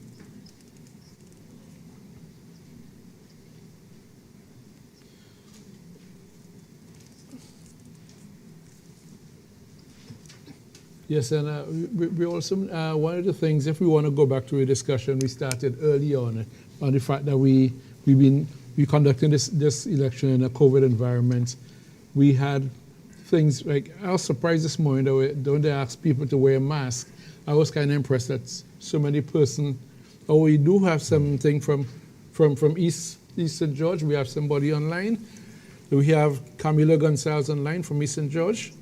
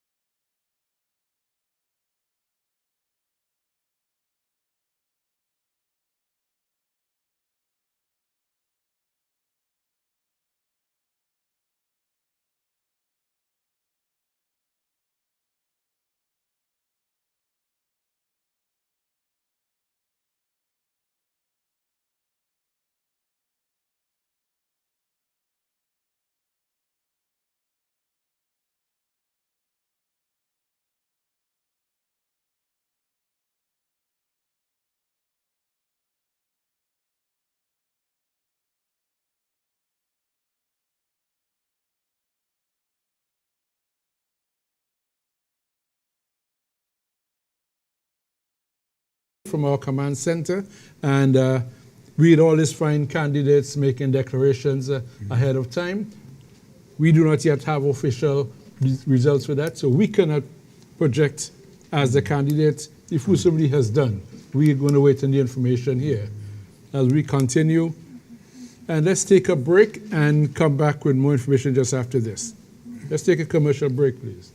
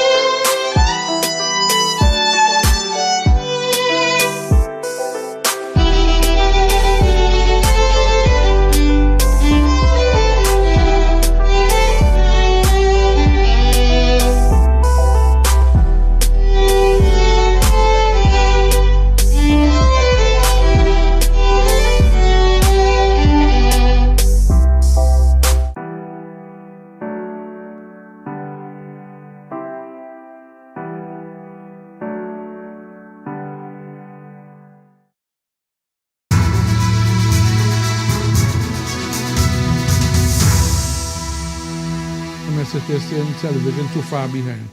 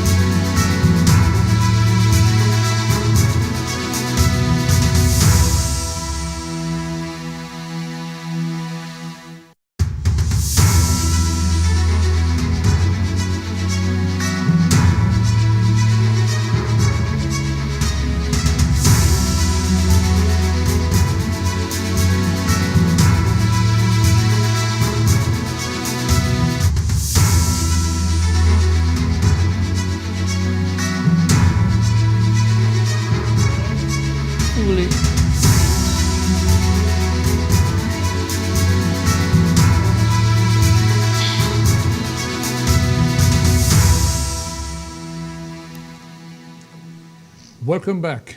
SVG Votes, Decision 2020. We're back here after verifying some information, and we are back with more results coming to you right here from Command Center. As we continue, we've got some new results for us coming up very soon, I'd expect. We've been discussing the train. We understand that we have some new results coming up very soon, and we got some from the Southern Grenadines. Or did we exhaust the Southern Grenadines? All in. I thought we had. All in. So, Southern Grenadines. All in. I thought we had exhausted Yes, the list, but I think there was some discrepancy in terms of Oh, yes, we the had number of discrepancy. voters. So probably it is, in fact, this, This is the correction. This This is the correction correction. from polling station S, the Kanawan Administrative Building, where there were 437 registered voters. 53 voted for the ULP's Edwin Snag. That's 53 for the ULP's Edwin Snag. And 204 for the NDP's Terence Oliver. 204 Oliver for the NDP. 261 of the 437 registered voters cast their votes, and there were 4 rejected ballots. So that's ULP 53 and NDP 204 at the Kanawan Administrative Building, polling station A. And that was actually a correction from what we had before. We go to Western George. Results also coming in from Western George, polling station D, the Belair Secondary School, which has 403 registered voters, 403. The ULP received 146 of those votes, 146, Curtis King, Western George, and the NDP, Kebacus Batiste, 130, 130. 276 votes were cast. So that's 146 ULP and 130 NDP. Polling station E, Annisvale Public Works Building, 438 voters registered. 163 cast their ballots for the ULP, 163, and for the NDP, 108, 108 for K. Bacchus Batiste, and a total of 271 ballots were cast. 163 ULP, 108 NDP.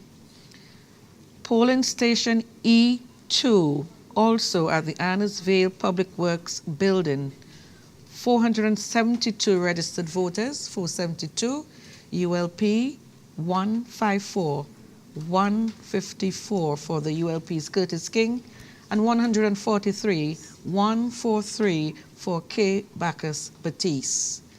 299 of the 472 registered voters cast their ballots. There were 2 rejected ballots. Polling station G, Juanita's Beauty Salon. I'm not sure if we gave you that before. Yeah, we got that. That looks I very think familiar. We got yes, that. it does look familiar. Yeah, we I got think that. what we didn't have was G1, Yeah, we didn't. which is also located at Juanita's Beauty Salon. 340 registered voters, 340. 136 votes went to the ULP's Curtis King, 136, and 98 to the NDP's candidate, K. Bacchus Batiste, 9898. 234 persons cast their vote. H1, Annisvale Braxa Building, 411 registered voters, 411. 143 voted for the ULP's Curtis King, 143, and 127 for the NDP's K. Bacchus Batiste, 127. 272 persons cast their ballots, and there were 2 rejected. So 143 ULP, 143, and NDP 127. And at the Annisvale Avesco Clubhouse, Polling station H2, 379 registered to vote. 108 cast their votes for the ULP. Curtis King, 108. 110 for the NDP's K. Bacchus Batiste, 110. 220 cast their ballots and voted. So, new results coming in from West St. George. North Leeward is next. North Leeward constituency. Polling station B, located at the Fitz. 456 registered voters, 456. 124 cast their votes for Carlos James, 124. And 214 for the NDP's Roland Matthews, 214. 338 people cast their votes in that polling station. So ULP 124, NDP 214. Polling station B1, also located at the Fitzhughes Government School, 446 registered voters, 111 cast their vote for Carlos James, 111. 210 for the NDP's Roland Matthews, 210. 322 in total cast their votes, and there was one rejected ballot. So 111 ULP, 111, and 210, 210. Polling station C, Chateaubriand Town Clerk's Office, 410 registered voters, 166 cast their votes for the ULP's Carlos James, 166, and 131 for the NDP's Roland Matthews, 131. 298 cast the votes in total, and there was one rejected ballot. And G, did we do, I think we did G? No, we didn't? No. G at the Trumucker Government School, 500 registered voters. 238 cast their votes for the ULP's Carlos James, 238, and 108 for Roland Matthews of the NDP, 108. A total of 348 votes cast, 348, and 2 were rejected. So 238, polling station G, 108 NDP from a total of 348 votes cast. And thank you, Teresa. You're getting the official results here. These are no projections. These are official verified results from the Electoral Office. And we are getting in some more results from South Windward. South Windward polling station Indeed. C, located at the Simon Infant School, where there are registered voters. 113 voted for the ULP's Frederick Stevenson, 113. 132 for the NDP's Noel Dixon. 248 cast their ballots, and 3 of those were rejected. So ULP 113, NDP 132 in polling station C, Simon Infant School. Polling station F1, Calder Government School, F1, 434 voters registered, 147 cast their votes for the ULP's Frederick Stevenson, 147, and for the NDP, 128, 128 for Noel Dixon of the NDP. 278 cast their votes in total, and there were 3 rejected ballots.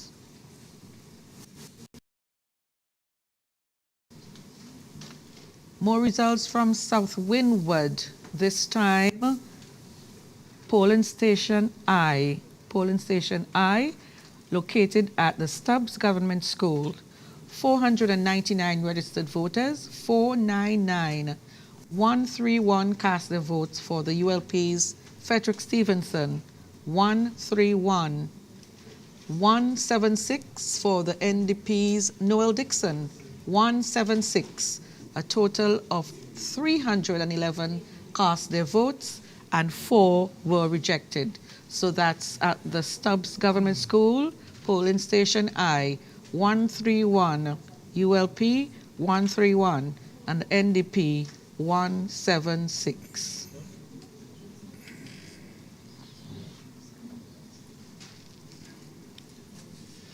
So I don't know if you want to go have some discussions over this. We've seen some steady voting coming in slowly, but reminding our viewers and listeners that you are getting the official results that have been audited, and it has to be verified by electoral office, and those are the results we're bringing to you. Brennick, do you see any trends here so far? Well, before the trends, Dexter, I think it's important because I've had this experience before. We live in a modern age now. We are relying on the official statistics coming, but people have their polling agents at the various stations. As soon as they do the count, they call into their party offices, and so people get word. So we are calling out something here, and sometimes other people are getting other information. So sometimes it's not clear to them what is happening. And because it's such a contentious election, sometimes people feel that you're not telling them what is happening and something is happening. But as you're explaining, we can only deal with what we get from the electoral office. And I think we have to make it very, very, very, very clear. What's happening, I think that we are seeing some real close battles as we have seen in the past. And I think it is difficult, therefore, to be making projections. I think we're going right down to the wire on this. I expect it to be very close once again. Peter, are you with us still? I'm with you, and in the meantime, we have a declared result in North Leeward, and I mean, based on the data that you have given, we have a declared result in North Leeward, so that can be the basis of some kind of conversation, I would think, and that's significant because that is a seat conversion, and basically it's the first seat conversion of the night. Presumably, it means that the Unity Labour Party has been able to hold its ground, and they've been able to gain what was the weakest NDP seat. The swing that I'm seeing in that one is essentially a percentage point. It's less than a percentage point. The margin of victory is 13 votes. I suspect that there will be a recount, but nonetheless, it at least says that the Unity Labour Party has been able to hold on to its own regarding the seats that it has, and actually to be able to gain a seat. So that says something, I think, about where we're going in the election. Well, interestingly, Peter, but like you said, we report in the official, and people are making projections, and I'm sure a lot of radio stations are making projections, and they're competing with us because we are bringing the official verified information. No, that's not a problem. But I'm saying that based on the official results, we have an official declared result here, which is a new seat. Yeah. So you're saying that, let's just ignore everything else we're hearing, but we have here evidence, an official evidence of a new seat that the Unity Labour Party was able to gain. Now, in this system, normally when you gain an additional seat, it basically means that you're not likely to be losing any, because as I was saying earlier, when we look at the way that the seats are stacked and so on, and the swing required to get even the weakest ULP seat, the fact that they're able to gain a seat means that they're going in a different direction. And that is a clear observation we can make. The other thing about that seat, based on the official result, is that the electoral turnout is 74%. The electoral turnout of 74% is slightly down from last election, but marginally down, less than a percentage point. So that's also an interesting observation, though at least in that seat that we're kind of holding our own regarding the voter turnout, and it's pretty much the same as it was in the last election. Interestingly enough, when Camilo Gonzalez spoke earlier, he suggested that his voter turnout was down. So it means that if it is voter turnout in a strong seat, but then clearly it's not being matched in terms of the seats where the party really had to motivate people and fight to maintain its advantage.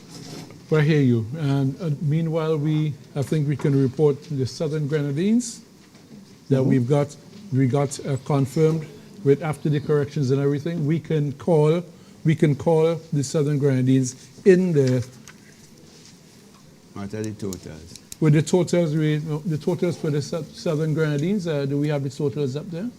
We bring the total, but the electoral office has advised that we can safely say that the Southern Grenadines has been won by the New Democratic Party, which is really no surprise. And what about the one Peter was Terence speaking Oliver. about, not Leeward, And- as the electoral office? Because if we have all the figures straight, we should be getting a confirmation. And yeah, we just are waiting something from North Leeward to verify, in fact, the real situation with that, because that is one of the hotly contested seats which everybody is looking forward to. So as soon as we get those results, it will be a great thing here. I know that normally when we have a seat that is won by a margin as close as that, there would be an automatic recount, assuming that both candidates are interested. Well, assuming that one of the candidates is interested. And I can't imagine why an NDP candidate that loses by a margin like that would not call a recount. In a situation like that, the electoral office may not necessarily want to make a declaration because the recount may go ahead tonight, or alternatively, it may go first thing in the morning. So it's possible that that may not necessarily be declared, because normally the recount is standard, and as I said, they may not necessarily want to proceed with it tonight. But all recounts will be standard, but with any ones we announce here would be those that are verified by electoral office before we go with them. The Southern Grenadines, we do have the totals here. I think we do. Yeah. Yep, seems like 1153 to 559. So we have for the Southern Grenadines, Terence Oliver coming out with a total of 1,153 votes. To the ULP's 559. Edwin Snaggs 559. Southern Grenadines officially with the NDP. Interestingly, Olivier has increased his vote marginally from 1120 last time to 1153, while Snag has fallen off from 708 to 559. Yeah, Peter? Yeah, I don't know if I can make some very quick comments on Southern Grenadines. Yes, I mean, please. it's not a surprise to us.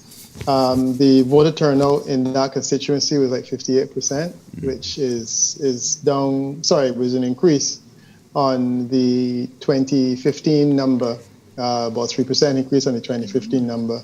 But I still find that 58% is kind of low in the Southern Grenadines. Yeah. But that's what it's saying. The increase in support, as Rennet was saying, is there are more votes, so it's a 6% increase on the previous election. And I think that's, under the circumstances, it seems quite reasonable. Clearly, as I said, the swings are small in this election, and if the opposition is able to gain an increase in a seat that is strong, especially on a low voter turnout, it certainly says something on their regard. But Peter, being told the electoral office is advising that we can safely call the North Leeward seat in favor of the ULP's Carlos James. Okay. So that's Carlos James winning, according to the electoral office, the North Leeward seat, which was hotly contested. He lost it by 12 votes last time, and this time he has gone over the margin positively, so the ULP would be very satisfied with this. Renick, any comments on that? Yeah, well, I, as Peter was saying, you can expect all the call for a recount. It is consistent with what I was saying earlier about the North Leeward seat. I was mentioning all in the 60s, the 4-vote margin and so on. It has always been a hotly contested seat. And it is left to be seen in the other constituencies which are close, how it's going to pan out. Incidentally, even in the areas where some of the ULP in South Windward, in East St. George, and so on, that the NDP candidates have done well. Have done well. Yeah, have done well. Yes. So we really, in other words, we have had a real fight in a number of these constituencies. Last time in Eastern Georgia in particular, it was a swamp. Yes. Yeah. Yes. It Yes. was a contest this time, and this was from a new candidate. Yes, I mean, Eastern Georgia, I'd be very interested in seeing the final tally for that. But we've got Teresa, you can actually read the final results we got for North Leeward. The final tally is 2,287 in favor of the ULP, with Roland Patel Matthews 2,280, with an estimated 53% voter turnout. So Carlos James, by a mere seven votes. That's extremely tight. That's extremely tight, and I could imagine challenges to it. But then there were no challenges made the last time, so it'll be very interested. He lost by 12 votes last time, and nobody challenged it. He didn't challenge. Yes. The opposition didn't challenge the fact that he only lost by 12, or they didn't win by a higher margin. It will be interesting to see what happens this time, because constituency that's always been very Steeped very in controversy Oh, and yes. close. And very close, very close. No more new results? We get from East Kingston some more results coming in. And this is very interesting. Yeah. East Kingston, new results. Okay. Polling station A it is. Glad Tidings Preschool on Granby Street. 156 registered voters. 63 votes went to Luke Brown of the ULP. 63 votes. And 45 to the NDP's Fitzgerald Bramble. 45 from a total of 108 votes that were cast. So that's ULP 63, and the NDP 45. Polling station B, C.W. Prescott Primary School, located at Richmond Hill, 470 registered voters. 186 voted for the ULP's Luke Brown, 186, and 146 for the NDP's Fitzgerald Bramble. There were 333 votes cast. So 186 ULP, 186, and 146 the NDP.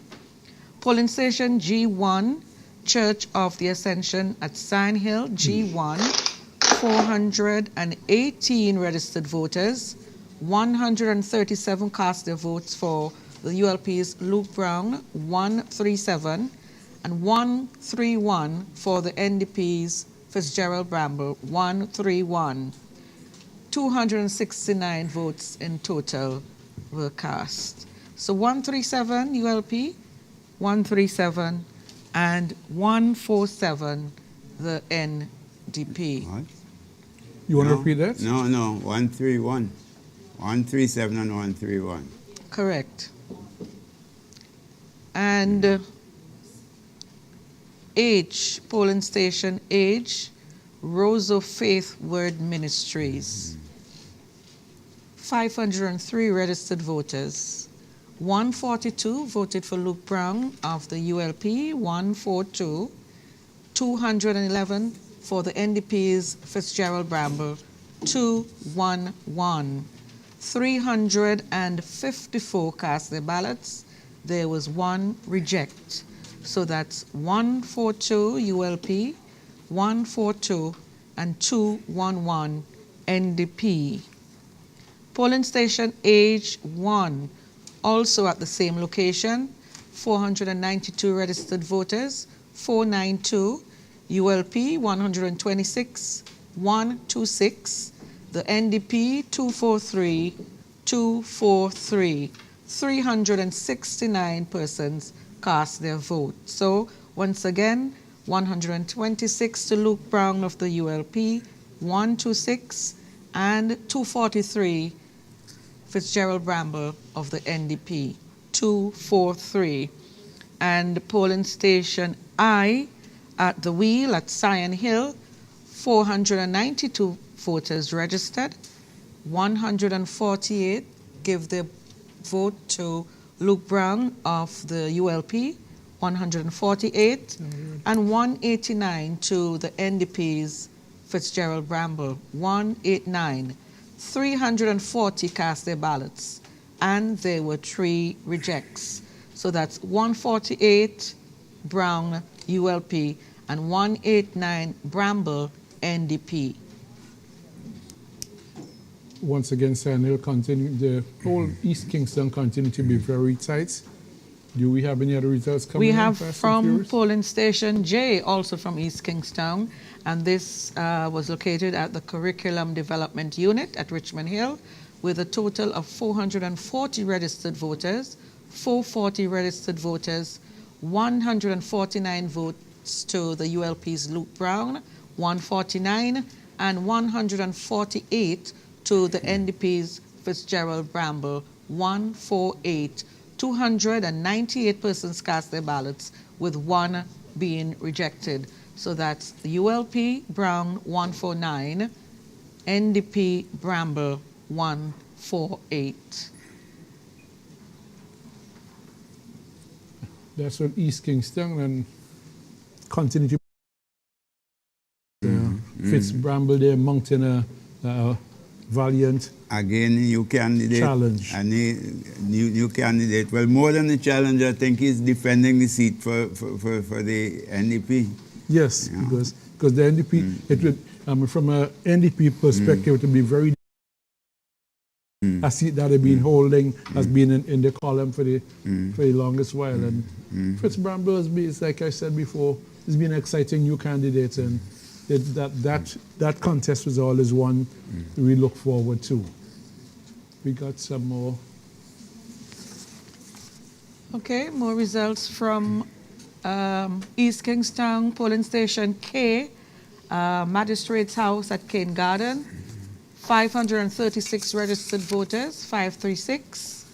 ULP got 172, Luke Brown of the ULP, and 152 for Fitz Bramble of the New Democratic Party, 152. 326 persons cast ballots, and 2 were rejected. So, once again, ULP 172, Luke Brown. NDP 152, Fitzgerald Bramble. K1, also located at Magistrate's House, Cane Garden, with 437 registered voters. 126 voted for the ULP's Luke Brown, 126, and 135 for Fitzgerald Bramble of the NDP, 135. 262 cast ballots, with 1 being rejected. 126 Brown of the ULP, 126, and 135 Bramble of the NDP. Polling station L, Annesvale Technical College, 491 registered voters, 147 for Luke Brown of the ULP, 147, 176 for the NDP's Fitzgerald Bramble, 176, 323 cast their ballots. So the ULP Brown 147, 147, and the NDP Bramble 176, 176. Polling station L1, 531 voters registered here. 161 voted for Luke Brown of the ULP, 161, and 196 did so for the NDP's Dwight Fitzgerald Bramble, 196, and 362 cast their ballots, with 5 ballots being rejected. So once again, ULP 161, 161, NDP 196, 196. Tight.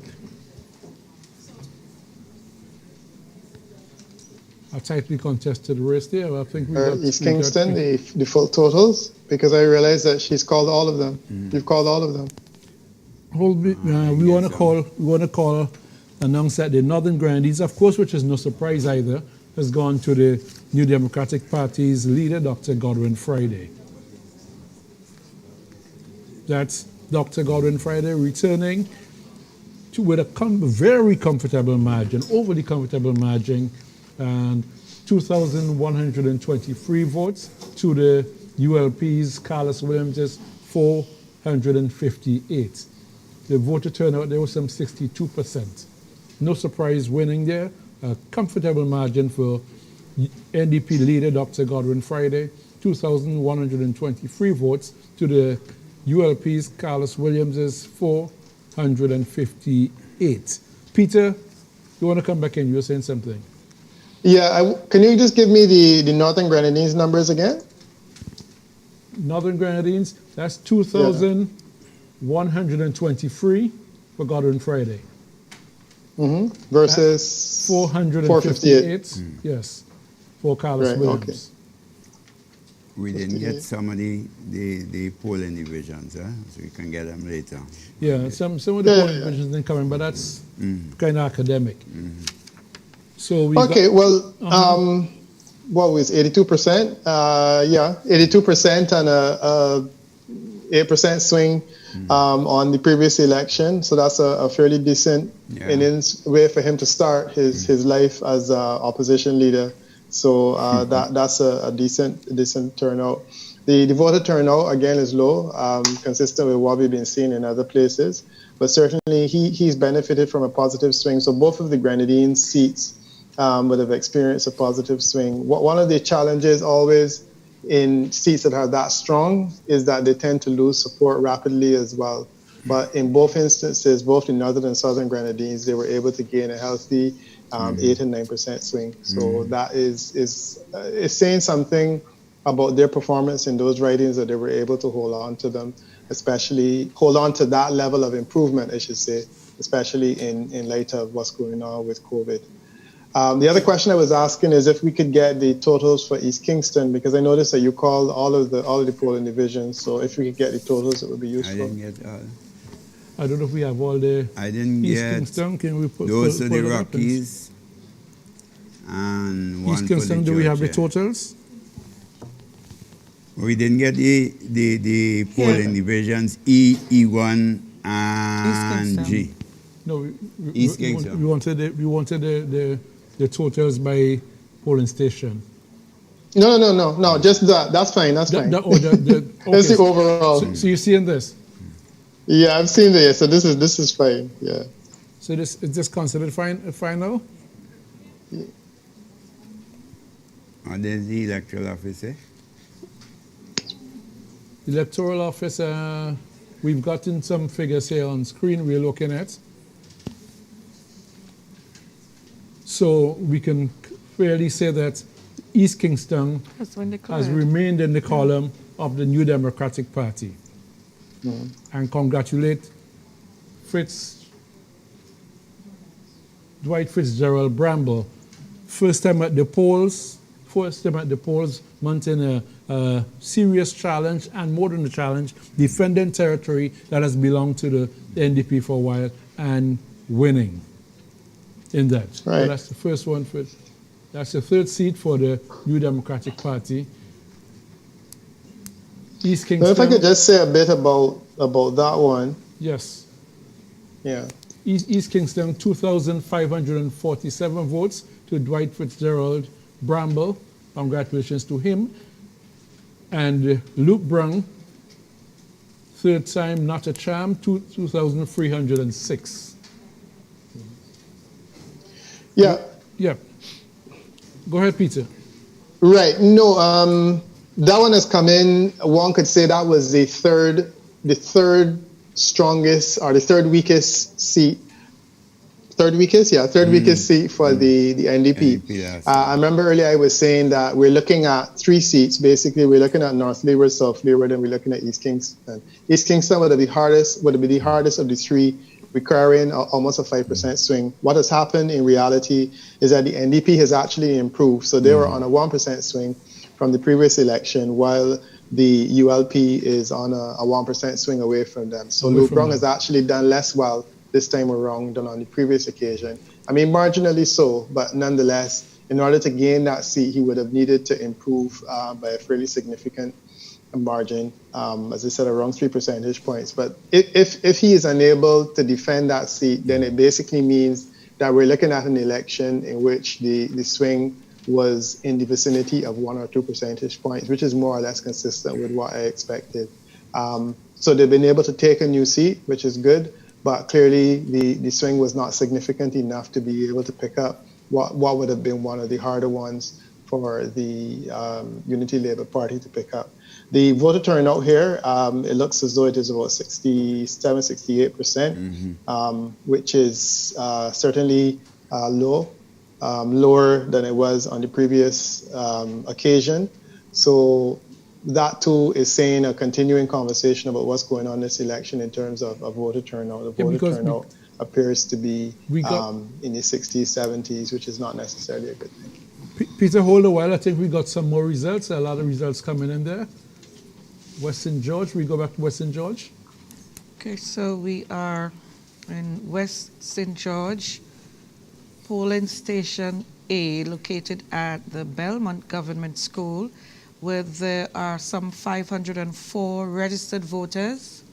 198 voted for Curtis King of the ULP, 198, and 128 voted for K.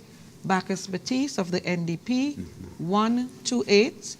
330 cast their ballots, 4 were rejected. So ULP, Curtis King, 198, 198.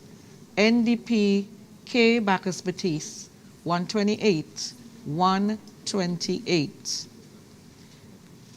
Polling station D, the Belair Secondary School, 403. Did we get this already? Yeah, we got that one already. Okay. We didn't get D2. So D2, 543 voters, 161 for the ULP's Curtis King, 161, 151 for K. Bacchus Batiste of the NDP, 151, and 314 votes were cast, 2 were rejected. So that's 161, 161 ULP, 151 NDP, 151.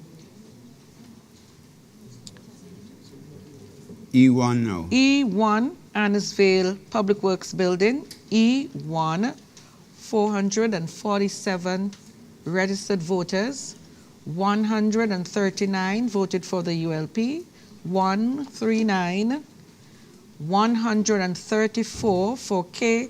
Bacchus Batiste of the NDP, 134. 275 persons cast their ballots, 2 were rejected. So that's 139 for the ULP, 139 for Curtis King, and 134 for the NDP, 134 for K. Bacchus Batiste. You're confirming that now? Is this being confirmed? Can we confirm that yet?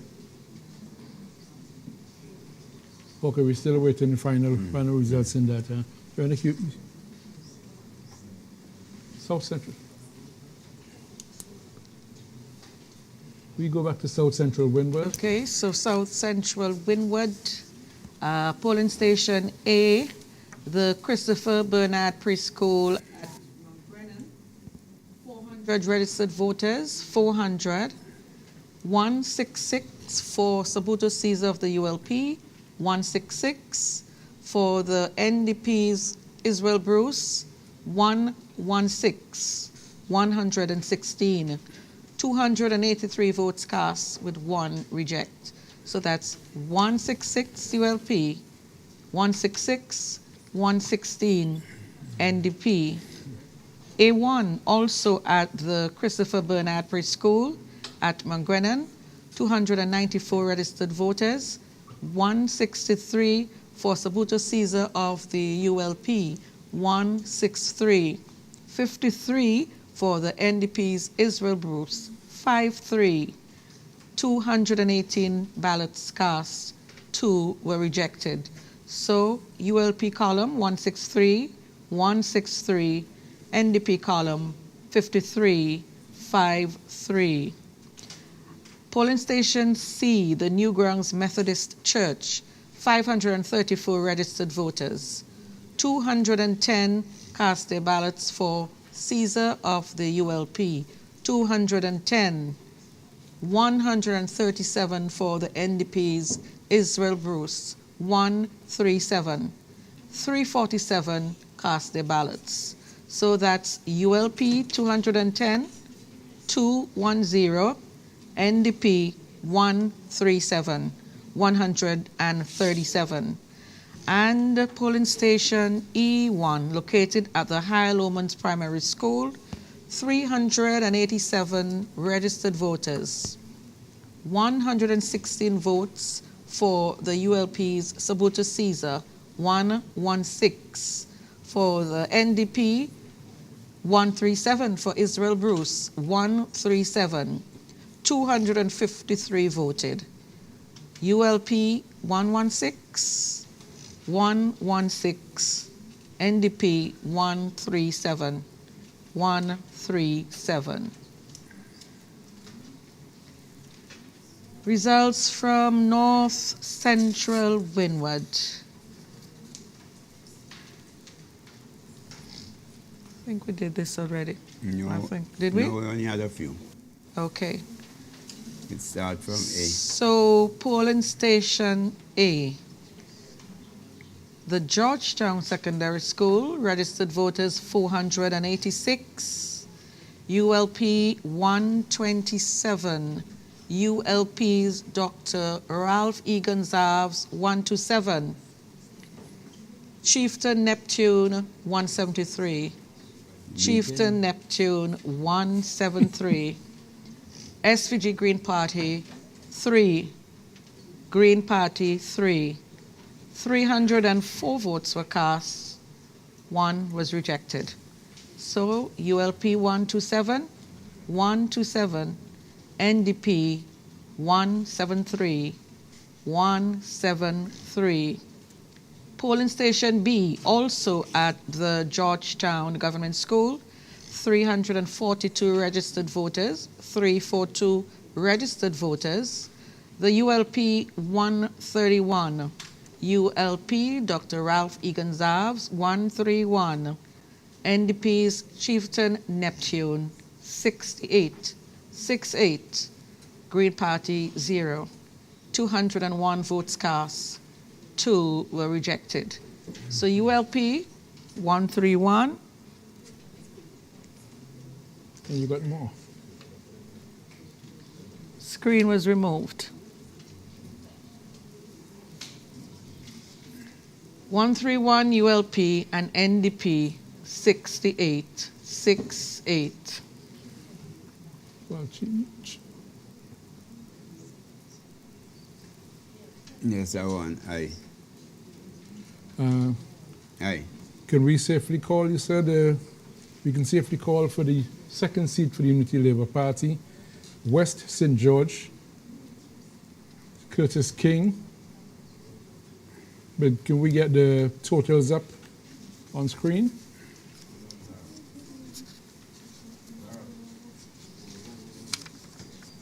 West St. George, West St. George. The graph, we want to see the final results, the West St. George. Over there. Yes, we can call that in West St. George, new candidate Curtis King, who's replacing Ses Mackey, winning 2,606 to the NDP's K. Bacchus Batiste, 2,249.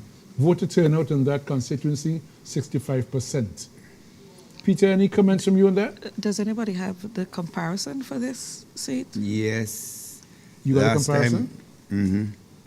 Last time the NDP got 2,104 and the ULP 2,682.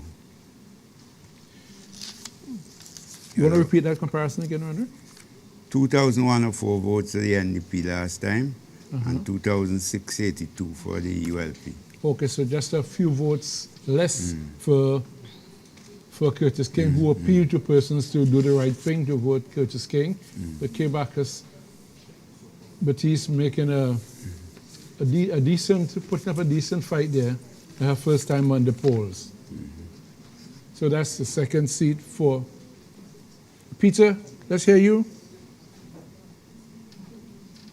Peter, we're listening to you. Yep. I have been different figures. Now I check. Sorry, Okay. I was muted. Yes.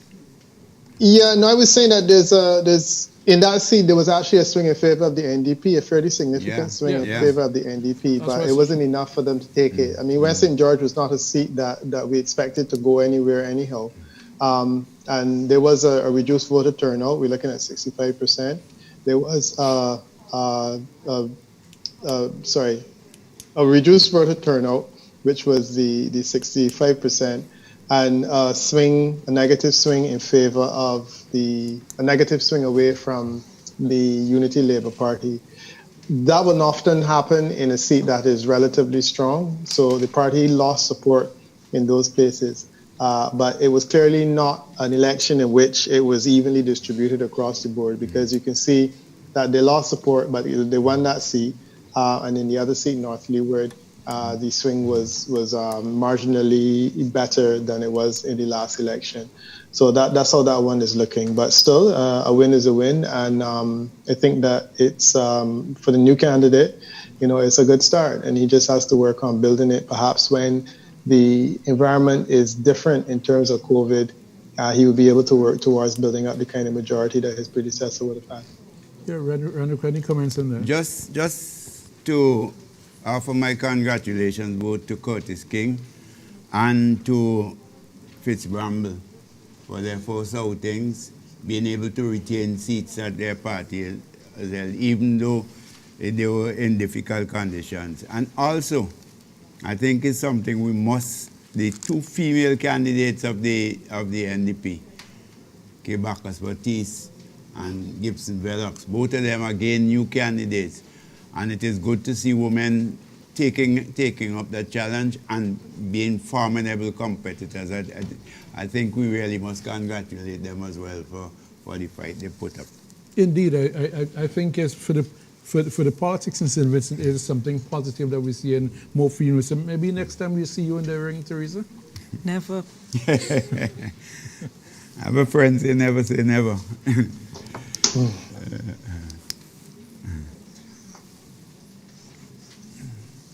Any other? We've got some more results. West Kingstown. And the electoral office is calling West Kingston in favor of the New Democratic Party. Daniel Cummins romping home once again, despite a spirited fight from Deborah Charles. And the final scores are... The final scores? 2,000. I'm seeing the final scores here. 1668 and 1668 as opposed to 1239. Daniel Cummins coming home there with 1,668 votes to Deborah Charles's 1,200, and that doesn't look right to me. That just shifted me. I don't know if that was correct. That can't be the final. That can't be the final thing. Last time the NDP won it 2,459 to 2,000 of the ULP. Yeah, we need the final scores. Those can't be the final scores. For Daniel Cummins' constituency against Deborah Cummins. We didn't get all the polling we didn't get all the polling divisions. No, we had 1, 2, 3, 4, 5, 6 polling divisions and that. So those can't be the final. But suffice to say that Daniel Cummins has romped home once again, as he declared he would have done. Yeah, he romped home. He was comfortable with that. He was always a powerful candidate, very active, just like K. Bacchus Batiste was. But her activity was not, activism was not enough to take her over the threshold against Curtis King, who has a whole long trajectory in youth movements and community movements. and into And in politics. sport. So we see him there so far. The map of St. Vincent is being Still Central Kingston painted. absent. Central Kingston, No, there's no nothing word. Central Kingston, not a word. We've got 4 seats to the NDP, the official tally, and 2 to the ULP. That's the official tally from the electoral office and command center. The NEP for the 2 in the Grenadines, Daniel Cummings, Fritz and Cummings. Okay, good. Fritz and Cummings. So they're halfway there. They're halfway there. They're halfway there. You get 8 and you're home. Yeah, okay. You get 8 and you're home. So, any more results coming in there? So let's take a break and come back. Let's take a break and come back to you. Decision 2020.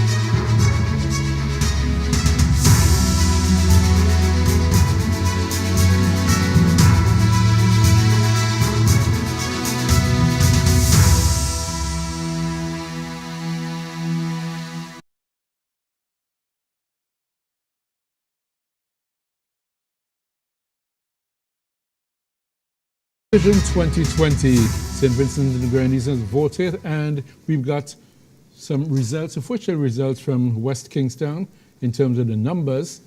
With a 63% voter turnout, we've got Daniel Cummings scoring 2,488 votes to ULP's Deborah Childs' 1,780. That is West Kingstown firmly in the NDP column. And Daniel Cummings will be quite pleased with that. Yes, I think again one must congratulate him for holding his own and ensuring he has always been one of the most active campaigners in the NDP. So I think he's backing up what he has been saying all the time. You know? Yes, certainly. He's always been one of the most active, vocal. You hear him all over, you see him all over, pushing his party's case. We got more results coming in from North Central Windward. Okay, so this is polling station I, located at the Connery District Office, where there are 272 registered voters, 272. 155 votes went to Dr. Ralph E. Gonzalez of the Unity Labour Party, 155, Dr. Gonzalez, and 33 to Chieftain Neptune, 33 Chieftain Neptune of the NDP. No votes for the Green Party, 190 votes cast, 2 were rejected. So ULP 155, 155, and NDP 33, 3.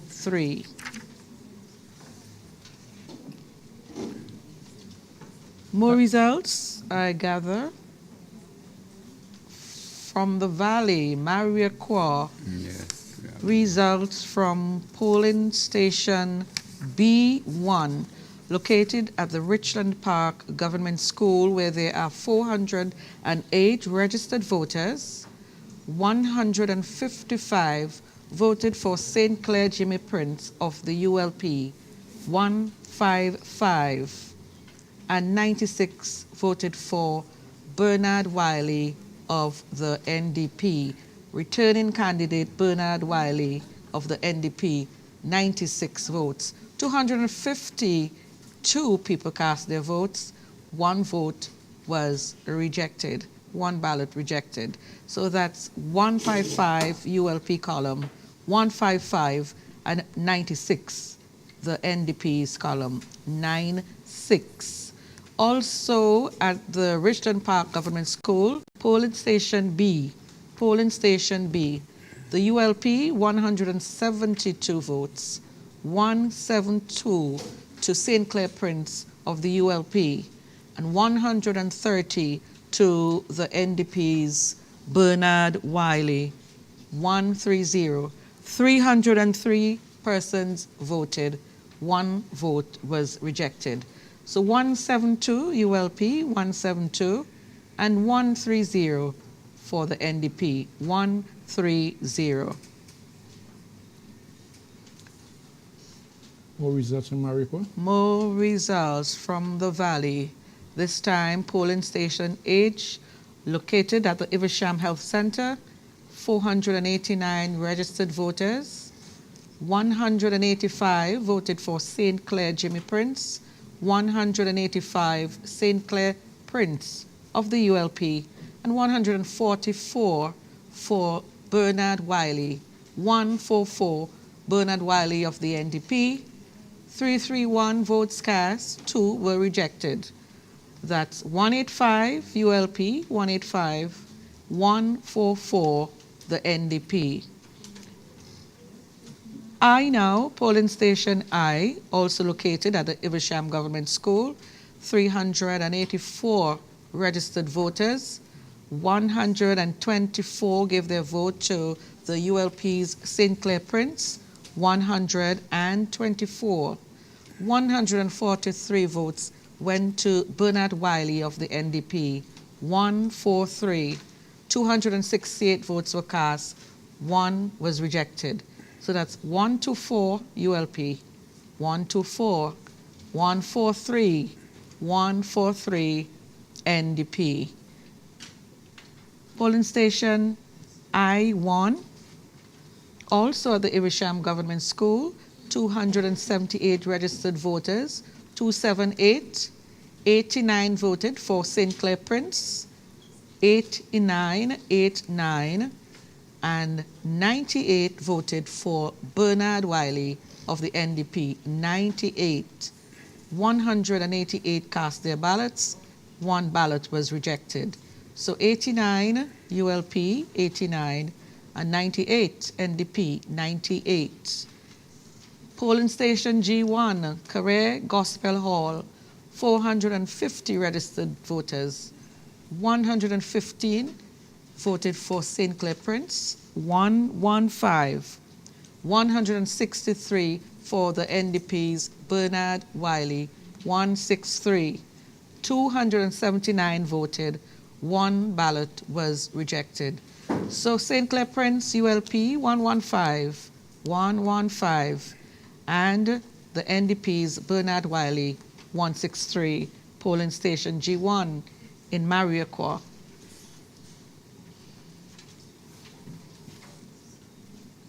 Still America. Yeah, see. Mariaquah again. C1, the Richland Park Early Childhood Center, 585 registered voters, 585. 209 voted for St. Clair Prince of the ULP, 209. 168 voted for Bernard Wiley of the NDP, 168. 378 ballots cast, 1 rejected. 209 ULP, 209. 168 NDP, 168. Polling station F, Canaan Government School, 428 registered voters. 186 for St. Clair Prince of the ULP, 186. 110 for Bernard Wiley of the ULP, 110. 300 ballots cast, 4 were rejected. 186 ULP, 186. 110 NDP.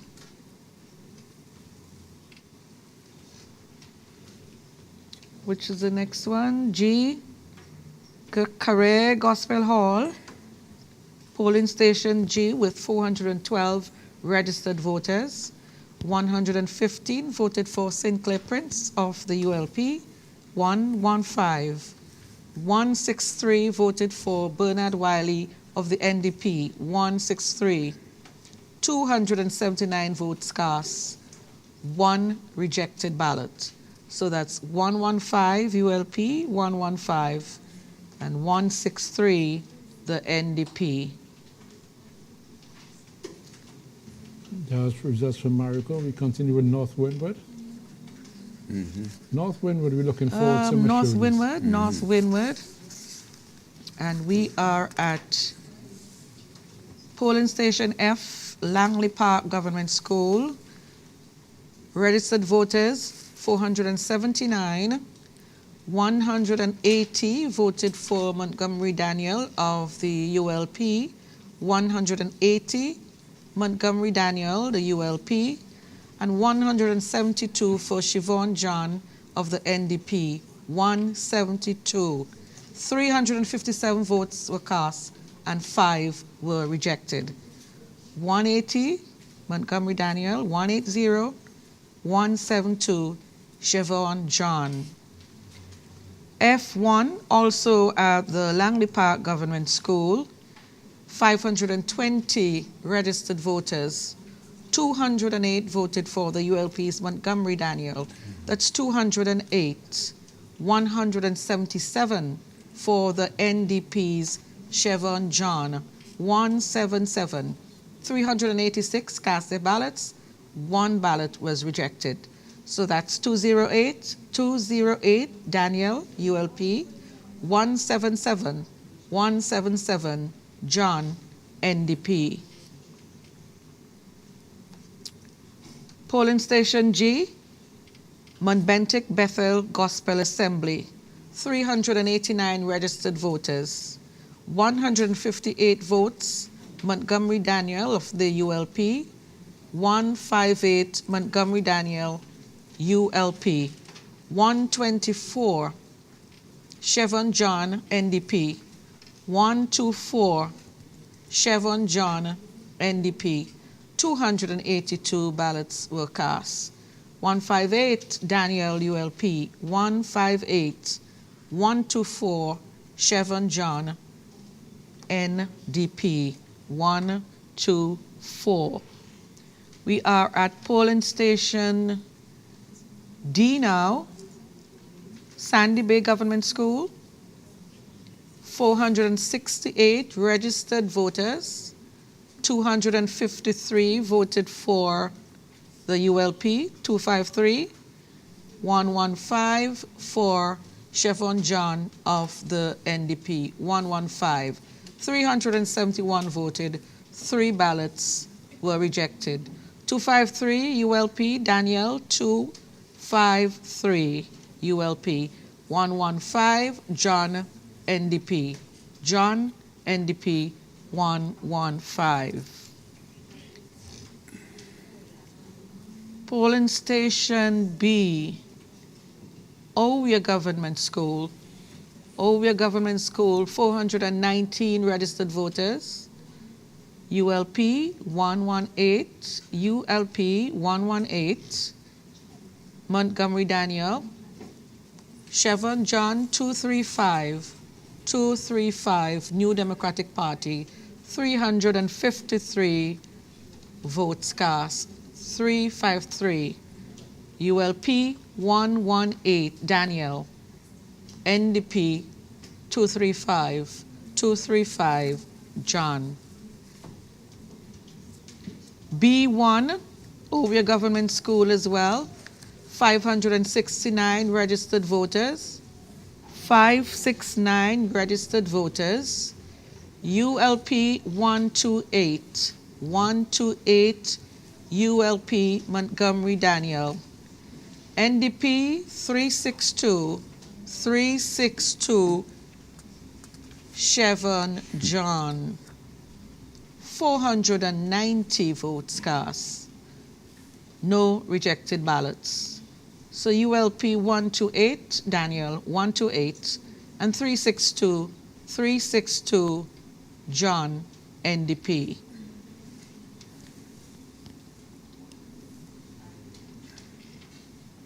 Okay, I think we have all that's available at the moment.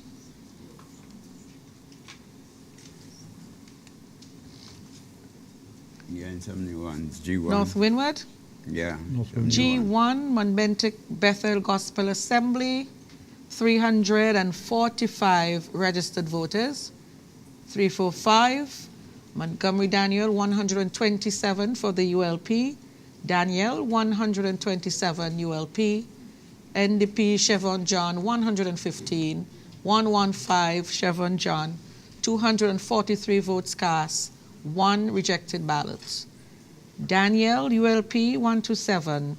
127. John, NDP, 115. 115.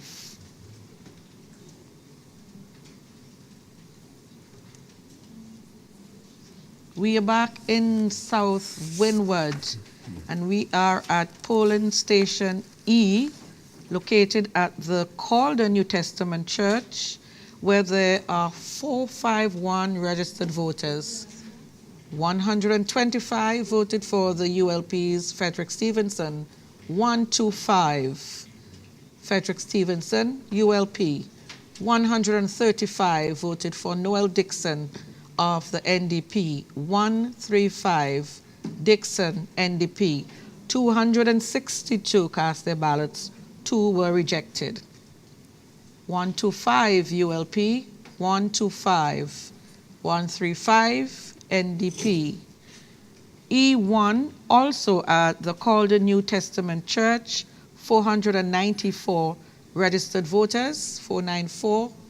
130 voted for the ULP's Frederick Stevenson, 130. 148 for Noel Dixon of the New Democratic Party, 148. 279 ballots cast, 1 rejected ballot. 130 Stevenson, ULP, 130. 148 Noel Dixon, NDP, 148.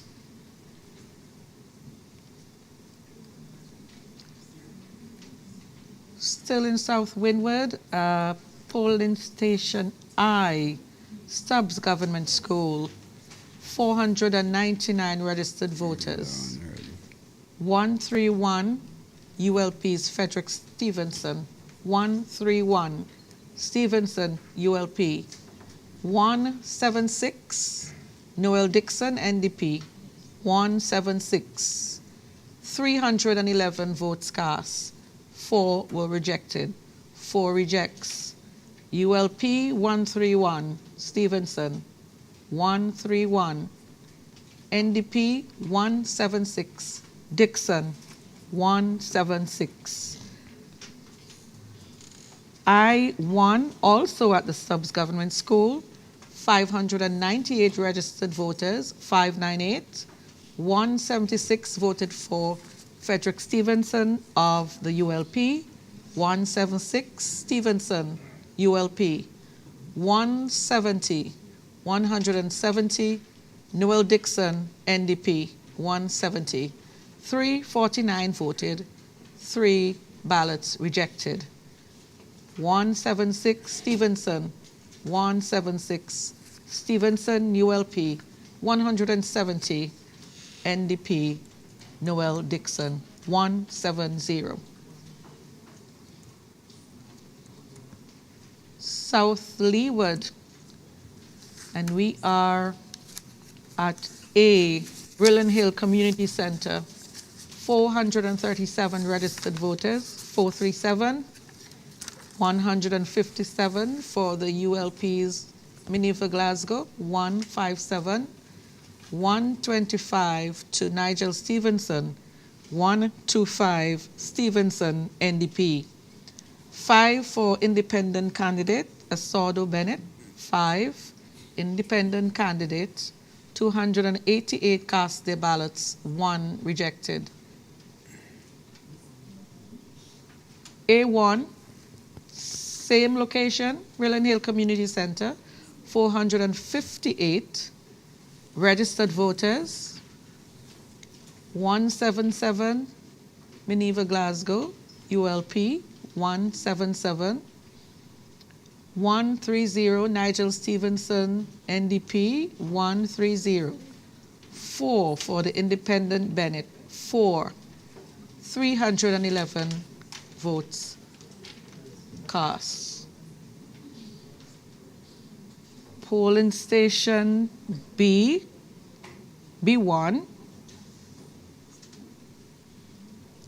510 Dubois Government School is the location, 510 registered voters, 175 for the ULP's Minerva Glasgow, 175 Minerva Glasgow, ULP, 148 NDP's Nigel Stevenson, 148. Independent candidate Bennett, 1 vote. 331 votes cast, 7 rejected ballots. Did we miss B? No, Okay, we did B? Yeah, Okay. and we have the others now. C. C. C, at Vermont, Ruby Mattis's shop, 497 registered voters, 176 votes for Minerva Glasgow of the ULP, Minerva Glasgow, 176 for the ULP, 134 for Nigel Stevenson of the NDP, 134. 1 for independent Bennett. 315 cast their votes. 4 ballots were rejected. D. D1. D1. I have D2. D as well? Yeah. Okay. So D1 Retreat Community Center, 322 registered voters. 149 cast their vote for the ULP's Minerva Glasgow, 149. 80 for the NDP's Nigel Stevenson, 80. None for the independent candidate, 229 ballots cast. 149, ULP, 80, NDP.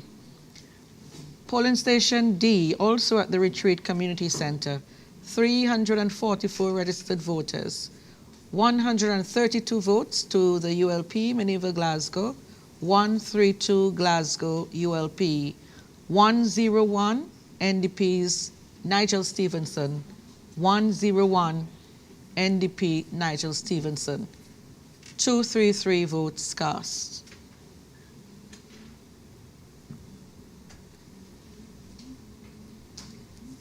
We also have results for E1, located at the Clegg Valley Government School, 557 registered voters, 204 votes for the ULP's Minerva Glasgow, 204 ULP Glasgow, 195 for Stevenson, NDP, Nigel Stevenson, NDP, 400 cast their votes, 1 ballot was rejected. Polling Station F, Kittal's Government School, 523 registered voters, 158 votes for Minerva Glasgow of the ULP, 158, 189 Nigel Stevenson of the NDP, 189, 1 for the independent candidate Bennett. 349 voted. There was 1 rejected ballot. F1, also the government school at Kittal's, F1, 437 registered voters, 115 for the ULP's Minerva Glasgow, 115 Glasgow ULP, 169 for the NDP's Nigel Stevenson, 169 NDP Stevenson, 1 independent candidate Bennett, 286 voted, 1 rejected ballot.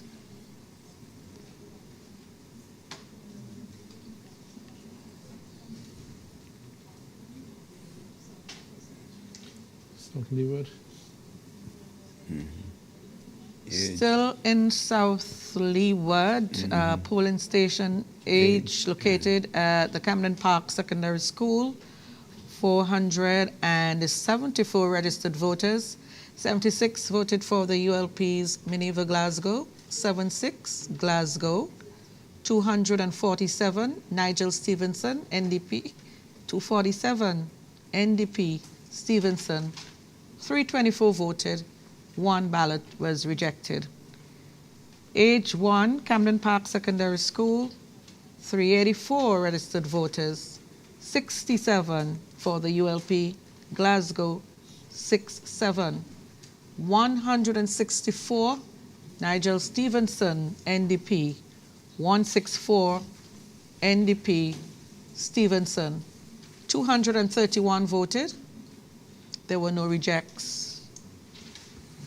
Age 2, also at the Camden Park Secondary School, 479 registered voters, 74 for the ULP's Minerva Glasgow, 74, 262 for the NDP's Nigel Stevenson, 262 Stevenson, NDP, 1 vote for the independent candidate, 338 persons voted, 1 ballot was rejected. Age 3, also in South Leeward and also at the Camden Park Secondary School, 500 registered voters, 79 voted for Minerva Glasgow of the ULP, 79, 261, 261 for the NDP's Nigel Stevenson,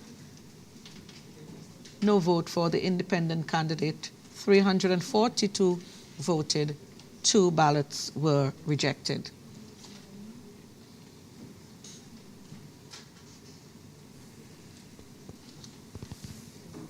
Okay, we still have more ballots, yeah? Central Leeward, are we lacking that? Oh, this. We didn't get D. Is it D1 or one of them? Oh, We've been waiting for Central Leeward for a long time. Yeah. Let's hear Central Leeward. We've been long awaited. Okay, Central Leeward, polling station A. Barley Learning Resource Center, 555 registered to vote. 220 voted for the ULP's Orlando Brewster, 220 Brewster ULP. 183 for Benjamin Exeter, 1A3 Exeter NDP. 404 ballots cast, 1 rejected. A1, also the Barley Learning Resource Center, 486 registered voters, 177 voted for Orlando Brewster ULP. Brewster ULP 177. 160 Exeter NDP 160. Benjamin Exeter NDP. 338 votes cast, 1 was rejected. Polling Station B, Barley Police Station, 332 registered voters, 332.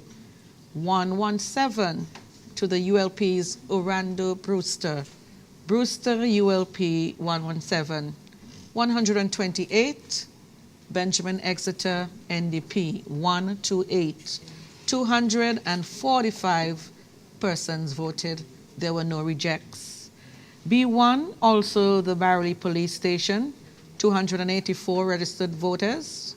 113 voted for the ULP's Orlando Brewster, 113 Brewster ULP. 103 Benjamin Exeter Central Leeward for NDP, 103 Exeter NDP.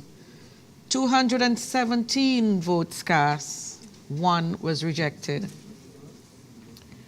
C now, 432 registered voters, 155 ULP, 155 Brewster, 148 for Exeter of the NDP, 148 Exeter, 305 votes cast, 2 rejected.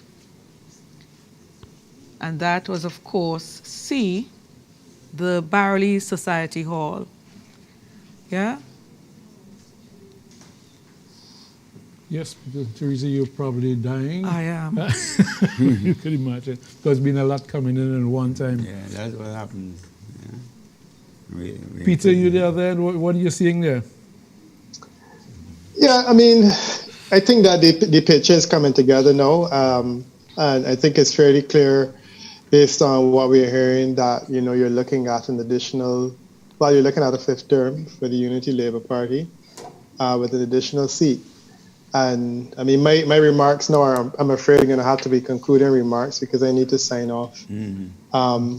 I was hoping that I would have been able to give a sense of what the overall voter turnout was and the overall national swing and whatnot, but the picture is not yet complete. But what I think we have is a situation in which you've seen a 5th term, and a 5th term with additional seats. I don't know whether there will be additional popular support because there's been some significant drops in popular support in terms of the strongest seats that the Unity Labour Party has, which is historic. And I would love to be one of the first to offer congratulations to the new government and Prime Minister of St. Vincent, because this is a historic first in the region. We've never had a situation in the region before where any individual has been able to win 5 terms in a post-independence scenario. So he's outdone Denzel Douglas, he's outdone Roosevelt Scarrett, just across in Dominica. He's outdone P.J. Patterson in Jamaica. So it's something significant. The actual mechanics of what has happened will require a bit of analysis because generally speaking, it doesn't work this way. This is the second election that we've had in a year in which you've had a government that's relatively aged, such as the government in Dominica was, and has been able to pick up an additional seat or 2 on the verge of a 5th term. And I think that is interesting. The assumption is that it speaks volumes about the opposition, and I think that is part of the conversation as well. But I also feel that we need to go beyond that, and we need to look at circumstances. Were it not the COVID time, would it be possible that the people of St. Vincent and the Grenadines may have taken a chance on Dr. Friday at a different point in time? So I guess elections ultimately are all about timing, and to that extent, you can argue that Dr. Gonzalez has been fortunate to be able to gain the opportunity to call an election at this point in time when incumbents seem to be favored all over the region. And certainly Donald Trump will be probably the probable exception to that rule, but generally speaking, they seem to be favored. So it seems that there's a vote of confidence in the Unity Labour Party, a vote of confidence to the point where there are additional person that they would want to elect, and that is a significant thing. Voter turnout is down, I think, and the voter turnout being down at this time is not terribly surprising, but it would not be a bad idea for the government to sit and take a reflection on the lower voter turnout and see whether there's some initiatives that need to be taken in terms of the electoral reform that we were talking about earlier. I don't think that it will be possible to achieve major constitutional change, certainly at this time, but I do think that it would make sense to start talking about electoral reform and see what can be achieved outside of that. So with that, I will bid my farewell, and I want to thank you again for including me in the panel and giving me the opportunity to participate in this historic analysis. And I promise that I will follow up as soon as all the official results are together. I'll follow up with a decent analysis of what's happened, looking at swings and so on, and bringing this into some kind of a perspective regarding what it means for the politics of the region and so on going forward. So thanks again. Well, Peter, thanks to you, and because for your brilliant analysis. Although you've jumped ahead of us, because you've done your concluding words, and we are still here bringing the end of the actual official information while we understand persons on the street celebrating. I'm apologizing for that, but I wouldn't be doing it if I was able to sit through to the end. But unfortunately, it's not you. It is what we're talking about, the electronic age, and one cannot control all the information. We are here. We've got to be given the official figures, while the parties and other radio stations and other people are feeding the information as they get it, and it's out there. Yeah. But fair enough, understood. But radio has been great interacting with you. Your input has been invaluable to today's exercise. We continue here, and I'd love to hook up with you. Can I say one additional thing too? I also want to congratulate the Electoral Office for the way in which they have put this exercise together. I mean, even the detailed manner in which the information is being released, I think it's certainly a credit to the organization of the election, and certainly to you as a national broadcaster to be able to put something like this together. I was particularly impressed when I went to the website and I was able to download. It's the first election that I was able to download an electronic score sheet in Excel. This is not something that I've seen in any of the elections before, and I think it is a significant demonstration that you're certainly on top of things. And the quality of tonight's broadcast again was top notch. So I think that we should acknowledge, or I should acknowledge, having done this type of thing across the region, the excellent manner in which tonight has been put together. So I think that you guys can give yourself a pat on the back. Well, coming from you, I mean, thanks on behalf of the producer and the hard-working team here, all that here at Command Center. The guys have been doing some amazing work for a long time, and thanks coming from you once again, Peter. It makes me tremendously proud. You've seen this thing done all over, and our guys have done a great job. Made my job so much easier. Made our job here so much easier. So thanks again, and have a good morning. Good morning. All right, take care. All right. Have a good. We'd have to labor on here. We have to continue here. We've got where are we now?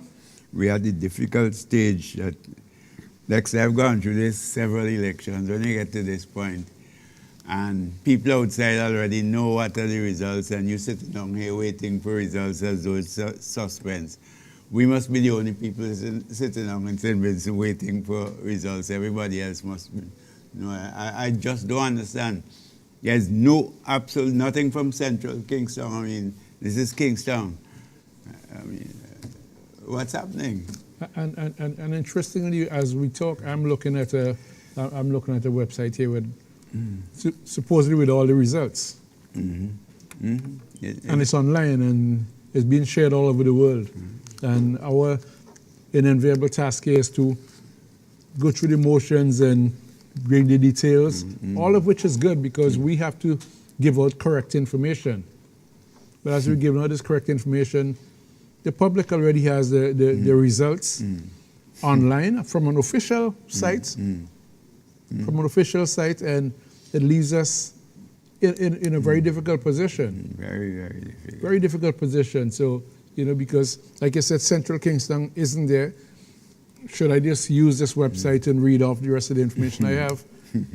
Or do I wait on my IT people here to give me the information so we go through bit by bit? It's now what, 11:30. And They're signaling something, I don't know what it is.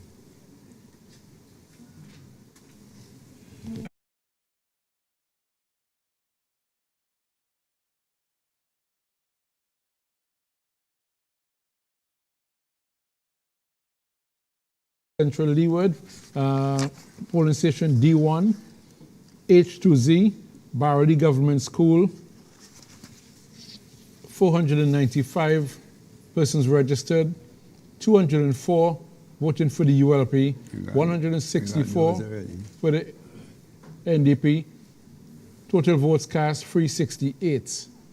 Polling station F, Iliu Anglican Pastoral Center, 293 persons registered, 122 voted for the ULP, 97 for the NDP, total votes cast 224. And polling station F1, K2Z, in Iliu at the Louis Straker Resource Center, 383 persons registered to vote, 169 voted for the ULP's new candidate, Orlando Brewster, 126 for the NDP's Benjamin Exeter, for a total of 296 votes cast. We got more from Central Leeward. Where you are? G? That's the last round we had G. That's G. You had G already. Yeah. Yes. G already. Yeah, the last one I read there was F1. Yeah. G is the one, right. Okay, we're getting more from Central Leeward. Polling station H, surnames A to Z, Buckerman Bay Secondary School, 550 persons registered to vote, 206 voted for the ULP, for the NDP 159, total votes cast 367 with 10 rejected votes. Polling station I, from A to I, Curtains Pentecostal Church Hall, 509 registered to vote, 206 voting for the ULP, 167 for the NDP. Total votes cast, 372 with 2 rejects. And polling station I1, J2Z, Kilton's Pentecostal Church Hall, 482 votes 482 persons registered, 177 for the ULP, 164 for the NDP. Total votes cast, 343 with 2 rejected votes. That's a Central Leeward. That's a total. And can I go with the total on screen? Okay. And the information, and yes, we've got a total. Can I go with this total? Okay, so we can declare Dr. Orlando Brewster, in his first time at the polls, edging out by a considerable margin. He's actually increased on the amount of votes his predecessor, Sir Louis Straker, won by 2,700 votes for Dr. Orlando Brewster in his first time at the polls, beating the NDP's Benjamin Exeter, 2,197. Voter turnout in the Central Leeward constituency, 73%. congratulations to Orlando Bruce. Already, can you Yes, comment on that? congratulations. At least he should save us a lot of time spent in court over the wrangling we had over the last 5 years in the Central League. But definitely an impressive first showing by Orlando.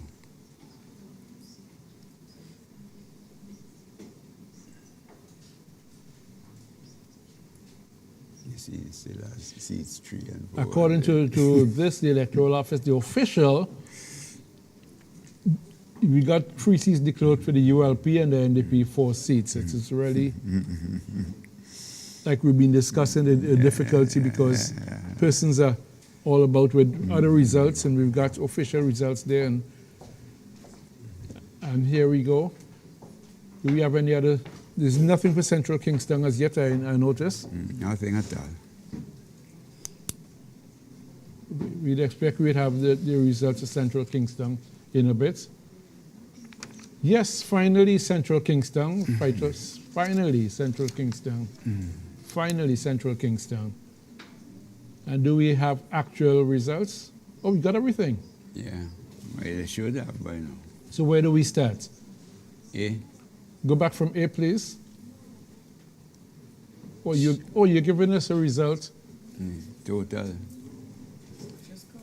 Can I Yeah. Well, we can call that seat for the NDP. Yeah. We call that seat for the NDP. Major Sinclair Leacock in another outing, 2,643 to the ULP's 1,964. But we can go through bit by bit. We'll start from A, polling station A, from A to C, Redemption Shops Church of God, 507 registered voters, 142 for the ULP, 191 voting for the NDP, total amount of votes cast, 333. A1, D2I, Redemption Shops Church of God, 498 registered voters, 127 for the ULP, 206 for the NDP, 333 again votes cast. A2, J2L, Redemption Shops Church of God, 420 registered, 121 for the ULP, 138 for the NDP, 262 votes cast. A3 from M to R, Redemption Shops Community Center, 518 registered voters there, 96 for the ULP, 218 for the NDP, total amount of votes cast, 315. I see I'm being joined by Teresa Daniel, but I'll continue. Teresa, your throat must be killing you. A4, S to Z, Redemption Shops Community Center, 429 registered voters there, 89 for the ULP, 183 for the NDP, total votes cast, 273. Polling station B from A to F, Green Hill, Randy Thorne's residence, 502 registered voters, 140 voting for the ULP, 180 for the NDP, total amount of votes cast, 322. B1, G2N, Green Hill Evangelical Church, 536 registered voters, 160 for the ULP, 191 for the NDP, 352 votes cast. B2, 0 to Z, Green Hill Evangelical Church, 474 registered voters, 157 for the ULP, 156 for the NDP, total votes cast, 314. And we go to polling station C, A to Z, Level Guides Headquarters, 262 registered voters, 76 for the ULP, 79 for the NDP, 155 votes cast. C1, K to Z, Level Gardens Guides Headquarters, once again, 284 registered voters, 76 for the ULP, 84 for the NDP, 161 votes cast. And D, A to Z, Kingston Park Petersville School, 270 registered voters, 76 voting for the ULP, 96 for the NDP, 175 votes cast with 3 rejects. E, polling station E from A to J, Large Village Government School, 410 registered voters, 98 voting for the ULP, 146 for the NDP. Total votes cast, 245. Can we switch to the next page? We have more. All right. We continue the remaining for Central Kingston. E1 from K to Z, Lodge Village Government School, 327 registered voters, ULP 87, NDP 120, for total amount of votes cast, 207. Polling station F from A to Z, Kingstown Bishop's College, 53 registered voters, 9 for the ULP, 24 for the NDP, 33 votes cast. G from A to Z, Kingston Anglican School Annex, 49 votes, 49 registered voters, 18 voting for the ULP, 16 for the NDP, very small there, 34 votes cast. Polling station H from A to Z, Paul's Avenue, George McIntosh Market, 382 registered voters, 114 voting for the ULP, 113 for the NDP, 229 votes cast. Polling station I from A to Z, Paul Over Apostolic Faith Church, 451 registered voters, 116 for the ULP, 166 for the NDP. Total amount of votes cast, 283. And we go to polling station J from A to J, Lago Heights Police Band Room, 531 registered voters, 142 voting for the ULP, NDP 188, 332 votes cast. And finally, J1 from K to Z, Lago Heights Police Band Room, 406 registered voters, 102 voting for the ULP, 120 with ULP, and 148 for the NDP, with a total amount of votes cast there, 269. Do we now have the full totals? Yeah. You can go back to the totals. We can rule that for the Major Sinclair Leacock, they're winning 2,643 votes to Dominic Sutherland in his first time at the polls, 1,964, 63% voter turnout on that. Do we have any? The 50. That's a joke. We continue with the Mariupol. Okay, You're going to yes. trip again? Are you sure So, you're okay? more results coming in from Mariupol. Only one we wanted in Morocco was Yes, there's only C. one. C. C. Okay, so C is located at the Richland Park Early Childhood Center. 559 registered voters. 166 voted for the ULP Sinclair Prince, 166, while 196 voted for the NDP's Bernard Wiley, 196 Bernard Wiley of the NDP. 363 cast their votes, and there was just one reject ballot. So ULP 166, 166, NDP 196, So are we- 196. Steve, I wonder if we're ready to call this for the... I think we probably are. Yes, we are. 2,441 in favor of St. Clair Prince. 2,088 votes garnered by Bernard Wiley of the Mariupol constituency, and of course calling that seat for the ULP, right now. So I think that takes our tally up to 4 for that particular party. Yeah, and on the same tally with NDP presently, Yes. as far as our No, they didn't call Western Georgia officially as well. Yeah, Western George was called. calculations. Fine. Western George was called? Yeah. Yes, Western George. Okay, called when I- for They should Curtis. be When I fine. left? Yeah. Or before I left? I don't know. The It's ones been a that- long. I'm It's been so a long. dizzy. It's been I'm a so long- dizzy it's with been a these long- figures. The ones now. that are left are South and South South Windward Windward? and South Central, Okay, and so North Windward and North Central, which have okay, not so been so officially there's called. 3 constituencies left. Four. Four. Okay, South Windward, Yeah, yes. results coming in now from polling station G, located at the Upper Stubbs Community Center, Yeah, that. and 582 registered voters, Yeah, that. 582, 119 voted for Frederick Stevenson of the ULP, 119. 265 for the NDP's Noel Dixon, 265. 384 persons voted, 384.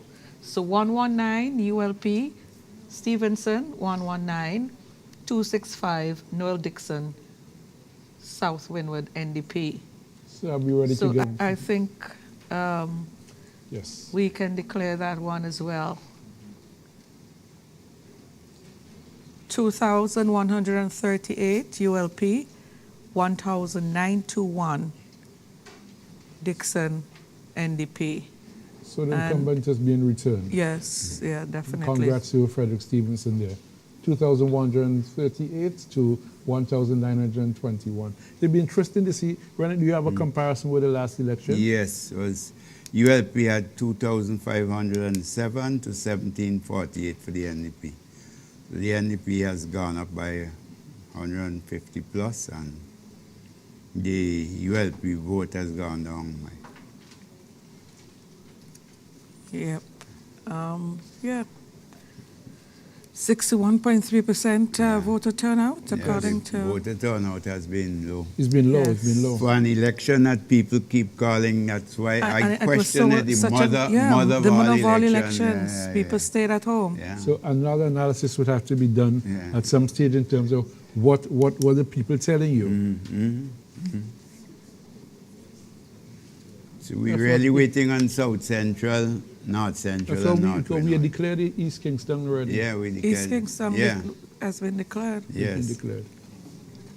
So it's the three most northerly seats on the Windward, South Central, We're looking for South North Central. Central, and North Windward. South Central Windward. South Central, North North, Windward. North Central, and North North Central. Windward. So the North three. Not the um, three at the yeah. top Free in the north. North. If we in the North would come, here we is. Okay, so North Central Windward coming in. Polling station D, Chester Cottage Community Center, 412 registered voters, 412, 193 votes going to Dr. Ralphie Gonzalez, 193 ULP, 81 votes to Chieftain Neptune, NDP, 81 Neptune, NDP, 277 persons voted, and there were 3 rejects. The Chester Cottage Community Center, once again, 420 registered voters, and this is in polling station D1. 203 voted for Dr. Ralphie Gonzalez of the ULP, 203 Dr. Gonzalez, ULP, 95 for Chieftain Neptune of the NDP, 95 Chieftain Neptune, 299 cast their ballots, 1 was rejected. So 203 ULP, 95 NDP.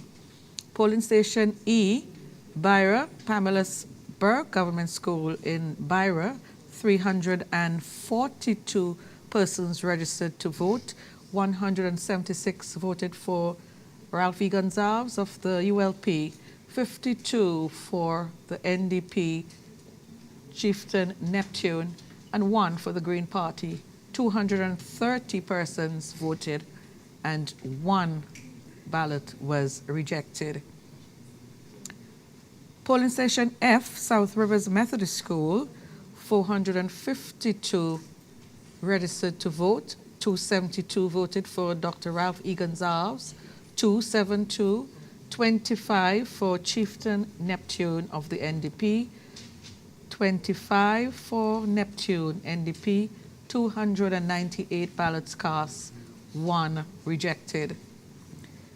F1, South Rivers Methodist School, 407 registered to vote, 260 voted for the ULP, Dr. Ralph E. Gonzalez, 260 ULP, Dr. Gonzalez, 25 NDP, Neptune NDP 25, 286 voted, 1 ballot was rejected.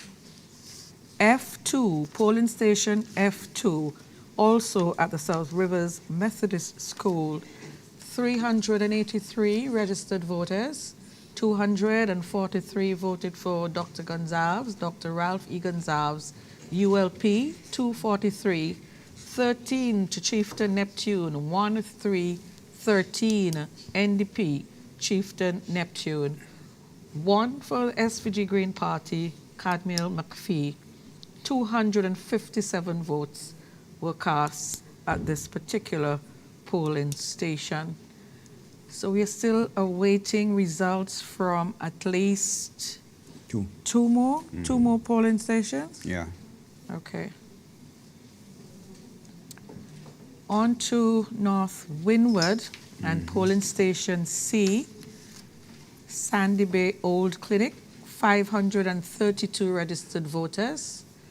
300 voted for the ULP's Montgomery Daniel, 300 Daniel ULP, 122 for Siobhan John NDP, John NDP 122, 423 cast their ballots and 1 was rejected.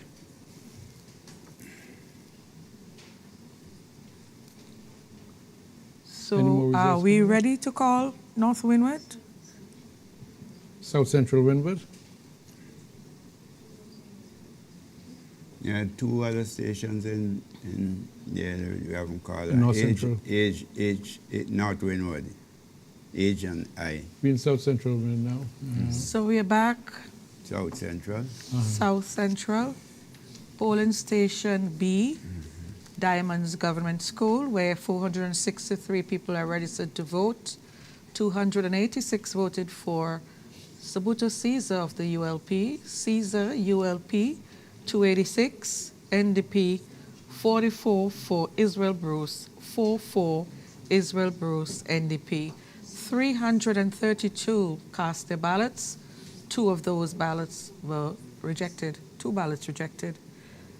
B1, also the Diamonds Government School, 414 registered voters, 241 voted for Sabuto Caesar of the ULP, 241 Caesar ULP, 57 for Israel Bruce of the NDP, Bruce NDP 57, 299 cast their ballots, 1 ballot was rejected.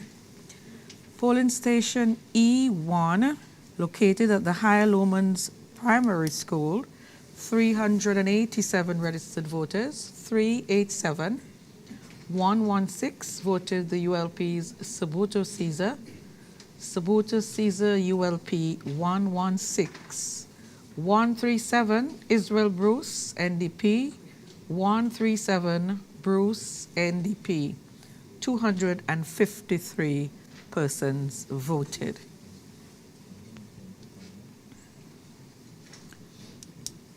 More results from Yeah. South Central. Yeah, G1. Polling station H, the Greg's Primary School. No, that's G1 first. G1, Yeah. is that the missing one?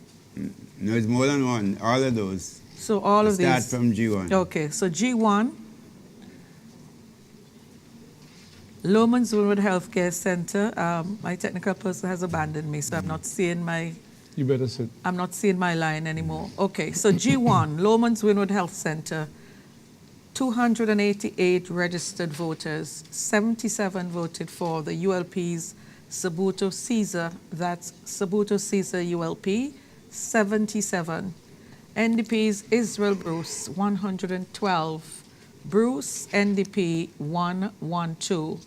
190 cast ballots, 1 ballot was rejected. H, polling station H, Greg's Primary School, 463 registered voters, 135 voted for ULP Sabuto Caesar, 135 Caesar ULP, 214 Bruce Israel Bruce NDP, 214 Bruce, NDP. 350 cast their ballots and 1 ballot was rejected.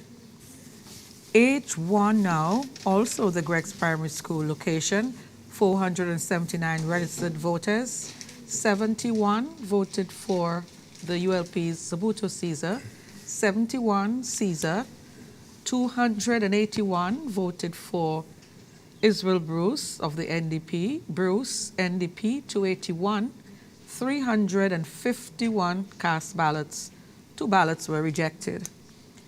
And polling station H2, also the Greg's Primary School, 382 registered voters, 91 voted for the ULP's Sabuto Caesar, 91 Caesar, 185 voted for Israel Bruce of the NDP, 185 NDP, Israel Bruce, 277 cast their ballots, 1 ballot was rejected.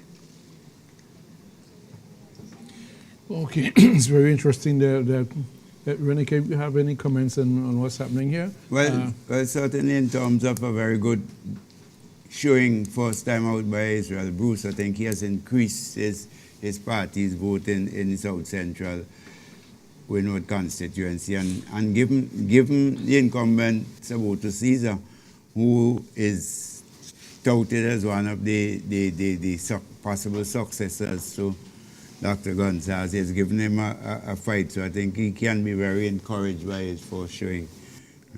But again, congrats to the winner, which is Sabuto Caesar. I think we were talking about the COVID, and because he was involved also in agriculture and so on, there was a lot of things that came in his favor as well, which would enable him to do the job that he has done and to be able to maintain his seat. You know? Well, it certainly kept him very visible as an agriculture minister. Very visible. Probably has been one of the most visible agricultural ministers we've ever seen. Without doubt, he No, has I mean, been. he's actually lifted the profile of the agriculture ministry, probably to where it should be. You know, we got East St. George. We still have a couple for North Winwood, couple for North Central. Let's go some more results to East St. George. Okay, so we are back in the constituency of East St. George. Polling station B, located at the Belmont Methodist Church, where some 514 voters are registered. 169 voted for Camilo Gonzalez of the ULP, 169 Camilo Gonzalez, ULP, 151 for Laverne Gibson Velox, 151, 1 for the Green Party's Ivan O'Neill, 323 votes cast, 2 rejected ballots.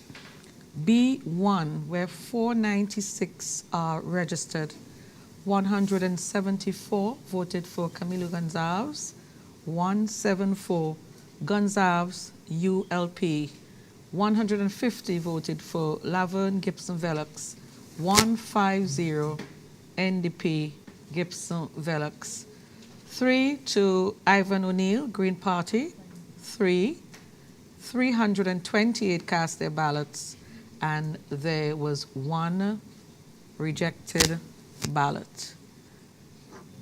And is that the sum total of East St. George? No, we have A, C2, D,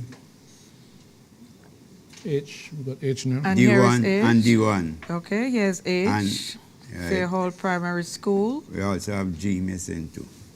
474 registered voters, We had that. 474, We had that one. It's the one before it, the one after it. 138 ULP, 168 NDP from 310 ballots that were cast with 3 rejected ballots.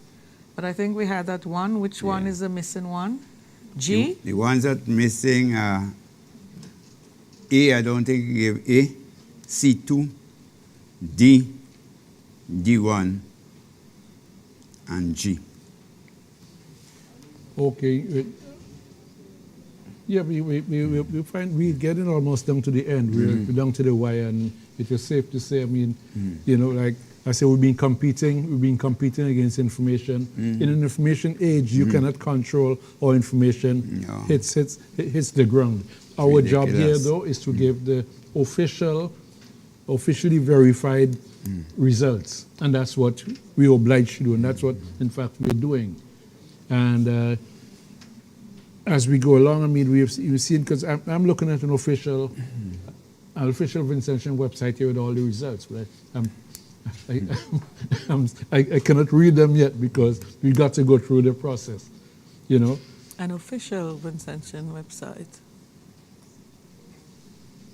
Eastern George is back. Okay, Eastern George and polling station H1, Fairhall Primary School, 447 registered voters,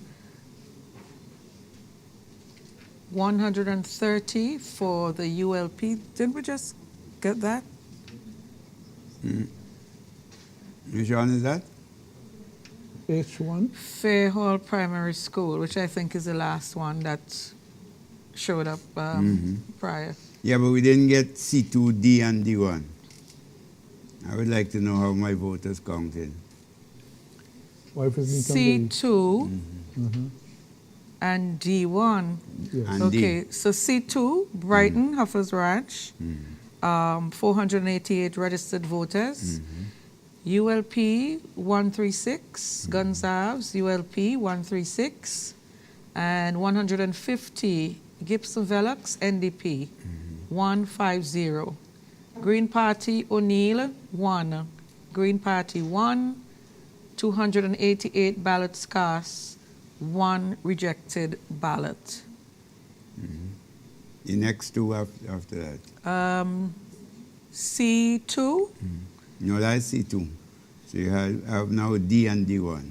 Okay, so D at Rathamel. Sugar Mill Inn at Rathamel, 486 registered voters, 179 to Gonzales of ULP, Camilo Gonzales, ULP, 179, 120 Gibson Velux of the NDP, 120, 0 Green Party, 300 persons voted. There was 1 rejected ballot. D1, Sugar Mill Inn as well, 473 registered voters, 161 Gonzales, ULP, 161 Camilo Gonzales, ULP, 125 Gibson Velux, NDP, 125 Gibson Velux, Green Party 1, Green Party O'Neill 1, 287 persons cast their ballots at this particular polling station. And G is the last one. Community College Villa. So G, Do we have African Community College in Villa? G, yeah. Yes, it's yeah.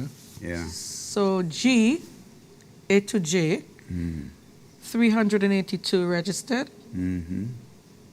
103 to Gonzales, ULP, 103, 123 Gibson Velux, NDP, 123 Gibson Velux. None for the Green Party, 229 votes cast, 3 ballots were rejected. G1, same location, Villa at the Community College, 308 registered voters, 308. 92 voted for the ULP's Camilo Gonzales, that's 92 Gonzales, ULP.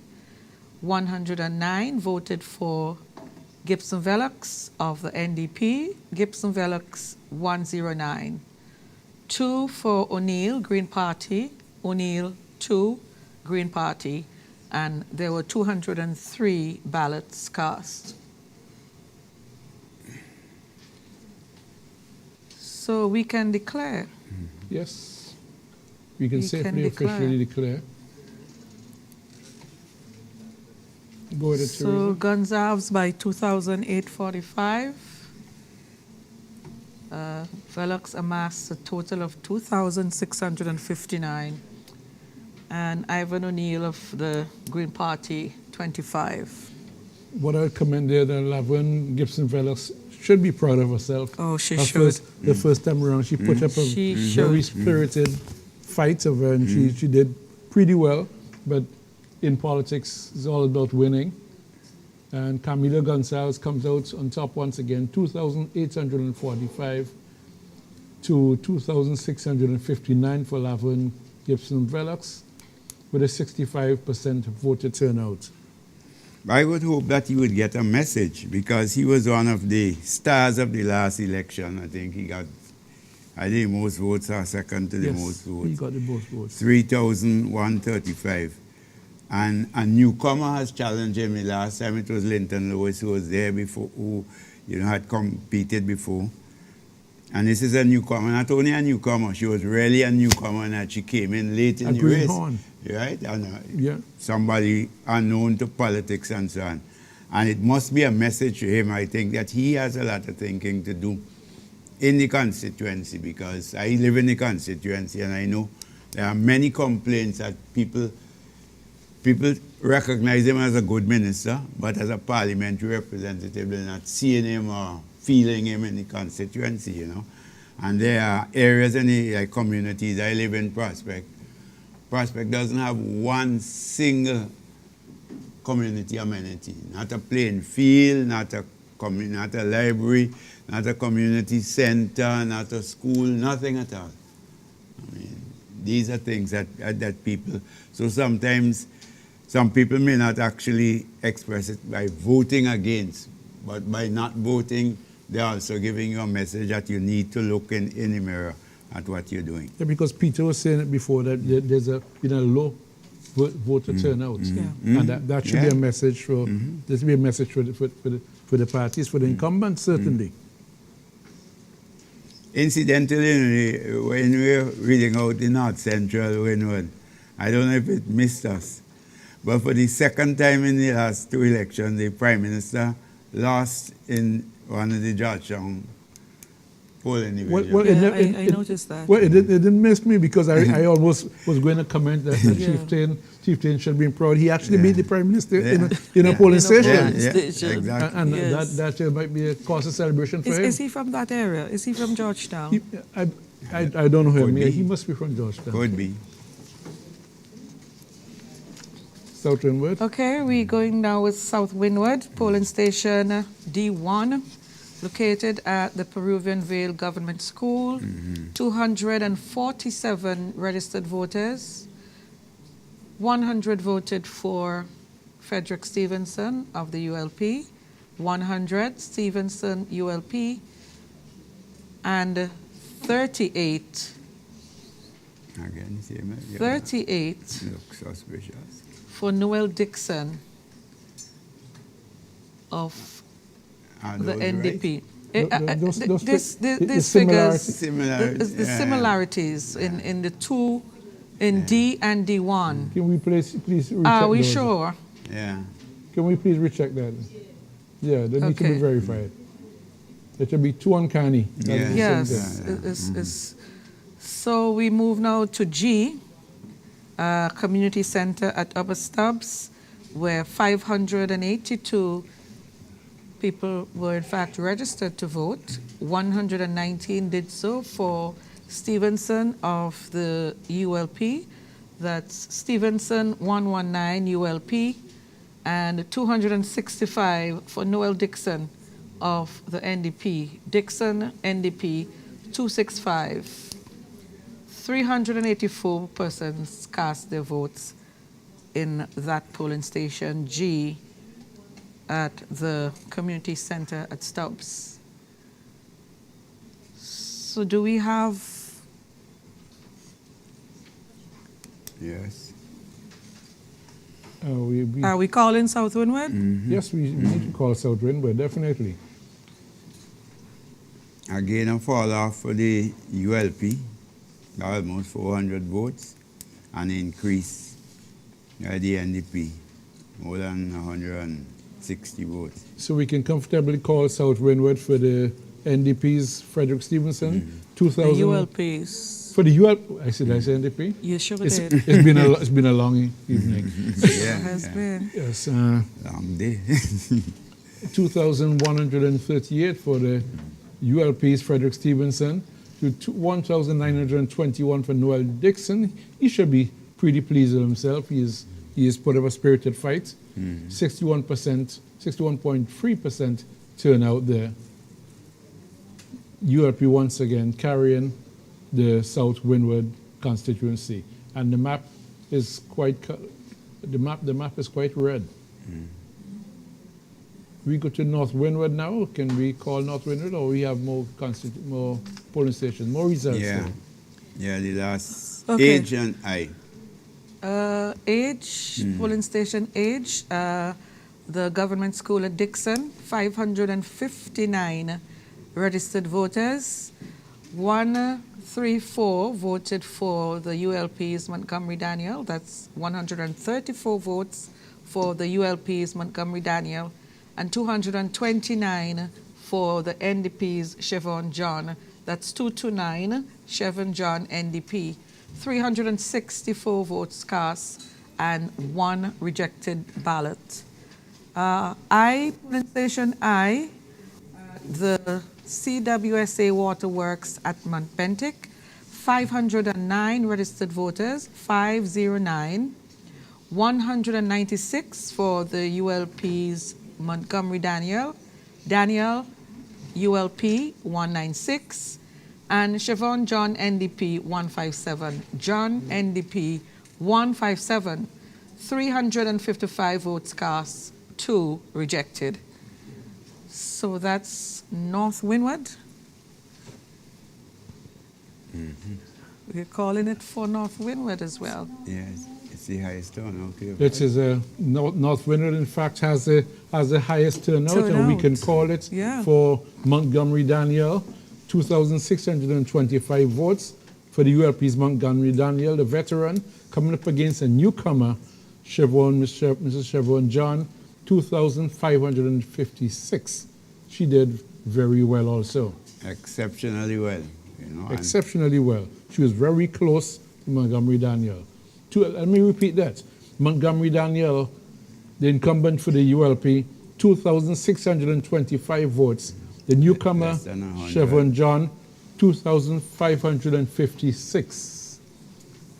And what kind of figures we have to compare with from? Last time, Montgomery Daniel got 2,713 to 2,380 for his opponent. 2,380, yes. I think it should tell the NDP, again another female candidate, that maybe its future lies in the women of St. Vincent, because that's where they put up the best showing. Yep. Except those who won the seats are the people who were there before. But for the newcomers, the women have done. And again, this is somebody who was coming late in the fray, So let's go finally. Okay, North Central Windward, the leader of the ULP. This is his stronghold. We have E1 and E2. E1 and E2. In E1, located at the Pamelarsburg Government School at Byra, 315 registered to vote. 177 did so for Dr. Ralph E. Gonzalez. 177, Dr. Gonzalez, ULP. 90 to Chieftain Neptune. 90, Neptune, NDP. 3 for the Green Party's Catmill McPhee. 270 votes cast. E2, also at the same location, Pamelarsburg Government School, 389 registered voters. 126 voted for Dr. Ralph E. Gonzalez of the ULP. 126, Dr. Ralph E. Gonzalez, ULP. 71 to Chieftain Neptune, NDP. 71, Neptune, NDP. And 1 for the Green Party's Cadmill McPhee. 1, Green Party, McPhee. 198 votes cast. at that particular polling station. And we can call this as well. Well, little surprise, we can call this for the leader of the Unity Labour Party, Dr. Ralph Gonsalves, 2,853. His is really about chalking up records because it's really academic, his opposition, to 886 for Chieftain Neptune, and Cadmiel McPhee of the Green Party, 10 votes. Dr. Ralph Gonsalves once again romping home. No surprise, a 66.4% turnout.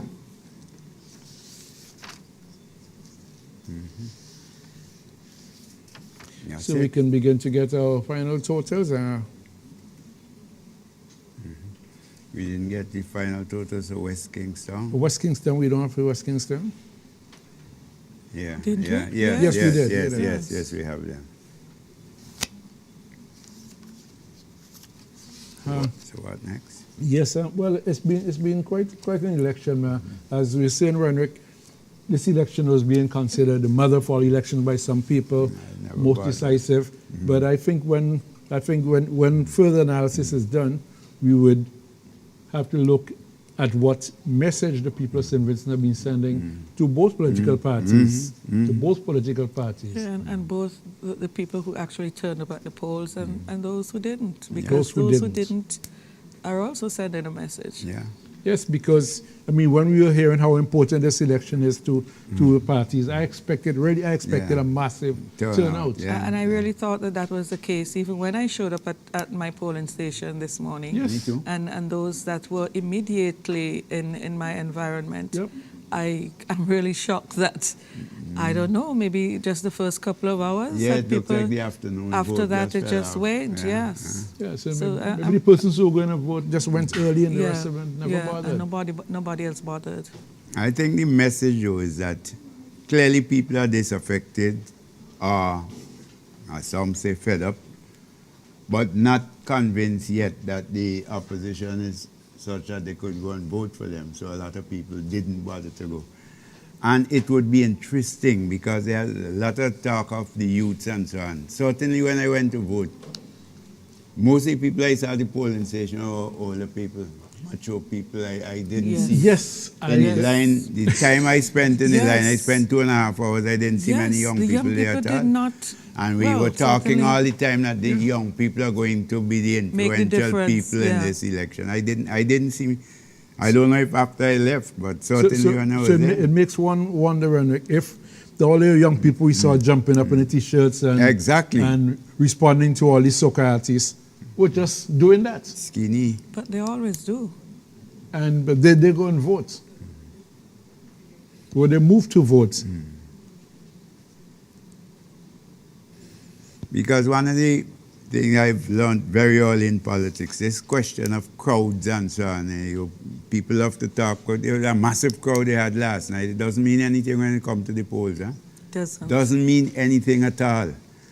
The people I saw coming out of wheelchairs with walkers and so on, they ain't been in any of them things, but they found a commitment to come and vote this morning, that many of those who had on the jerseys and were there jumping up all over and you're saying what a massive crowd, didn't feel that commitment to go. Well, we can now officially declare, which is no surprise to a lot of people, but we officially declaring that the ULP has retained the government, would form the next government. We look at the map and there's a sea of red, really, with 9 seats to the ULP and 6 seats to the new Democratic Party of Dr. Godwin Friday. Once again, of the 15 seats in St. Vincent and the Grenadines, the ULP have gone home with 9 and the NDP with 6. Interesting, it's 9 of the 13 on the mainland. Huh? 9 of the 13. And the last election when we looked at the map, because I remember commenting on that, I was worried that there was a split down the side. You were seeing almost, except for Central Leeward, almost the whole of Kingston and the Leeward. The western part was in yellow. and the eastern part wasn't ready. Now with the capture of North Leeward, it has helped to change the coloration, right? So, but Kingston continues in the Exactly. Kingston continues to be domain of the NDP Yeah. and the Grenadines. And I would Interesting. say with it too that one of the things the NDP has to consider now, it's going to be again in opposition. The two Kingston representatives are veterans. If they have that whole, well, the two besides Fitz, if there's that whole of the party and the Kingston area, which is such a crucial area, they have to be thinking of the new generation, who they're going to bring. Clearly, these two people who are getting on in age like I am, they can't be looking for them to continue that, you know, and they therefore have to groom in the same way that they were able to bring Fitz Bramble and do an improvement on what Mr. Eustace did last time. Maybe they can do the same, and it will all go well for the leadership, because they must now be thinking of a regeneration. Well, Major Leacock had announced a few months before that he is not prepared to stay in opposition again. So what is going to do? You know, would he step down and have a by-election, put somebody else? Politicians say a lot of things, huh?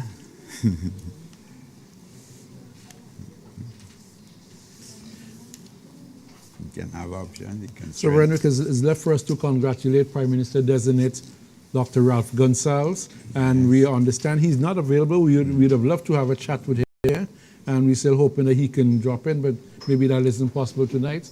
Yeah. Tomorrow, we understand, has been declared an official holiday. After Gonzalez, chats could be very Today. long, so. Today, Oh it's my 12:20. So Friday has been declared a national holiday in St. Vincent, a public holiday. And once again, congratulations to all those candidates who were victorious, who won the seats. Some who won the seats might not feel they were victorious because their party would not form government, but there's victory, and politics is about winning and losing. And so from us here,